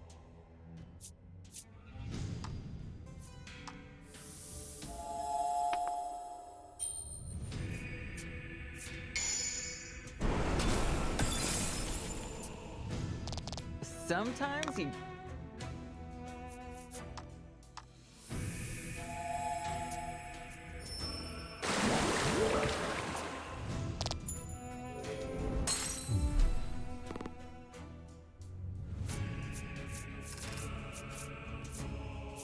Oh,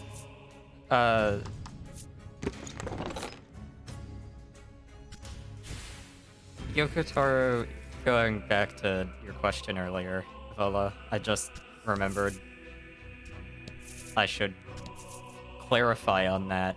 Yokotaro directed the series, and he also did some of the story writing for this game, so...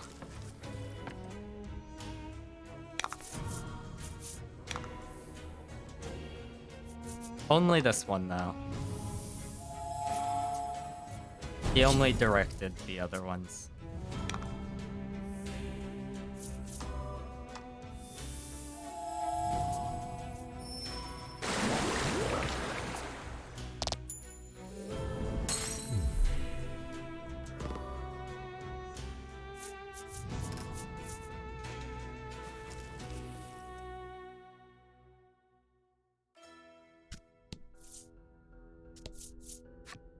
The iron box is rusted here and there, but is notably free of dust.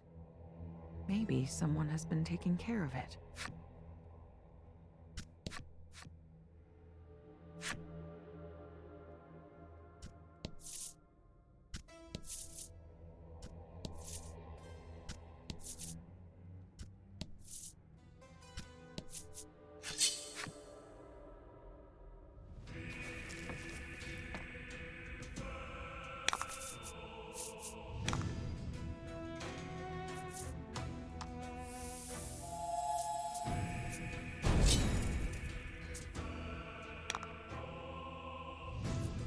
I'm probably gonna end up streaming a little later than normal today because I want to finish this chapter.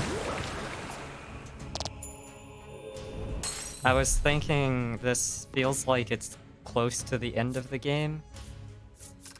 I'm not certain though because we're only at level 25? 24. And the cap is 30, and the other two games I have hit the level cap before I got to the final boss.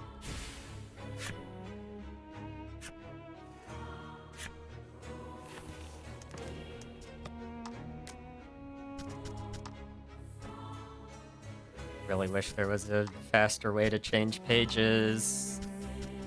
Why did that never get added?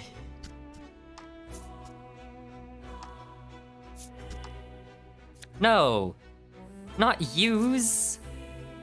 Fuck!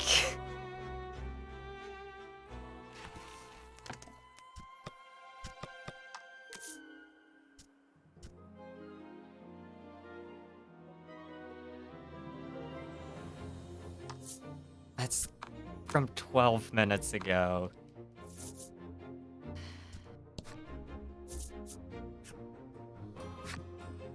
It's gonna be faster to just slowly move back through.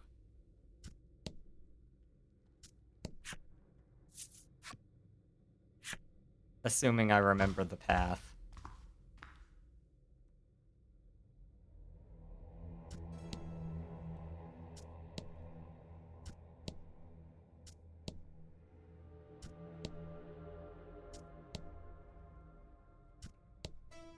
Oh, hold on. Since I'm here anyway. The monster flashes you a winning smile. Go on. Embrace the drip.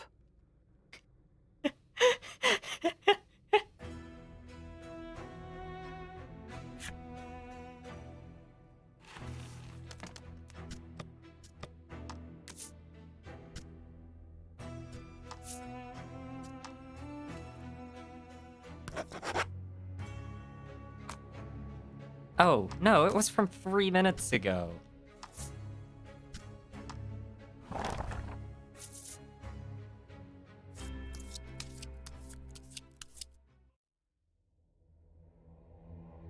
Wow.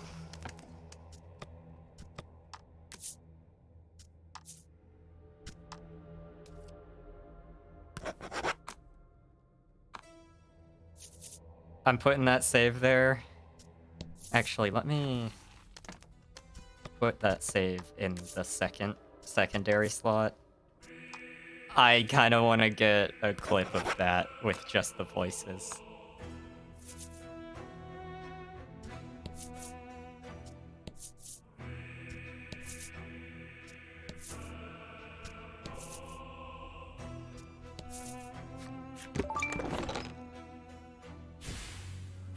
I have a few things that I've been meaning to add to my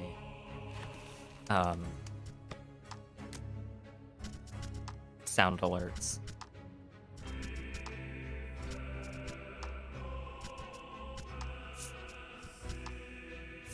No. Discard.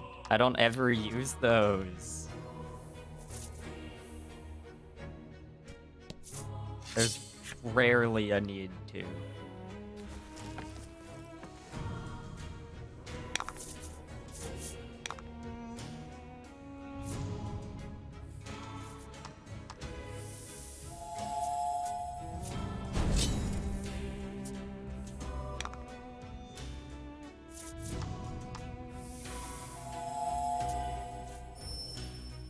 Oh. If this isn't the final chapter, I was thinking I might just keep going until I finish the game, even if this isn't the last chapter, but chapters are kind of long, and also, like, even though that would end up being a shorter stream if I just, like, stopped streaming or switched games.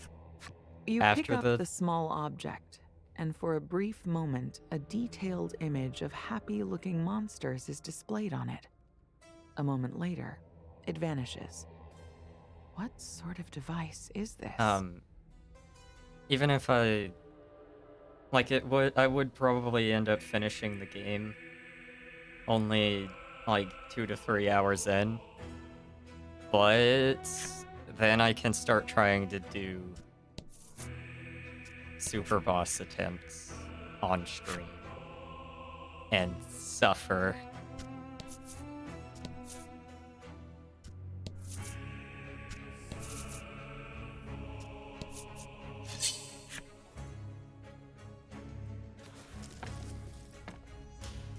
Assuming the super boss in this game is as Battle hard as time. it was in the second game.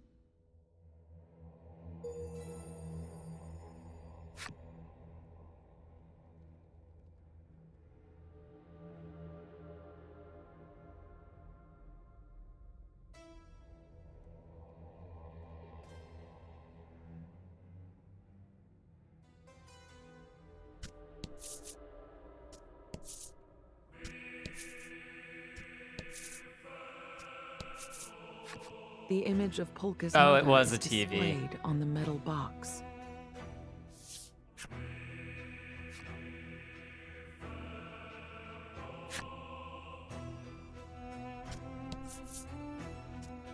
It was a CRT.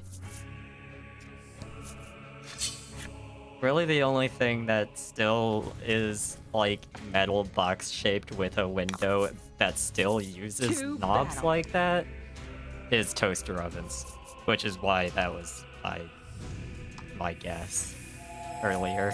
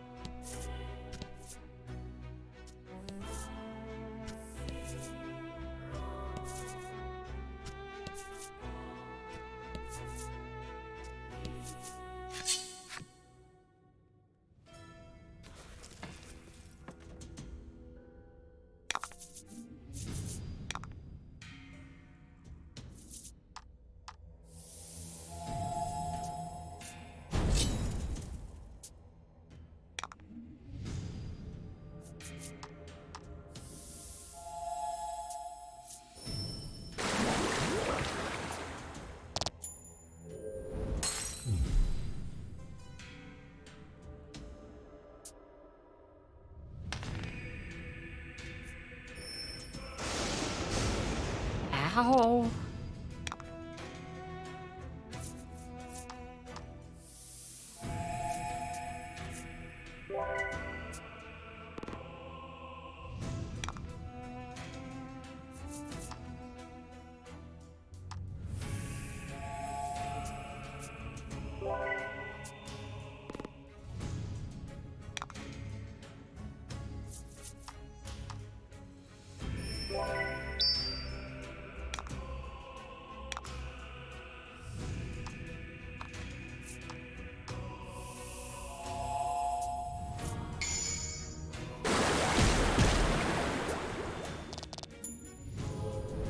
Oh, A masterful victory. I just realized both of my water attacks are on one character. Well, I technically have 3 water attacks, and 2 of them are on one character.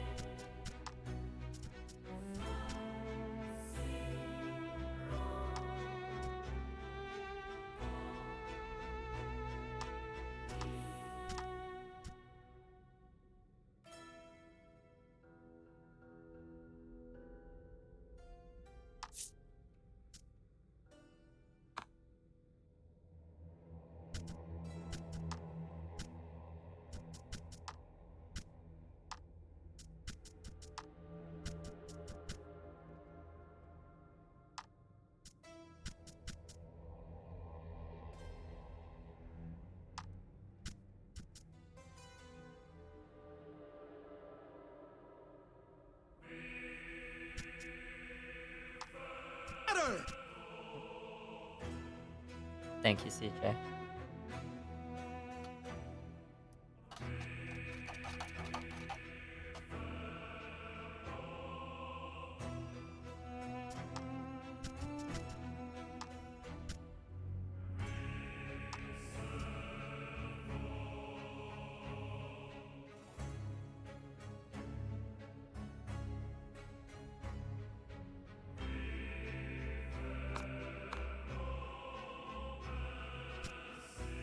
I could probably get away with,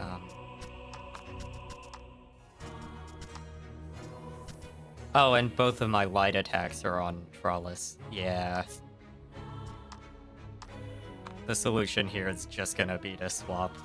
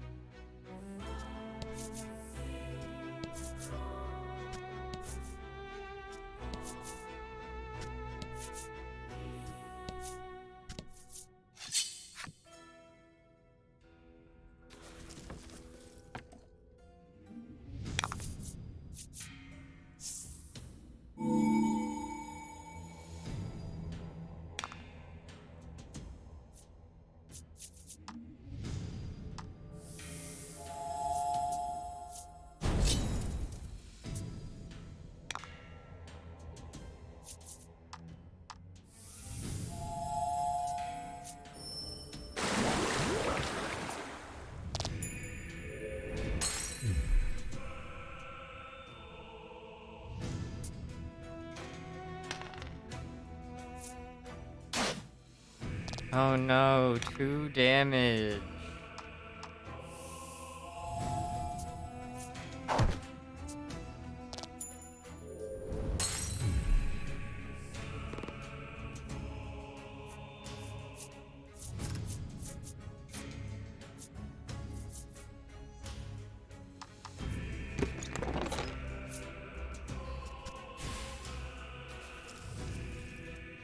Fuck.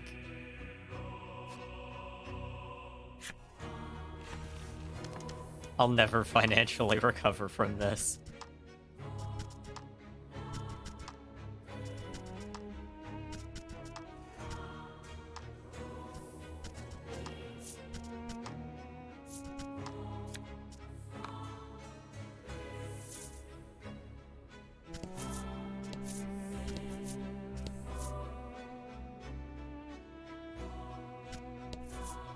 The box crackles and gives off an odd glow, but no longer shows Polka's mother.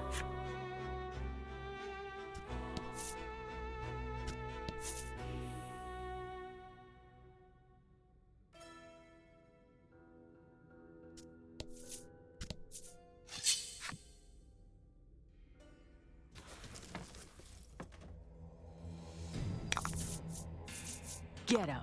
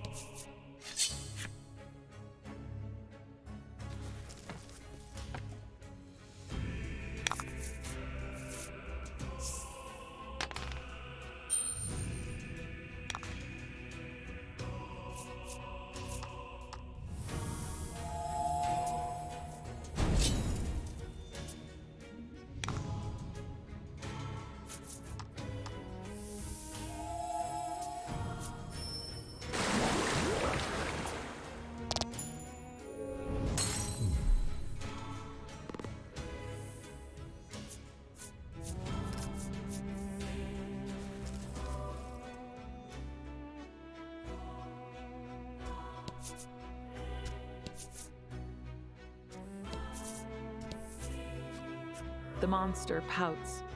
I've got these amazing wings.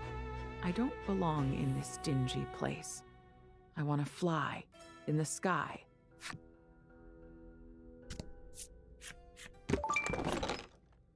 I don't need money.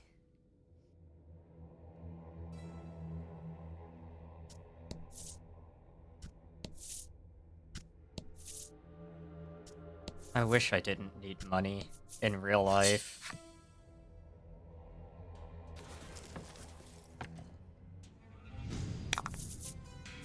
Battle time.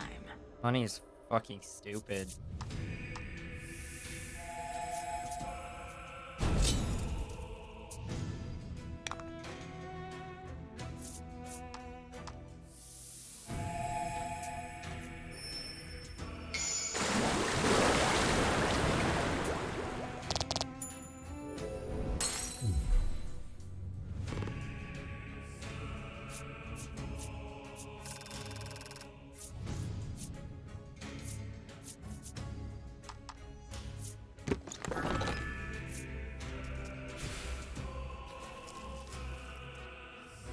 Oh, I forgot to put the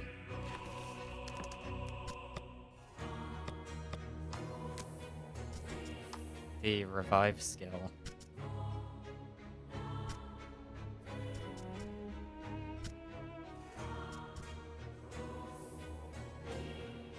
I don't really have a use for that. I have easy access to panaceas now.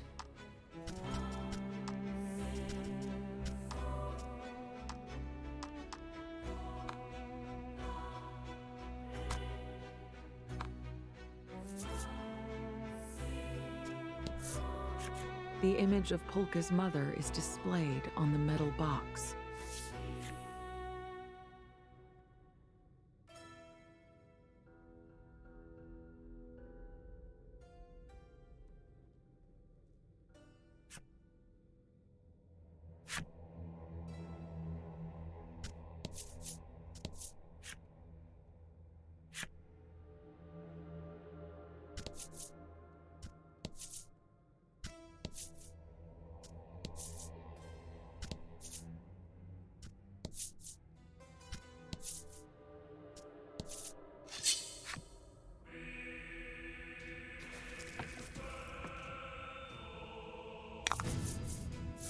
Battle time.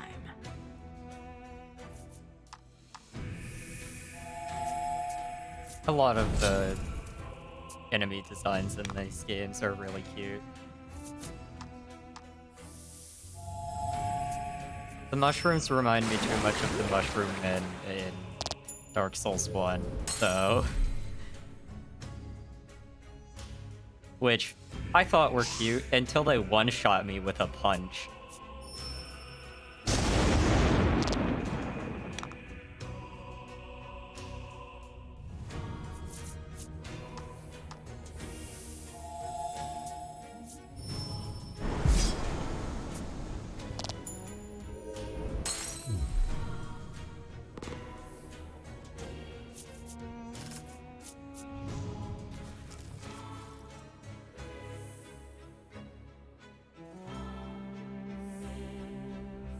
Is fucking huge.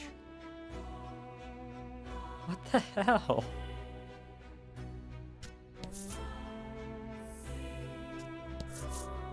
Oh, I found out recently.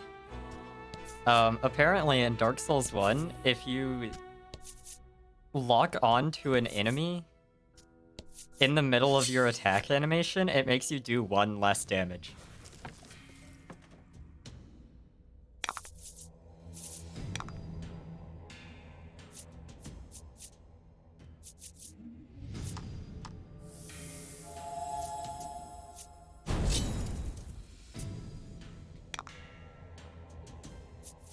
I don't know why. I don't think the reason why is understood. Oh, they never fixed it? I mean, that doesn't really surprise me. 1 less damage. 1 damage is not anything in the Souls games. It's not really a high priority bug.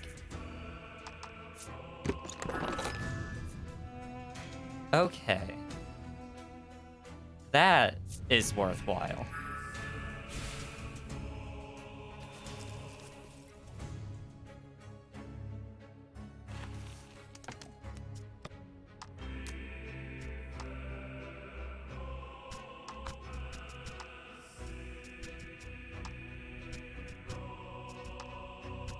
Especially because they keep attacking Allah.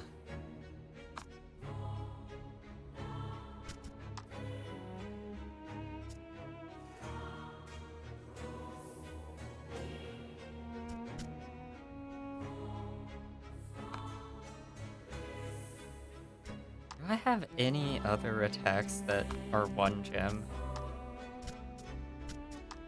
No.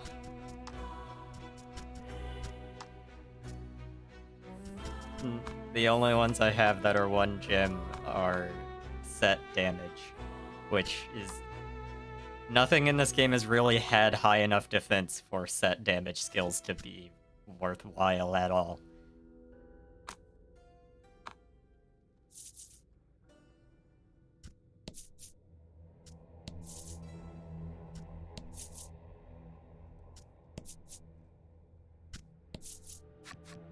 The monster mumbles, "What I wouldn't give to take another drive up the coastline."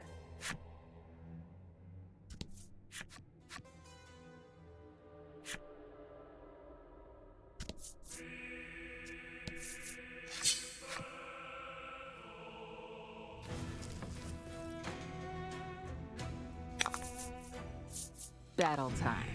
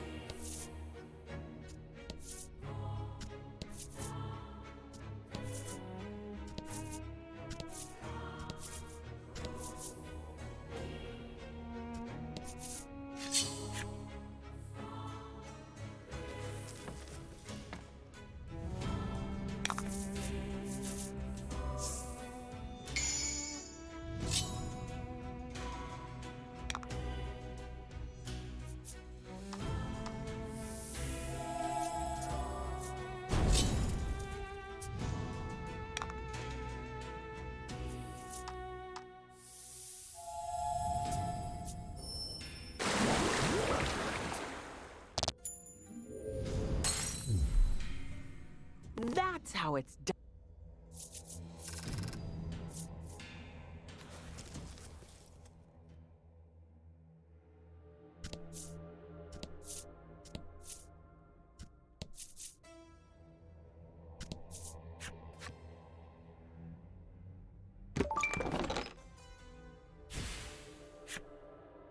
I'll take that.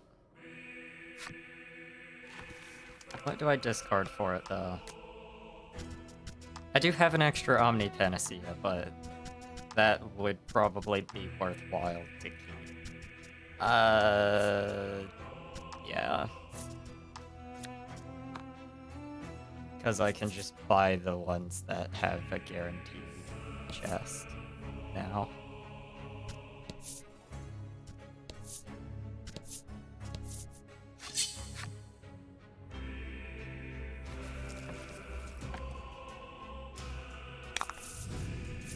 Get him.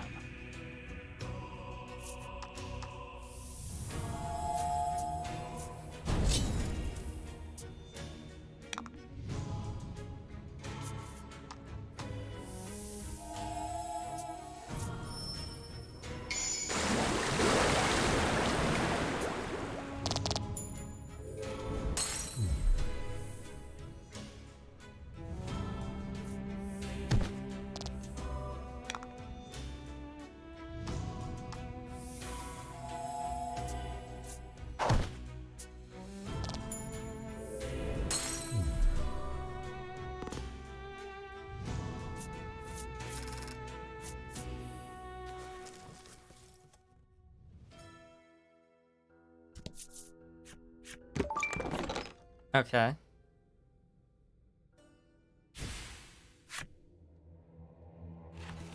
I was thinking it had been a little bit since we got one of the ultimate weapons.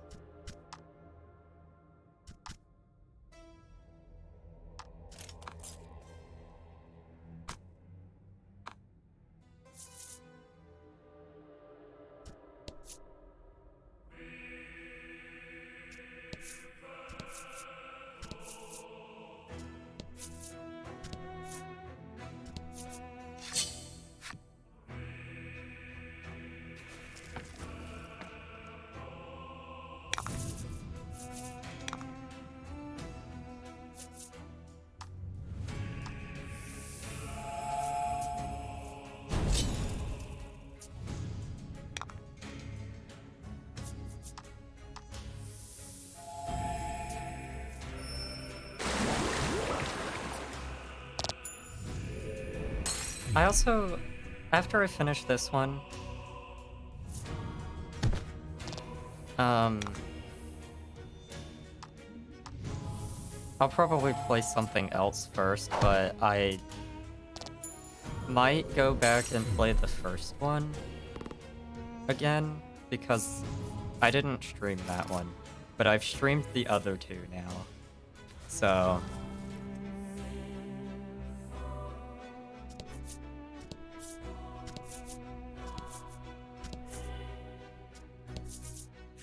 The image of Polka's mother is displayed on the metal box.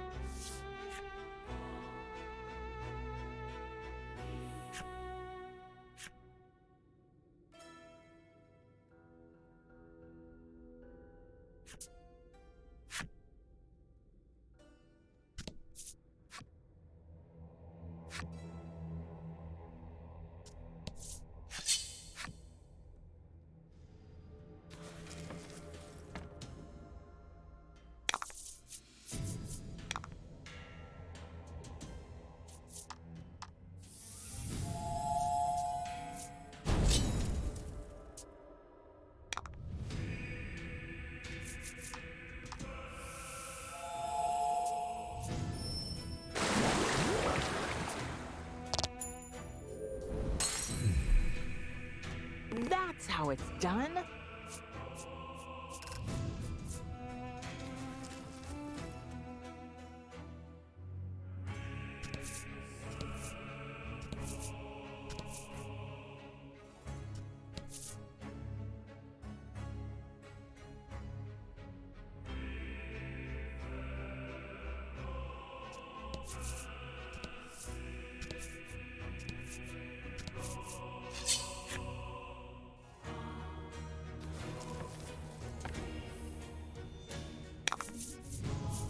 Battle time. If I do that though, I'll probably just play through it on New Game Plus and use the ring that disables random encounters.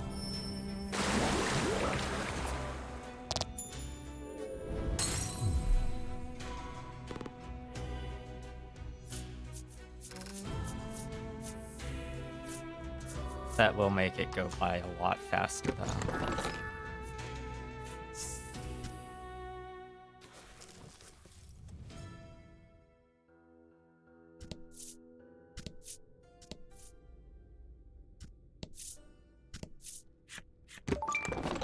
Another one. What the fuck? This game gives you so many more of these.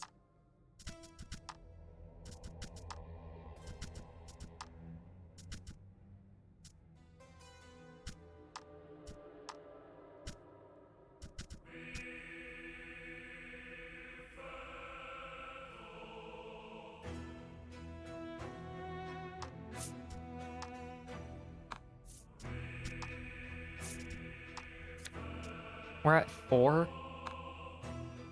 Last game only gave you 2. Total. The whole game.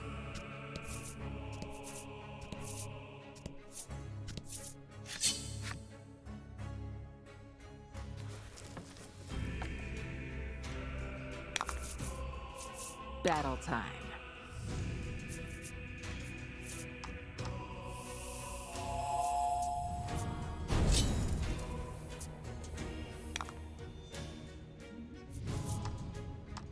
Although I'm pretty sure none of the other games actually have a revive skill. So... And this one has one that seems like its tiers are going to be 50, 75, and 100% of max HP when you use it to revive someone.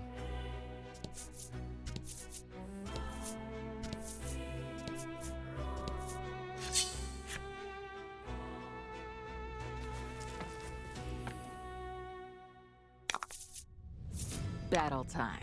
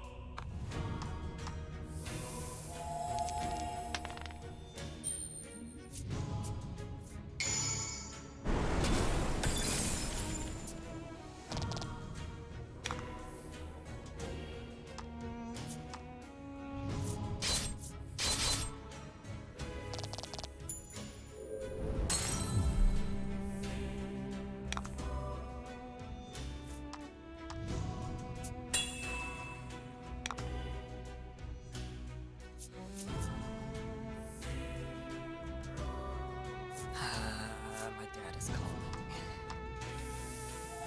I guess I'll mute for a bit.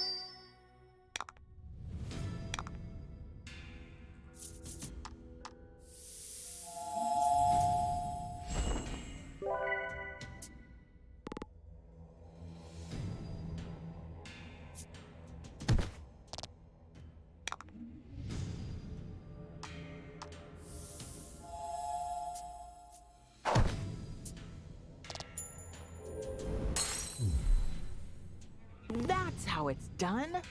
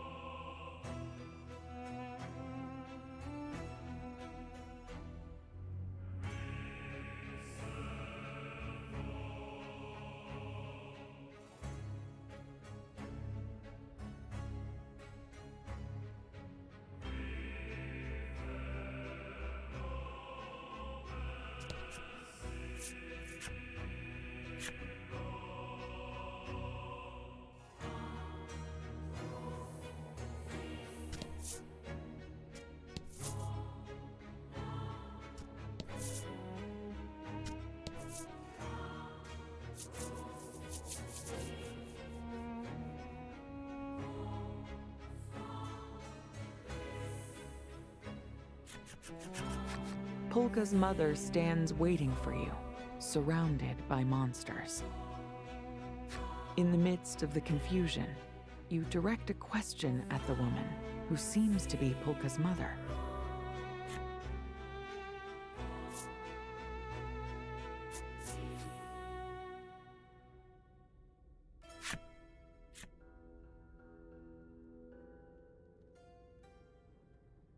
Visibly trembling, Polka forces a few words out.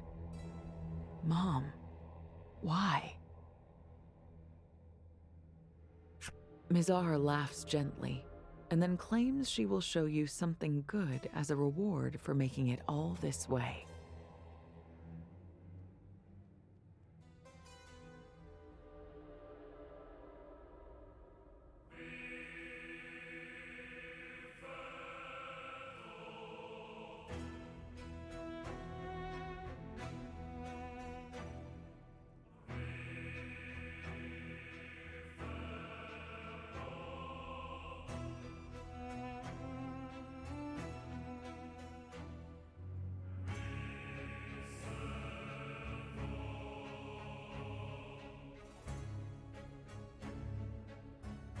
She explains that this building was once a facility called a movie theater. The humans of old would come here to enjoy watching movies, fictionalized moving pictures that other people had made. However, Mizar says with a smile, what I'm about to show you is no fiction. It is the true story of our world's monsters.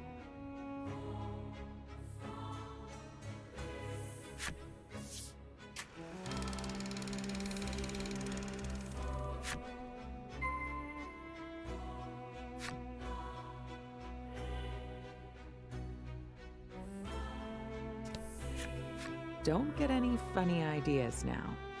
I just might change my mind, Mizar says, a questionable smile on her face.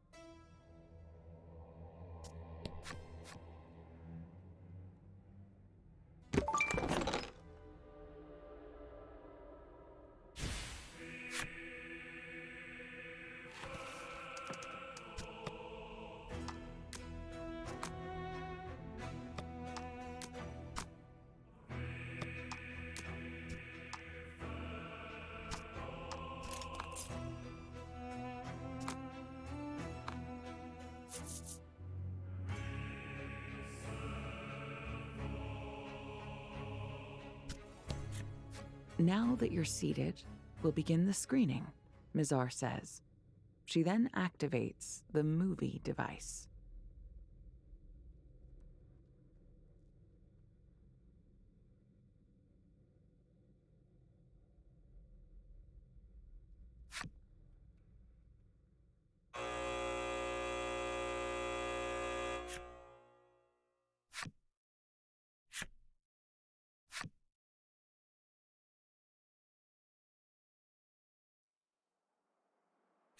Once upon a time, there was a village in which humans dwelled.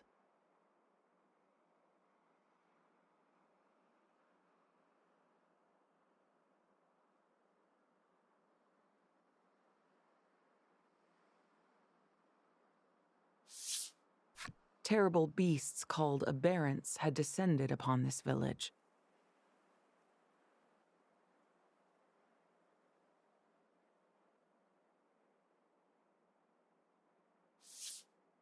Amidst the chaos of fleeing inhabitants, a lone man fought back against the fiends.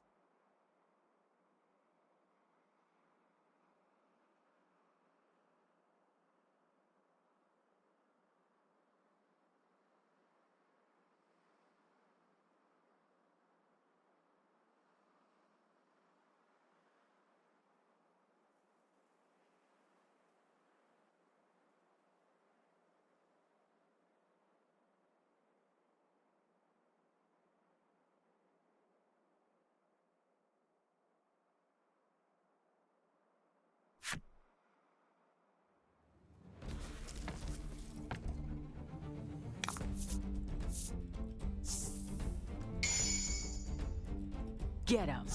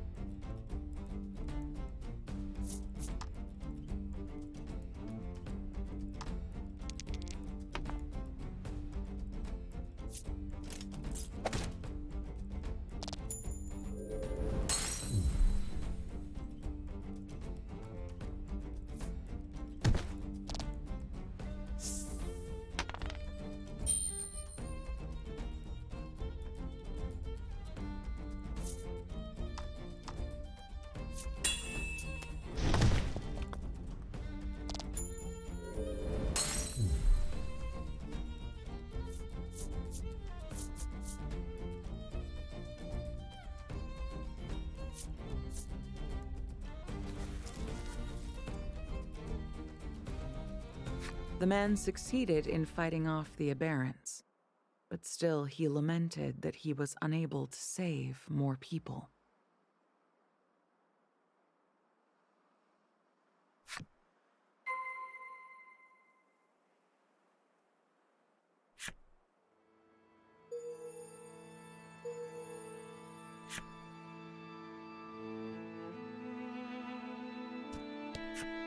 The girl sobs, "Mom, Dad, where'd you go?" The man knew that he could not stand by and let things continue as they were.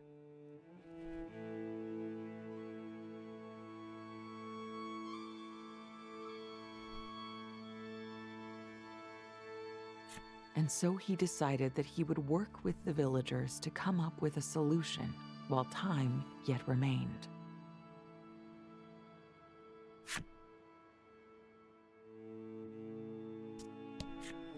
"When will all the fighting end?" cries the old man, his voice breaking with indignation. In this era, the fires of war had spread across the world, and into that raging conflict came biological weapons, the Aberrants. Their incredible power was meant to bring an end to the long years of bloodshed, and yet, in the disarray of war, the means to control these weapons was lost. Now, unable to be controlled, the Aberrants went berserk and ultimately became an existential threat to humanity. One of the children cries out, "I'm so hungry, my stomach hurts." In this era, climate change had pushed the world to the brink of a major food crisis. This in turn caused skirmishes and outright war to break out all over.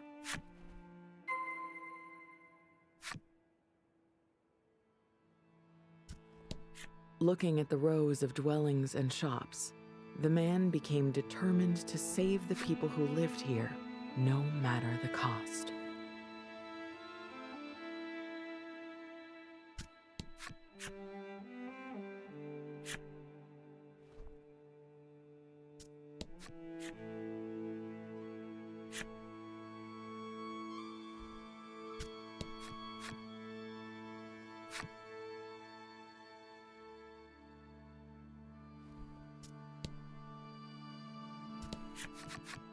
A throng of people has gathered at the assembly hall.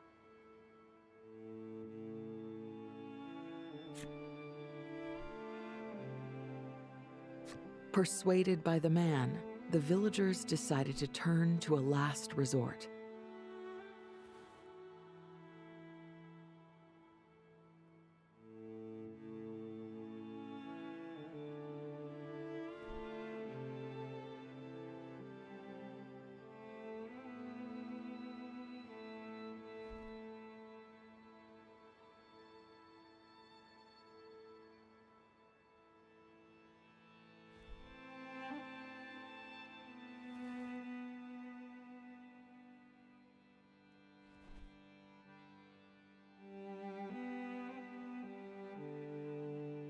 Wah. I'm sorry that took so long.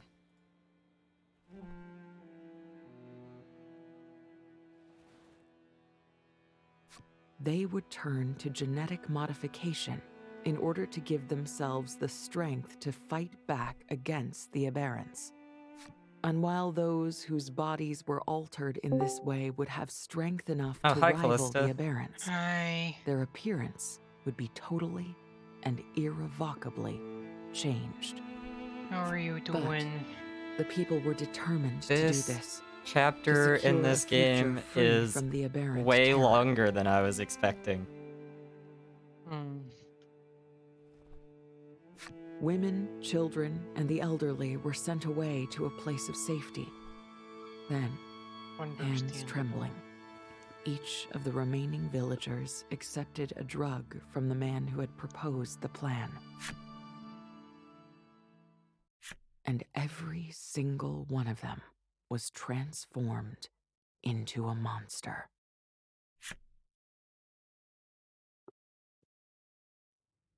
Why? Monsters are humans who evolved to protect others? Polka is quivering like a leaf in the wind. Mizar smiles her gentle smile once more. Very good.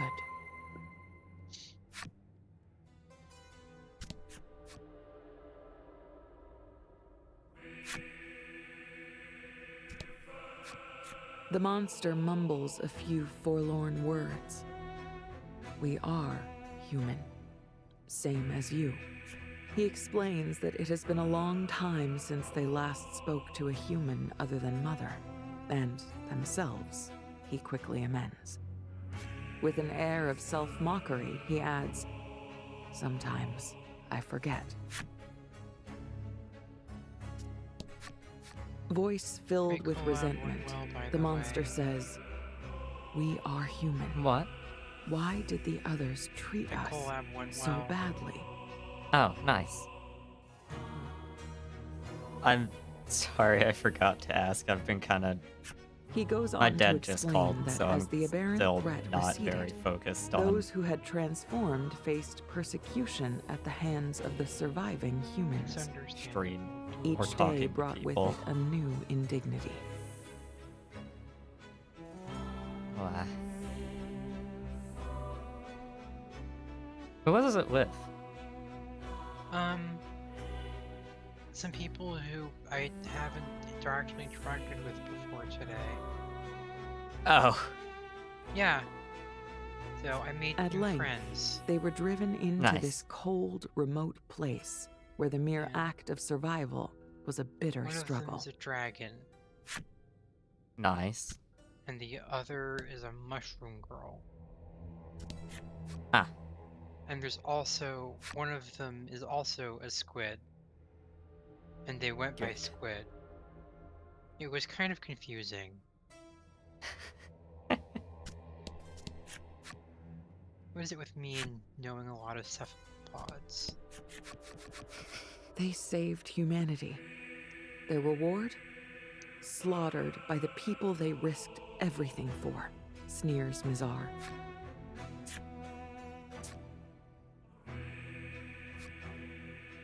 There is something wrong with this world. You agree, don't you, Legol? Mizar says, fixing her gaze upon him. Legol hangs his head as though all strength has left him. Legol says nothing. Instead, Mizar speaks up. You're utterly hopeless, Legol.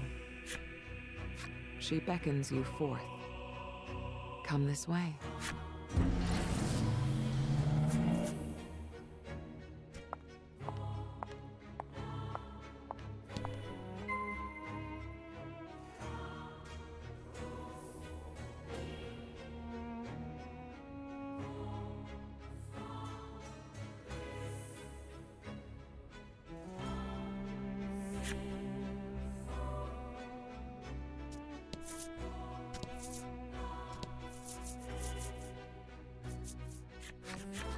You follow Mizar into a small chamber, about which drifts a strange ambiance.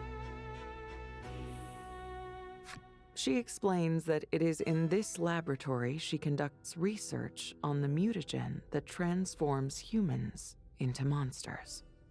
Her goal, she continues, is to mutate all of humanity into monsters, and in doing so make the world a truly equal place.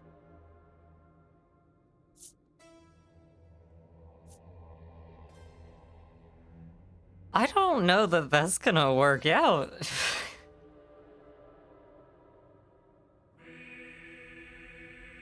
The four of you are at a loss for words. Even Trollis, normally full of bubbly curiosity, is silent.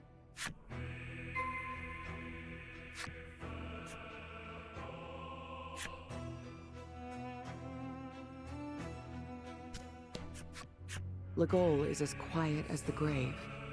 His eyes are fixed on the ground. Seeing you checking on him, Mizar says, Legol was a test subject for the mutagen.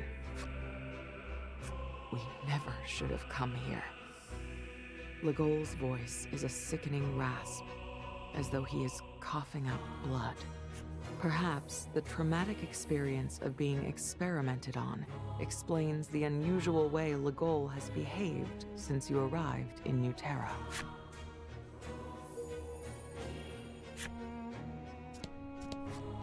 Trollis seems utterly perplexed, listening intently to see how the rest of you react. Polka has been silent since you entered the room. When he finally speaks, his words are low, and his mouth barely moves.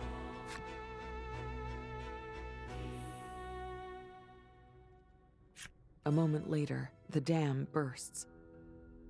I thought monsters killed him. How could you not hate them for that? Mizar gives a weak laugh. Because the one who used a monster to kill your father was me.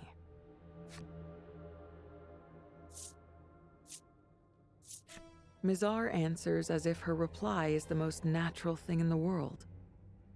He was beyond hope. He was trying to burn all our research.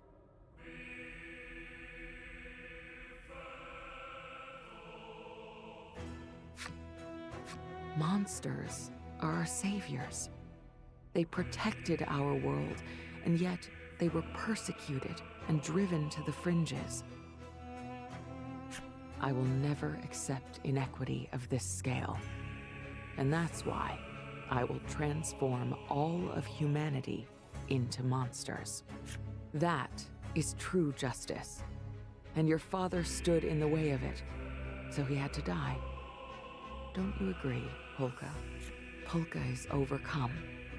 His jaw works soundlessly for a few minutes. Finally, he manages a feeble, "So this is the truth." The light is gone from his eyes. Suddenly, Mizar cuts through the quiet with a loud clap. It is nearly time.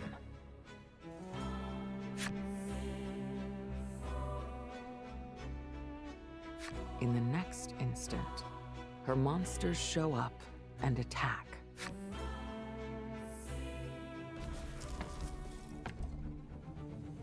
Oh, stop that phone.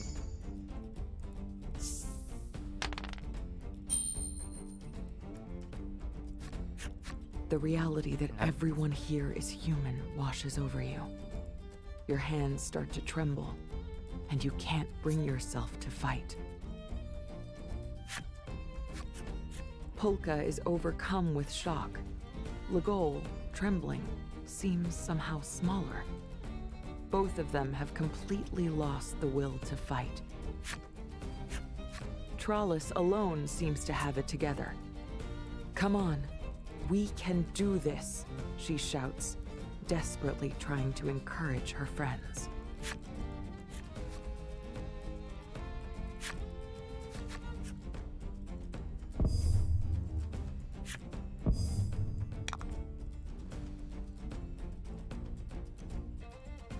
Oh shit.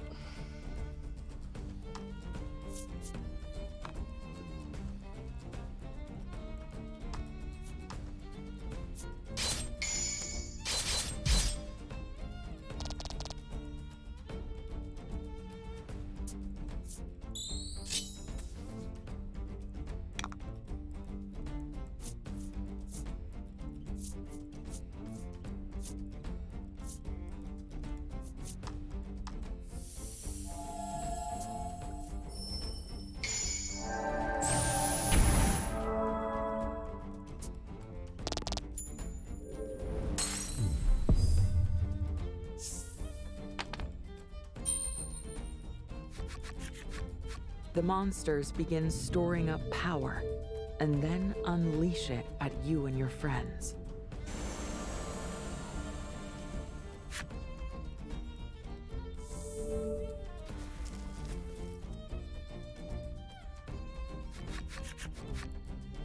Trollis fights desperately to protect you and your friends, and manages to keep the worst of the monster attacks from finding their mark.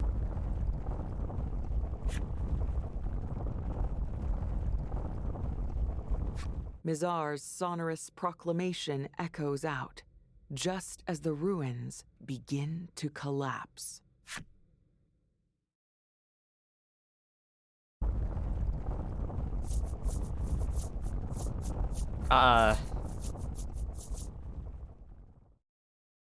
Um...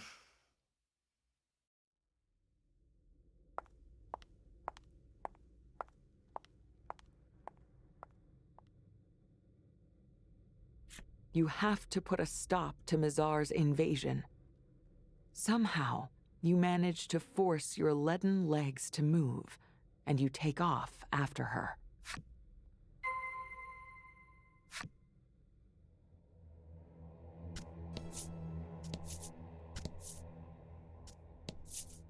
How?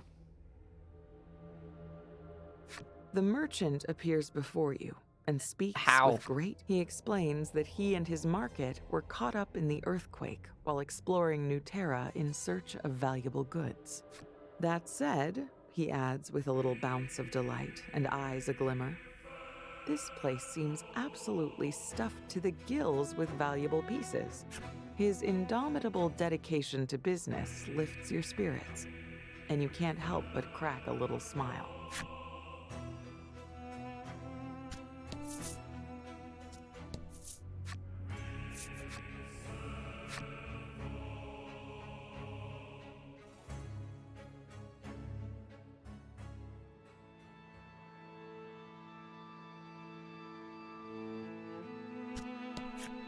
The merchant flashes you a bright, cheery smile. I'll spare no efforts for you, my most favorite of customers.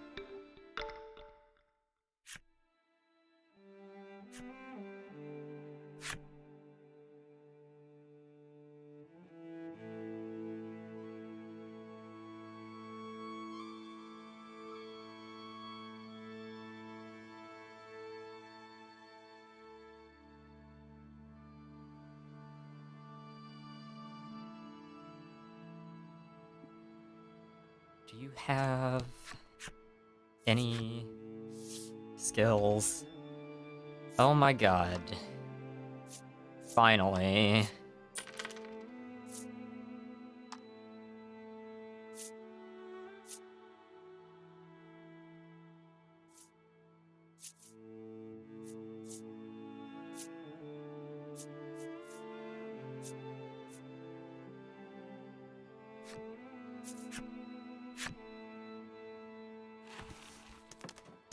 Now, who do I put this on?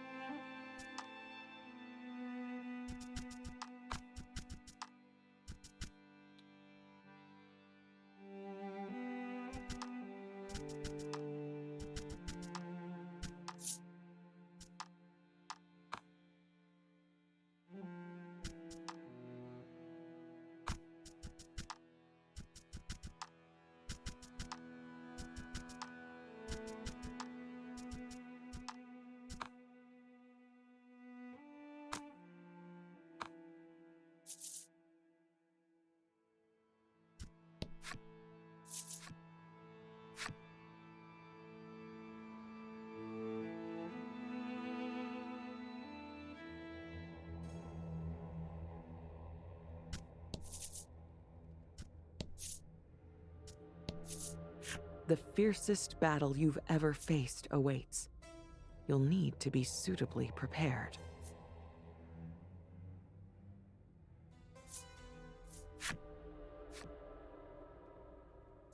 Let me save first, then.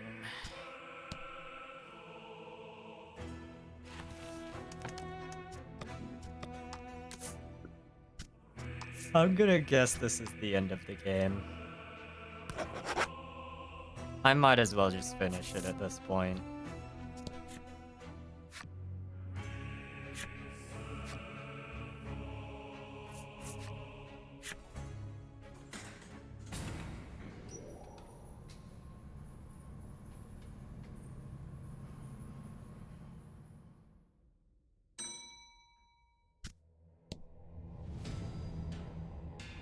A yawning chasm has opened up in the ground where the ruins once stood.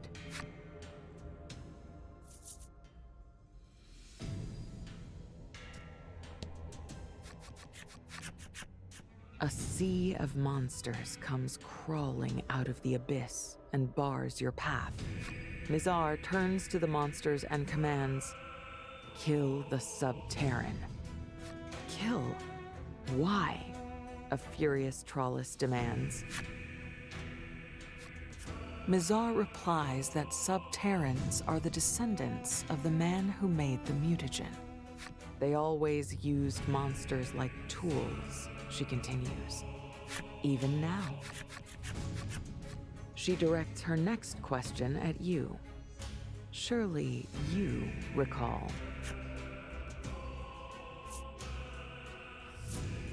When you parrot the word back to her, Mizar laughs. You truly are clueless. That man left a little insurance policy to his progeny. The ability to trap monsters, she continues, answering her own question. Fearing the monster's power, Mizar says, the Subterrans decided to use that ability and control them by force. And so the oppression of the monsters continued at their hands, but no longer. Now we will have equality once more, Mizar concludes with a smile. The monsters, taking Mizar's orders, let out a collective roar.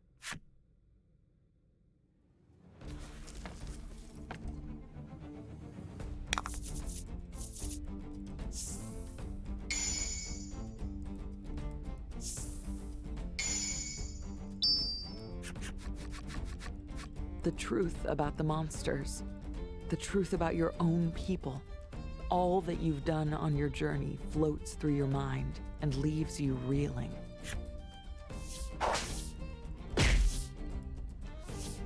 However, Trollus is putting up a mighty fight right before your eyes. She shrieks, "No, can't end like this. Won't let my friends die." She's right. You have to do this for your friends. You can't just let yourself die here. You have to fight. You grit your teeth and pull yourself shakily to your feet.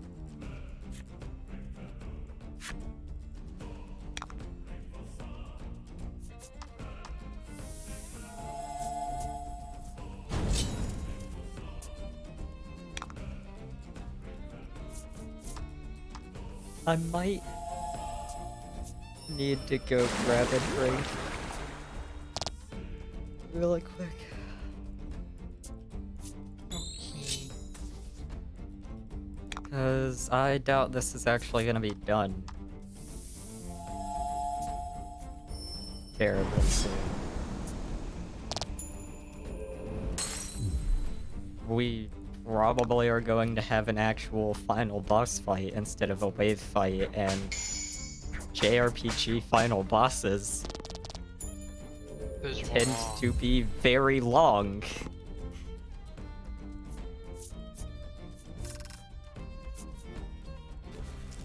Yeah.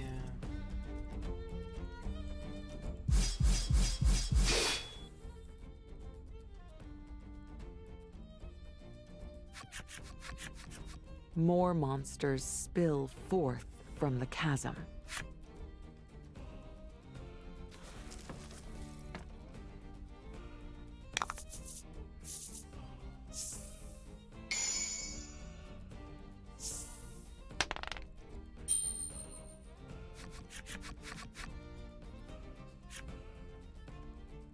Watching Legol waver, your mind turns to all that has transpired.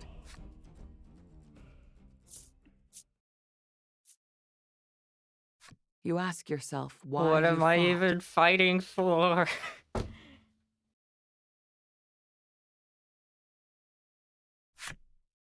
In the beginning, you were just caught up in the flow of things unfolding around you.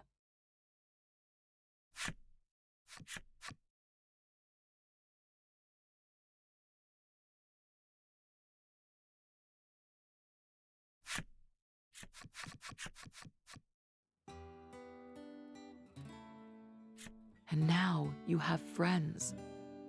You want to see the stars, and you need to do it with these people you've come so far with.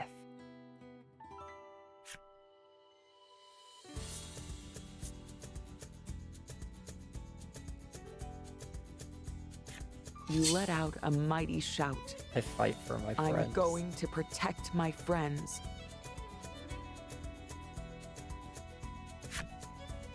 Determination shines in your eyes, a light undying.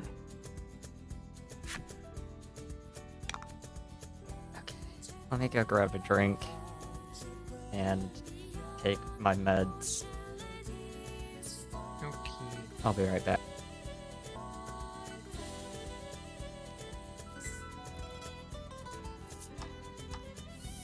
Rat. Rat. Oh shit. A rat. You weren't here earlier for when a rat told me to embrace the drip. What? One of the first interactions I had in the last dungeon of the game that I just went through was a rat telling me to embrace the drip after he gave me a ring.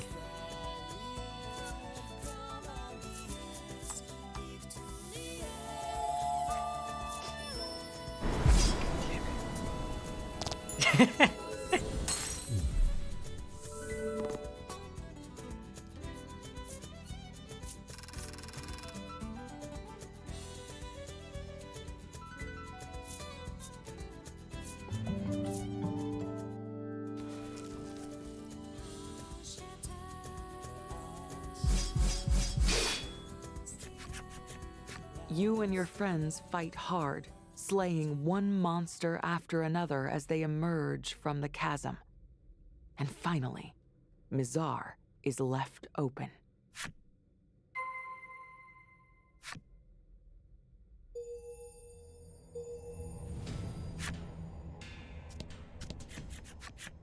Unable to afford losing any more monsters, Mizar squares her shoulders, ready to fight.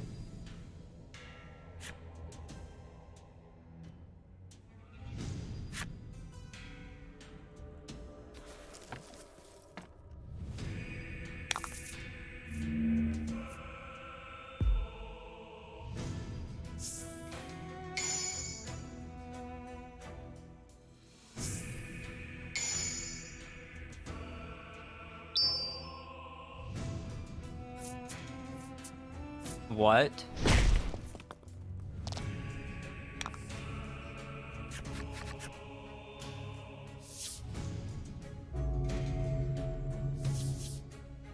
She put people in the cards? Unbelievable. Nizar used a human sealed into a card. I mean, technically I've been putting people in the cards too, but... Your attacks falter as your hands tremble at the thought of taking a human life.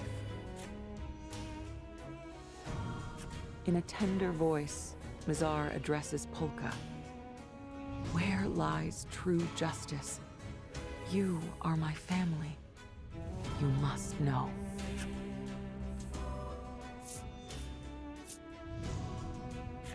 Hearing your words, Polka gives a jolt of surprise.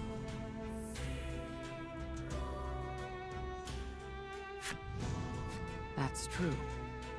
After all, without me, you all would sure miss a lot. I wouldn't trade the time I spent with you three for anything. And not just you. The circus troupe. The people from the roving market. Everyone we've met on this journey. I appreciate where you were going with that, but can we save the heartfelt speechifying for later? Legol says, interrupting Polka's thought. My point is, Polka says, holding his weapon at the ready. Go after her card case, Polka concludes, and you nod in agreement. It was a found family game in disguise. What a surprise. It's a Yoko Taro game.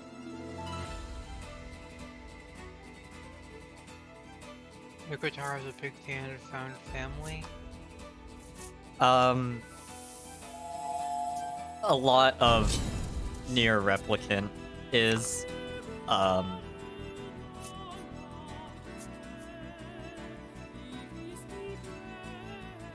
sort of Drakengard 3.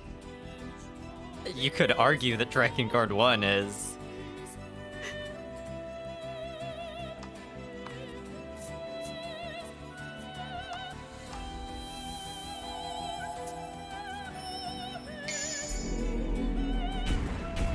Oh. Sorry if that picked up.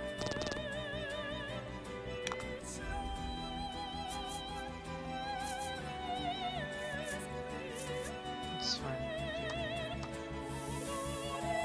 That didn't come through very loudly. Ballista. Yeah. If you were saying something to me there, I couldn't hear it. Oh. Saying it's fine, I'm just being quiet because low energy That's fair. and That is fair.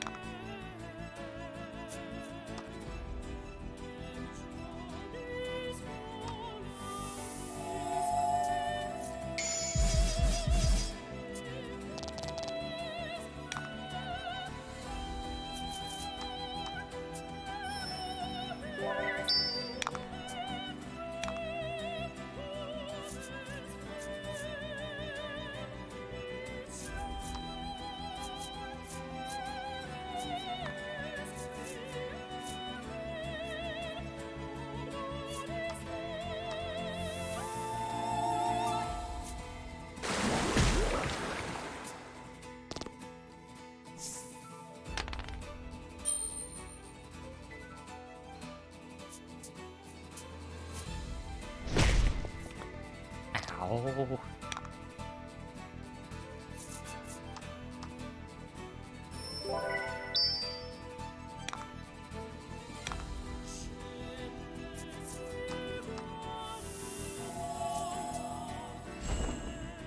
Ah.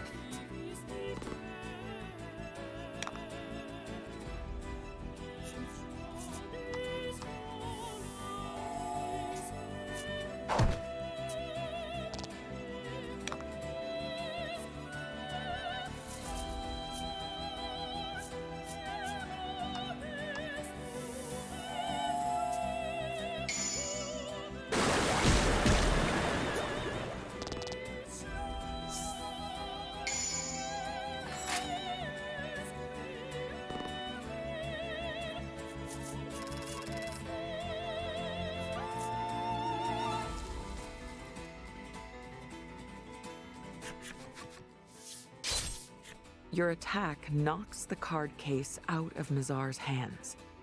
She has no way to fight now.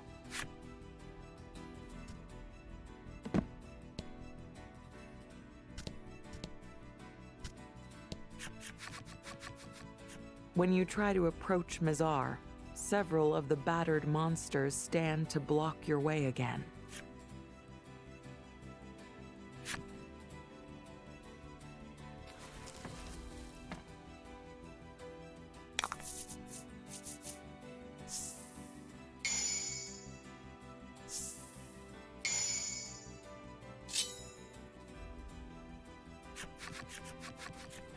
One of the monsters asks Trollis a question. You're a monster too. Why help humans?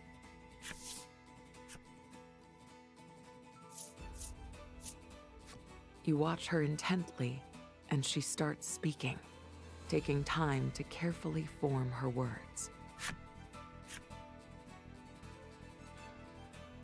There are some people who hate monsters, but they accept me.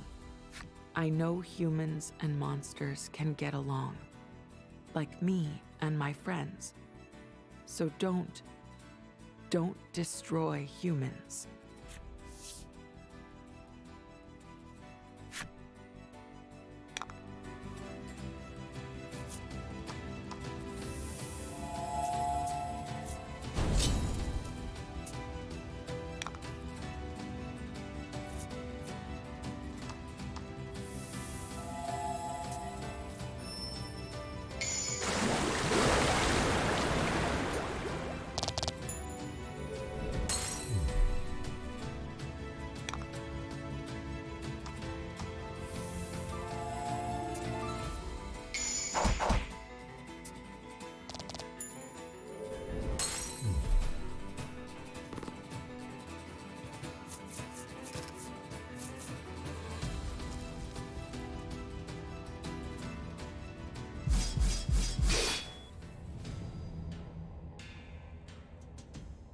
How are you two still alive?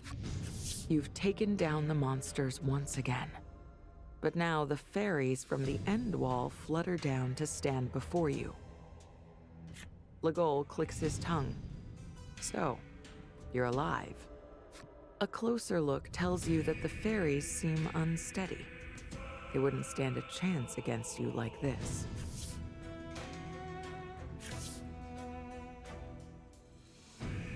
Suddenly, a brilliant light issues from your card case.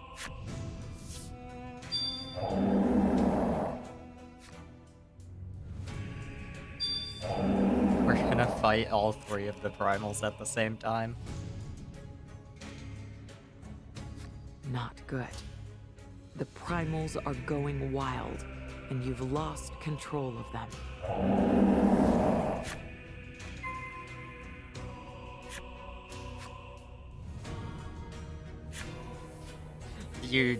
I wasn't using them anyway, game.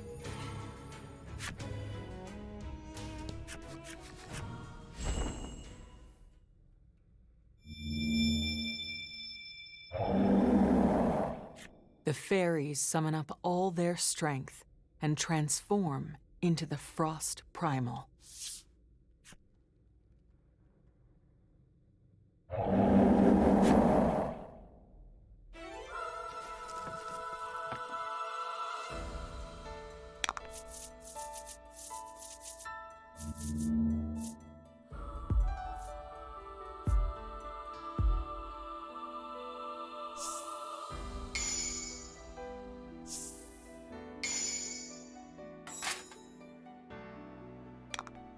Well,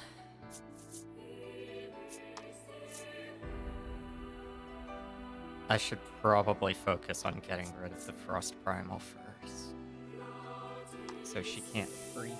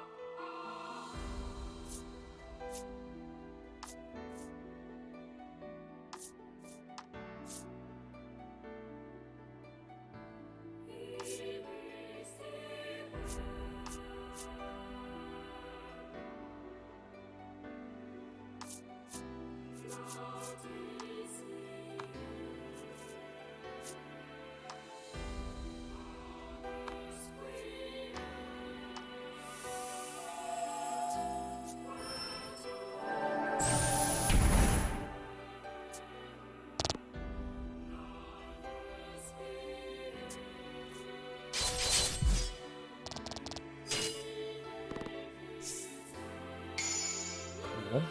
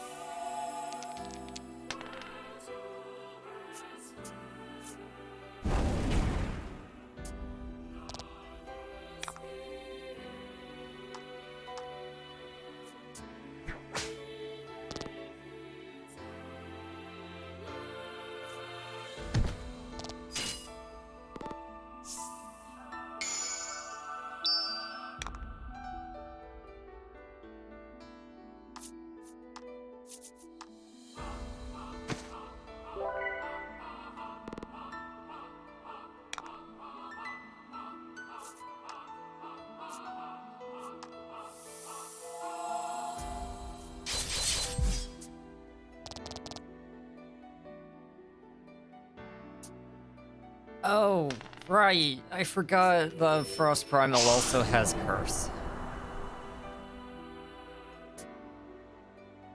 Definitely kill the Frost Primal first.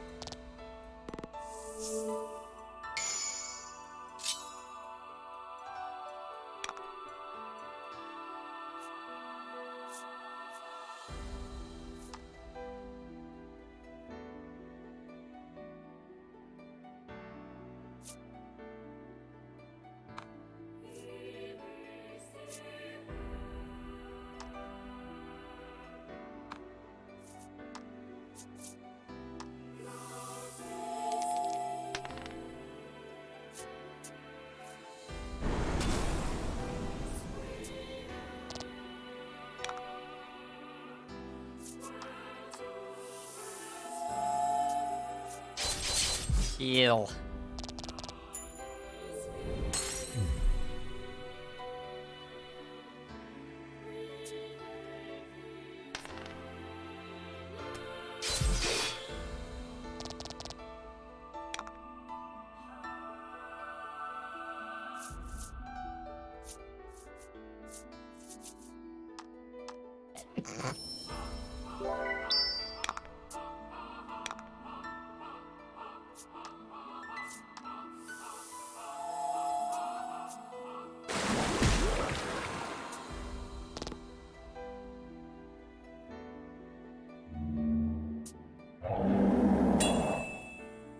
Shields up.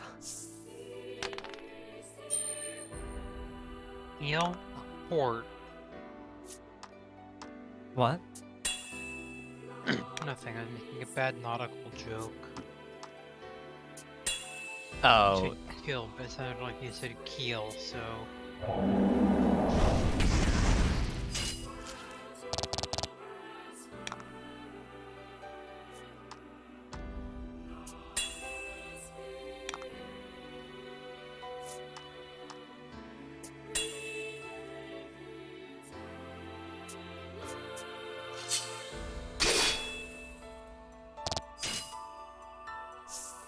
what?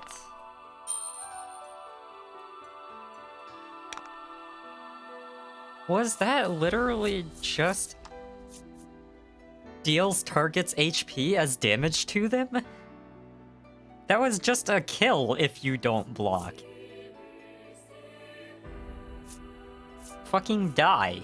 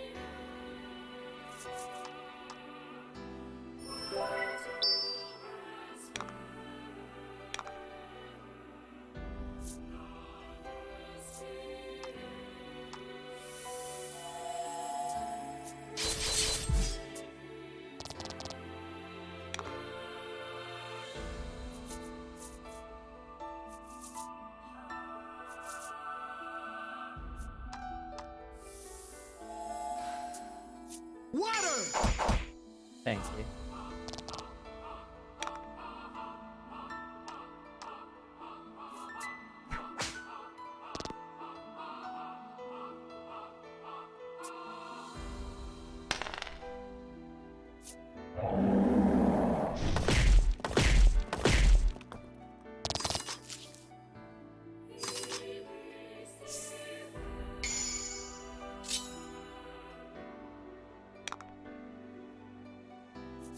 Oh.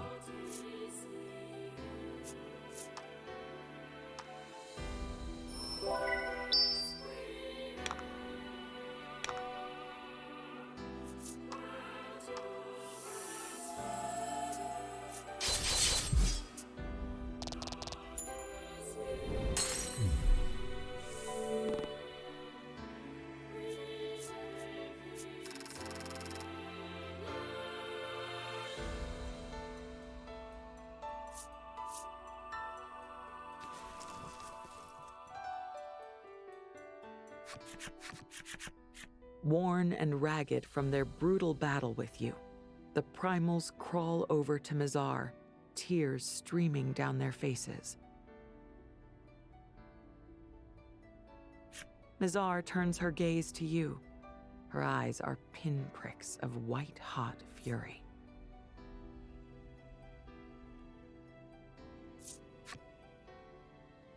She withdraws a small bottle from her robes. The monster mutagen.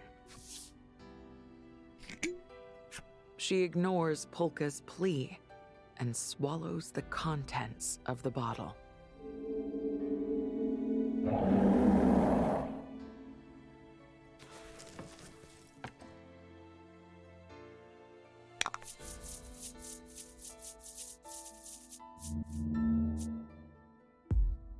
Wait, what?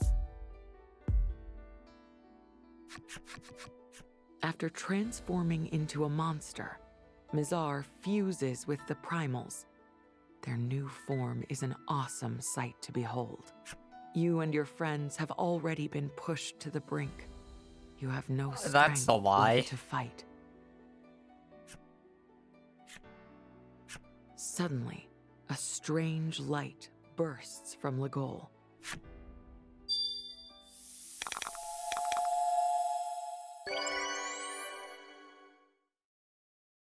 And in the blink of an eye, your entire party has regained all their strength. Polka can't contain his curiosity.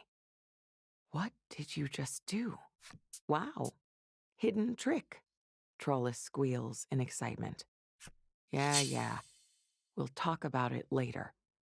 Now come on, the rest of you follow Legol's lead and raise your weapons against Mizar.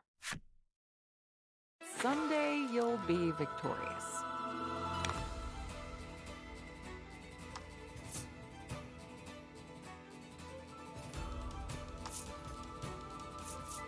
Cool.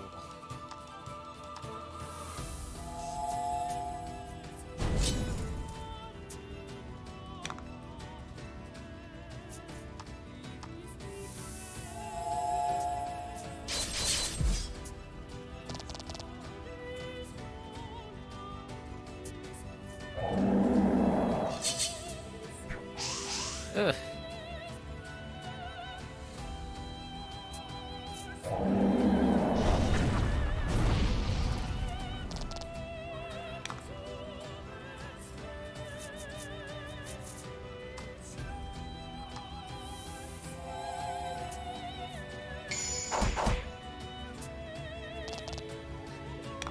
I really didn't need it, but I'll just take a full heal.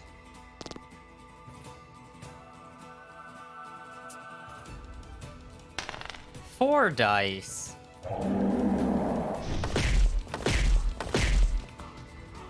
Fucking rude.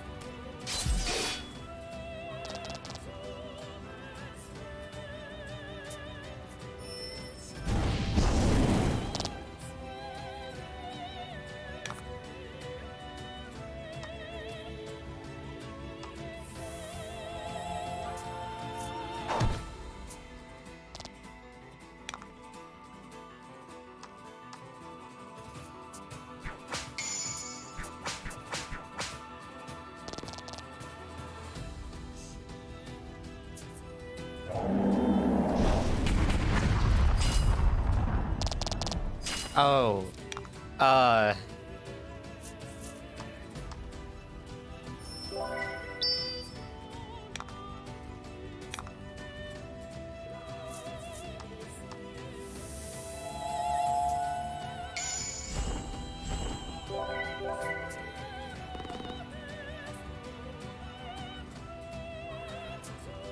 Hey, can you stop attacking her?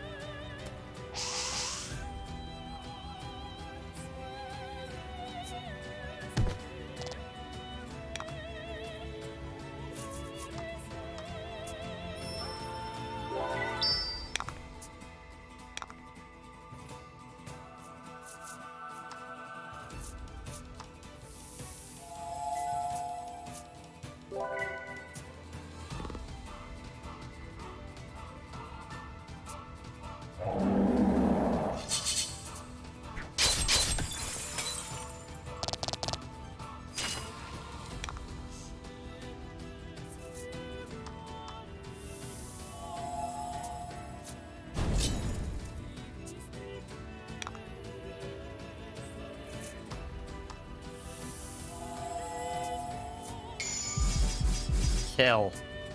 Yeah!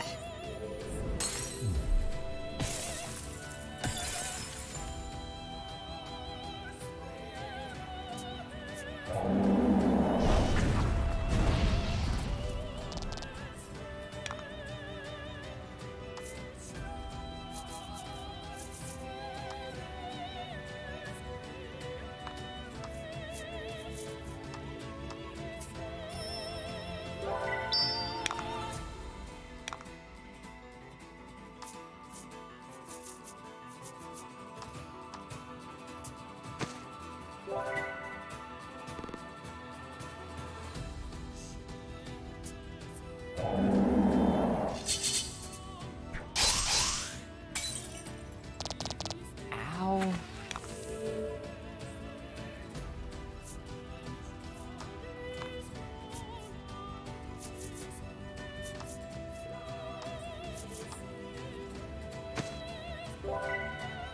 Yeah, the defense down effect is like, it makes your card look like it's crumpled up. I like it.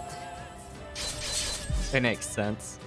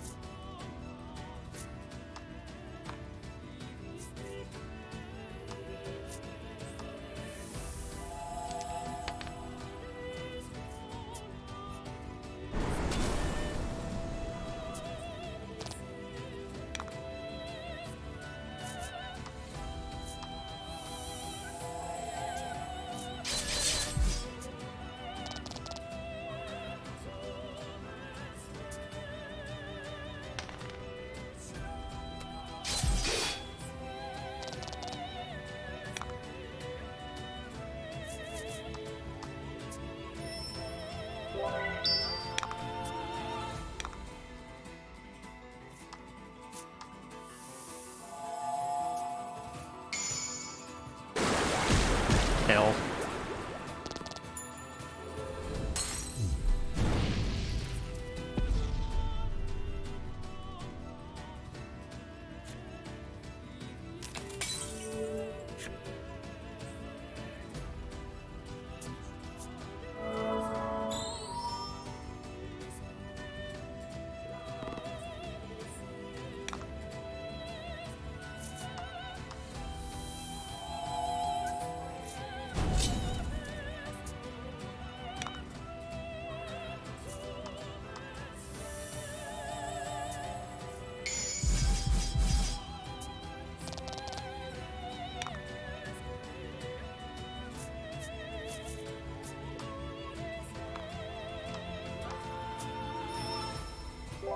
No. Although I'm sure you could in this game. With the defend being an option instead of deliberate being on everyone. You probably could stall for 100 rounds. It's really not worth it though.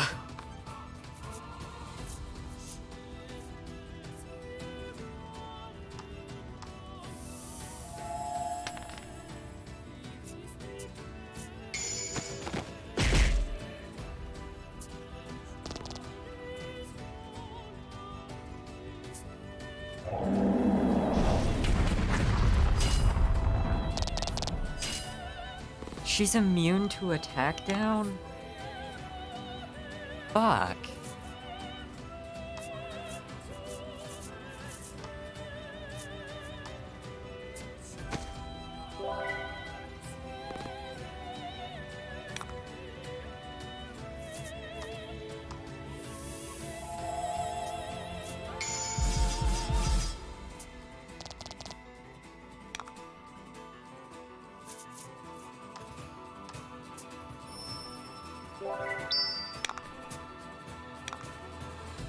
Here, this will down her attack, breaks her arm.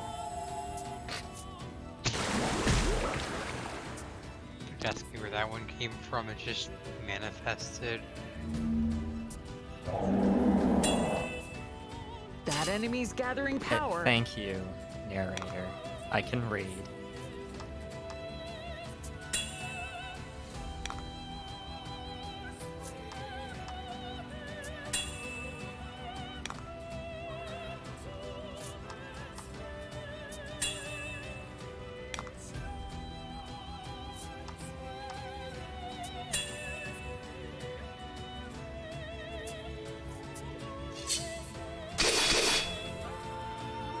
Yeah, that really did say deal value of target's HP as damage.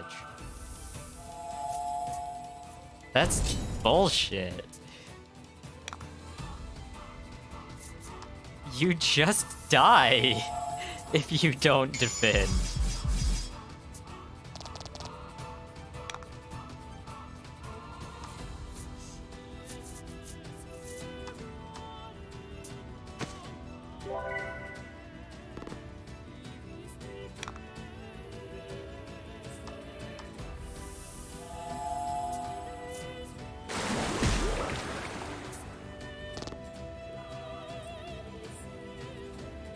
At least it is guaranteed to not kill you if you defend. Your current HP is cut in half if you defend.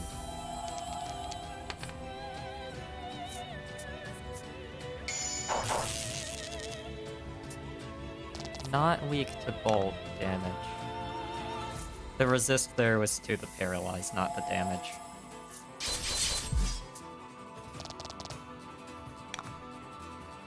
Oh, she got rid of her own regen because she applied attack up instead. And you can only have one buff at a time. I'm gonna head out now. Have a good day, Rita. Good night, Calista.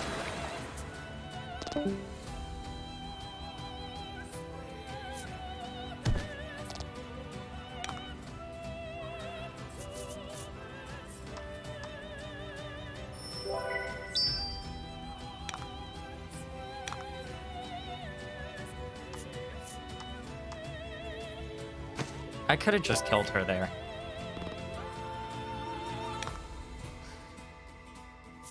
Nah.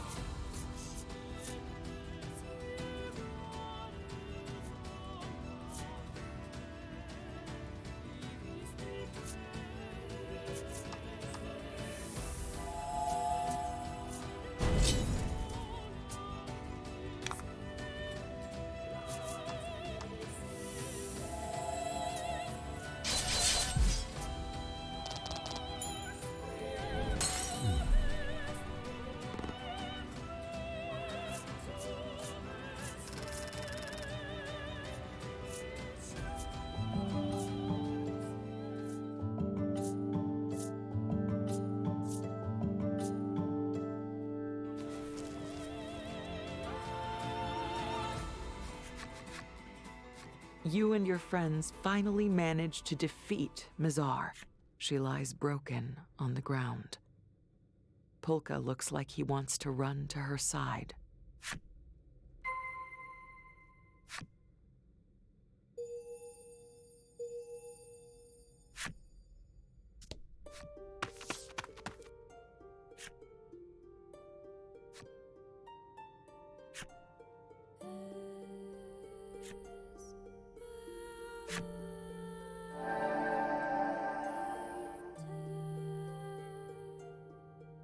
You are unable to hear Mizar's last words. You hope Polka did. Relief washes over you. What you've done has Yeah. stopped the invasion of the human world, at least for now.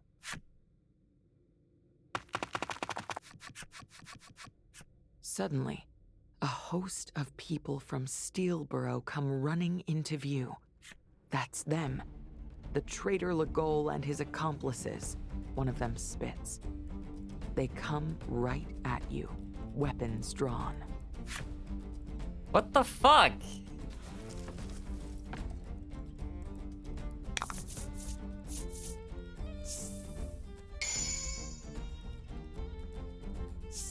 That wasn't the final fight?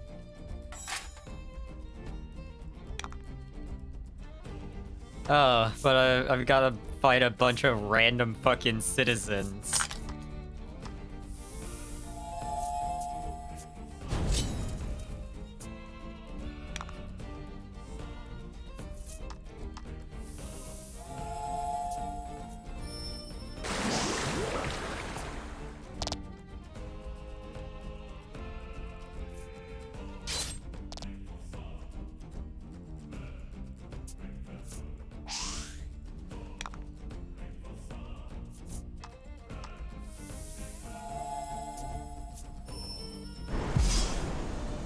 What is this guy's evasion? Holy shit!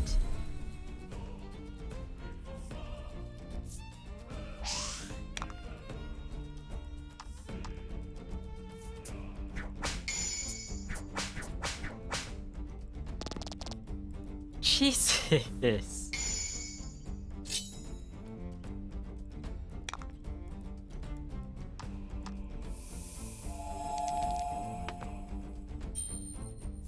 That's it. Freezes you. Oh, he's dead anyway, never mind.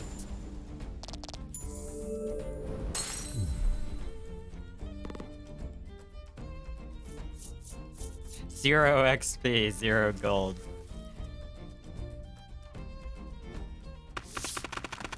You manage to defeat the people from Steelborough, but reinforcements quickly come running. The 4 of you are utterly exhausted after the fight with Mizar, but you have to dig deep and fight back. Before you can make a move, Legol takes a step forward and addresses the rest of you in a soft voice.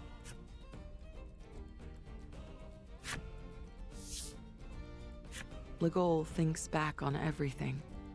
He was a boy without parents, taken and used as a test subject for the mutagen that transforms people into monsters. He remembers his narrow escape, only to end up at the mercy of the Steelborough senators, who treated him like an animal. He remembers feeling numb to the world, numb to his emotions, and meeting you after you'd lost everything.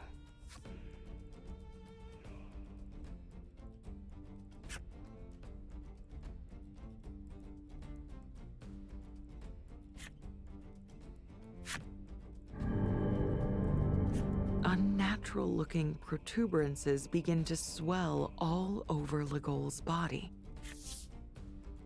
As his body continues to transform, Legol reaches an arm out toward you. Gently, but firmly, he pushes the rest of you into the How chasm. are you expecting that not to fucking kill us?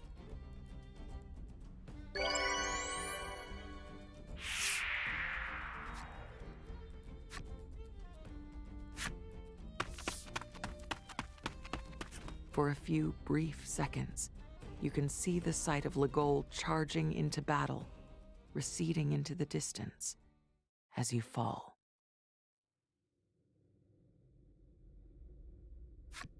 When you come to, you are surrounded by pitch darkness. You have no idea how far you've fallen. Oddly, though, you don't feel any pain. You wonder if you have Legol to thank for that, too. You need to get back to him, but you don't see any way to climb out of here.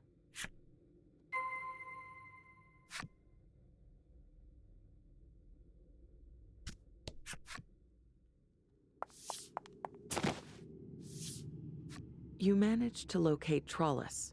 She zips over, sweeps you into her arms, and twirls you around in a back-breaking hug.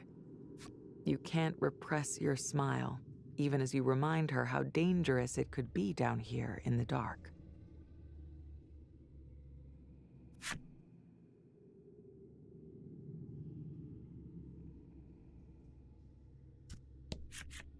You manage to locate Polka. He asks after your condition as he always does, using seemingly as many words as possible. He is acting just like he always does. His concern for you lifts your spirits.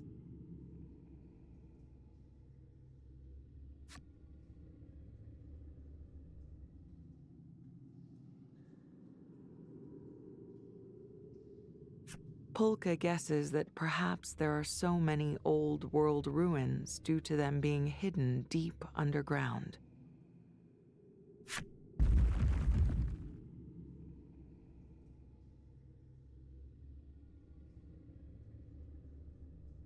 Why is that not, like, actually...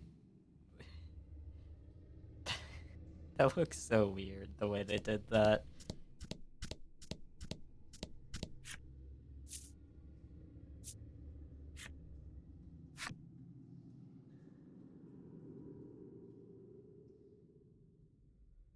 Before you, a vast city of the old world stretches into the darkness. Just then,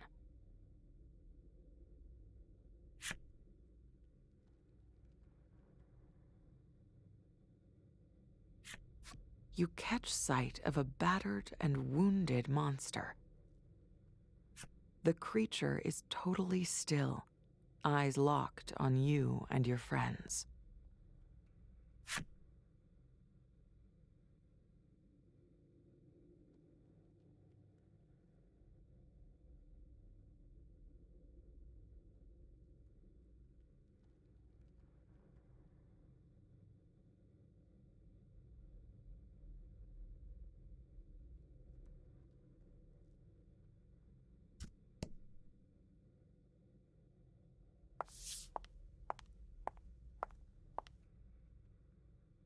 You stand in front of the monster.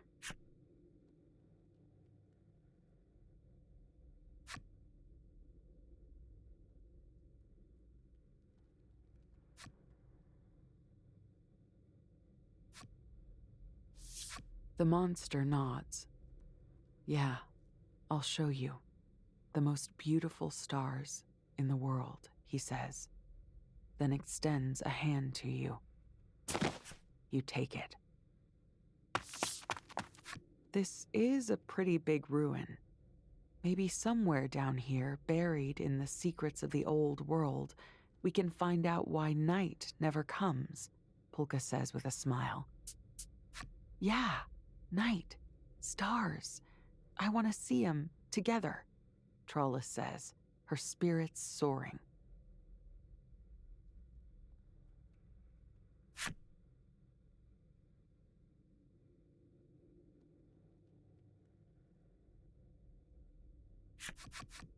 Places deep and dark may lie ahead.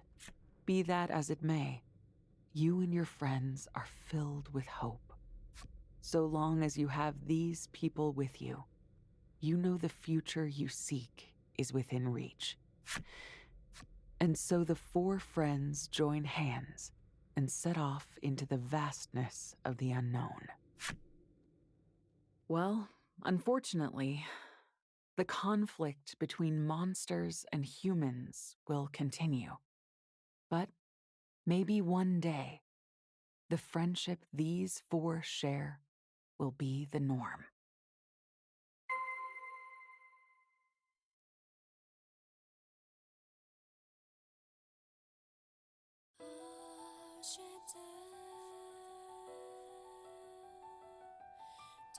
Okay, that was the end of the game.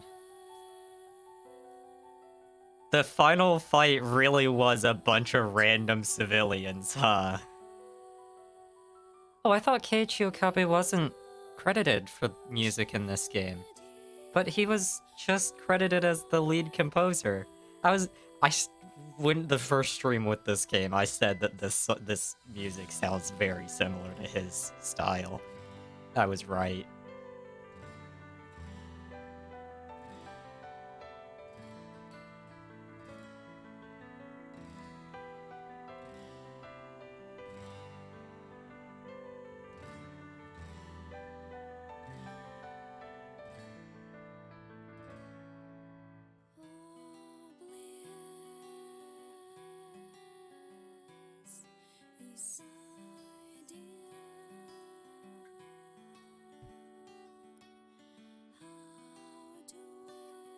All of the other composers were,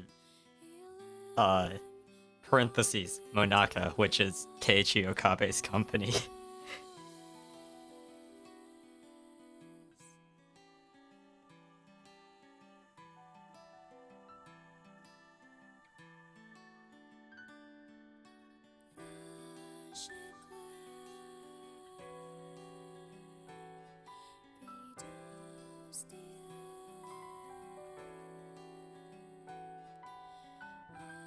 Square.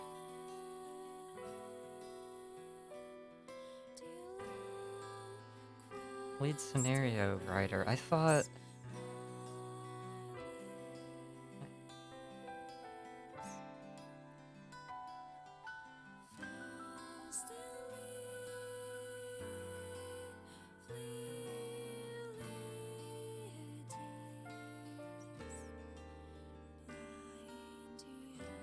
I'm escaping to the one place that hasn't been corrupted by capitalism. Space!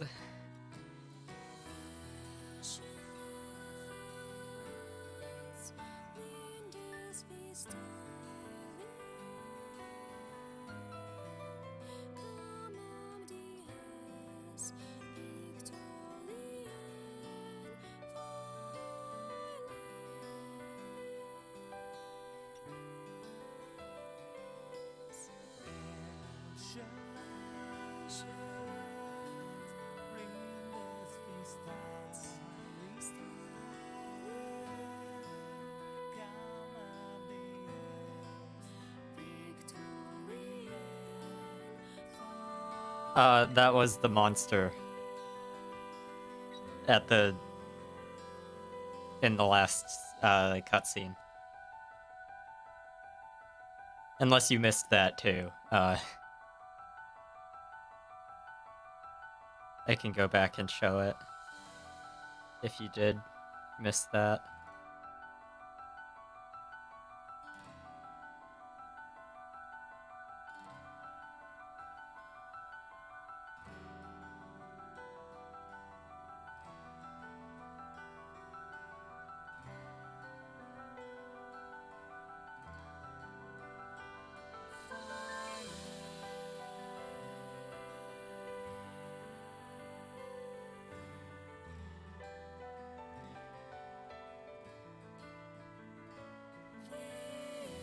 I thought Yoko Taro was...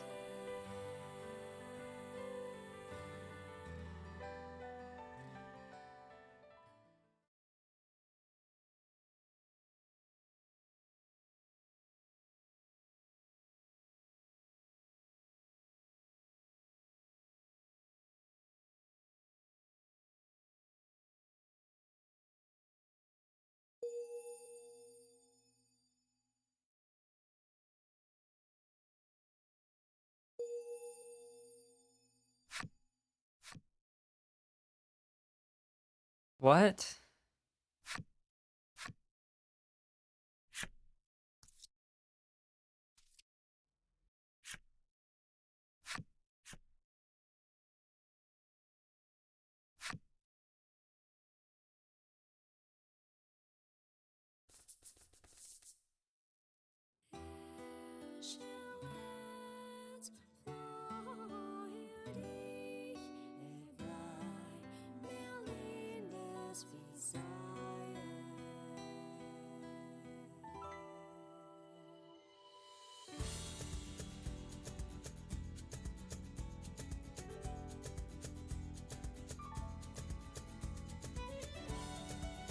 Yeah, Wikipedia doesn't list Keiichi Okabe as one of the composers for this game.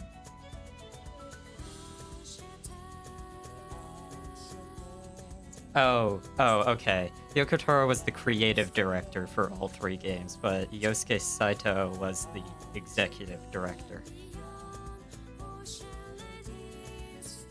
For...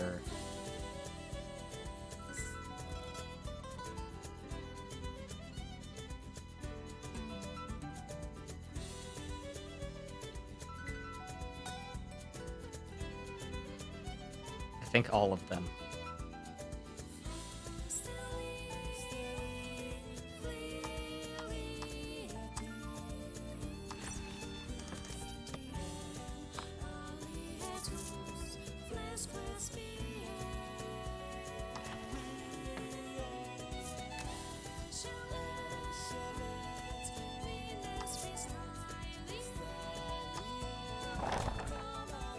Okay.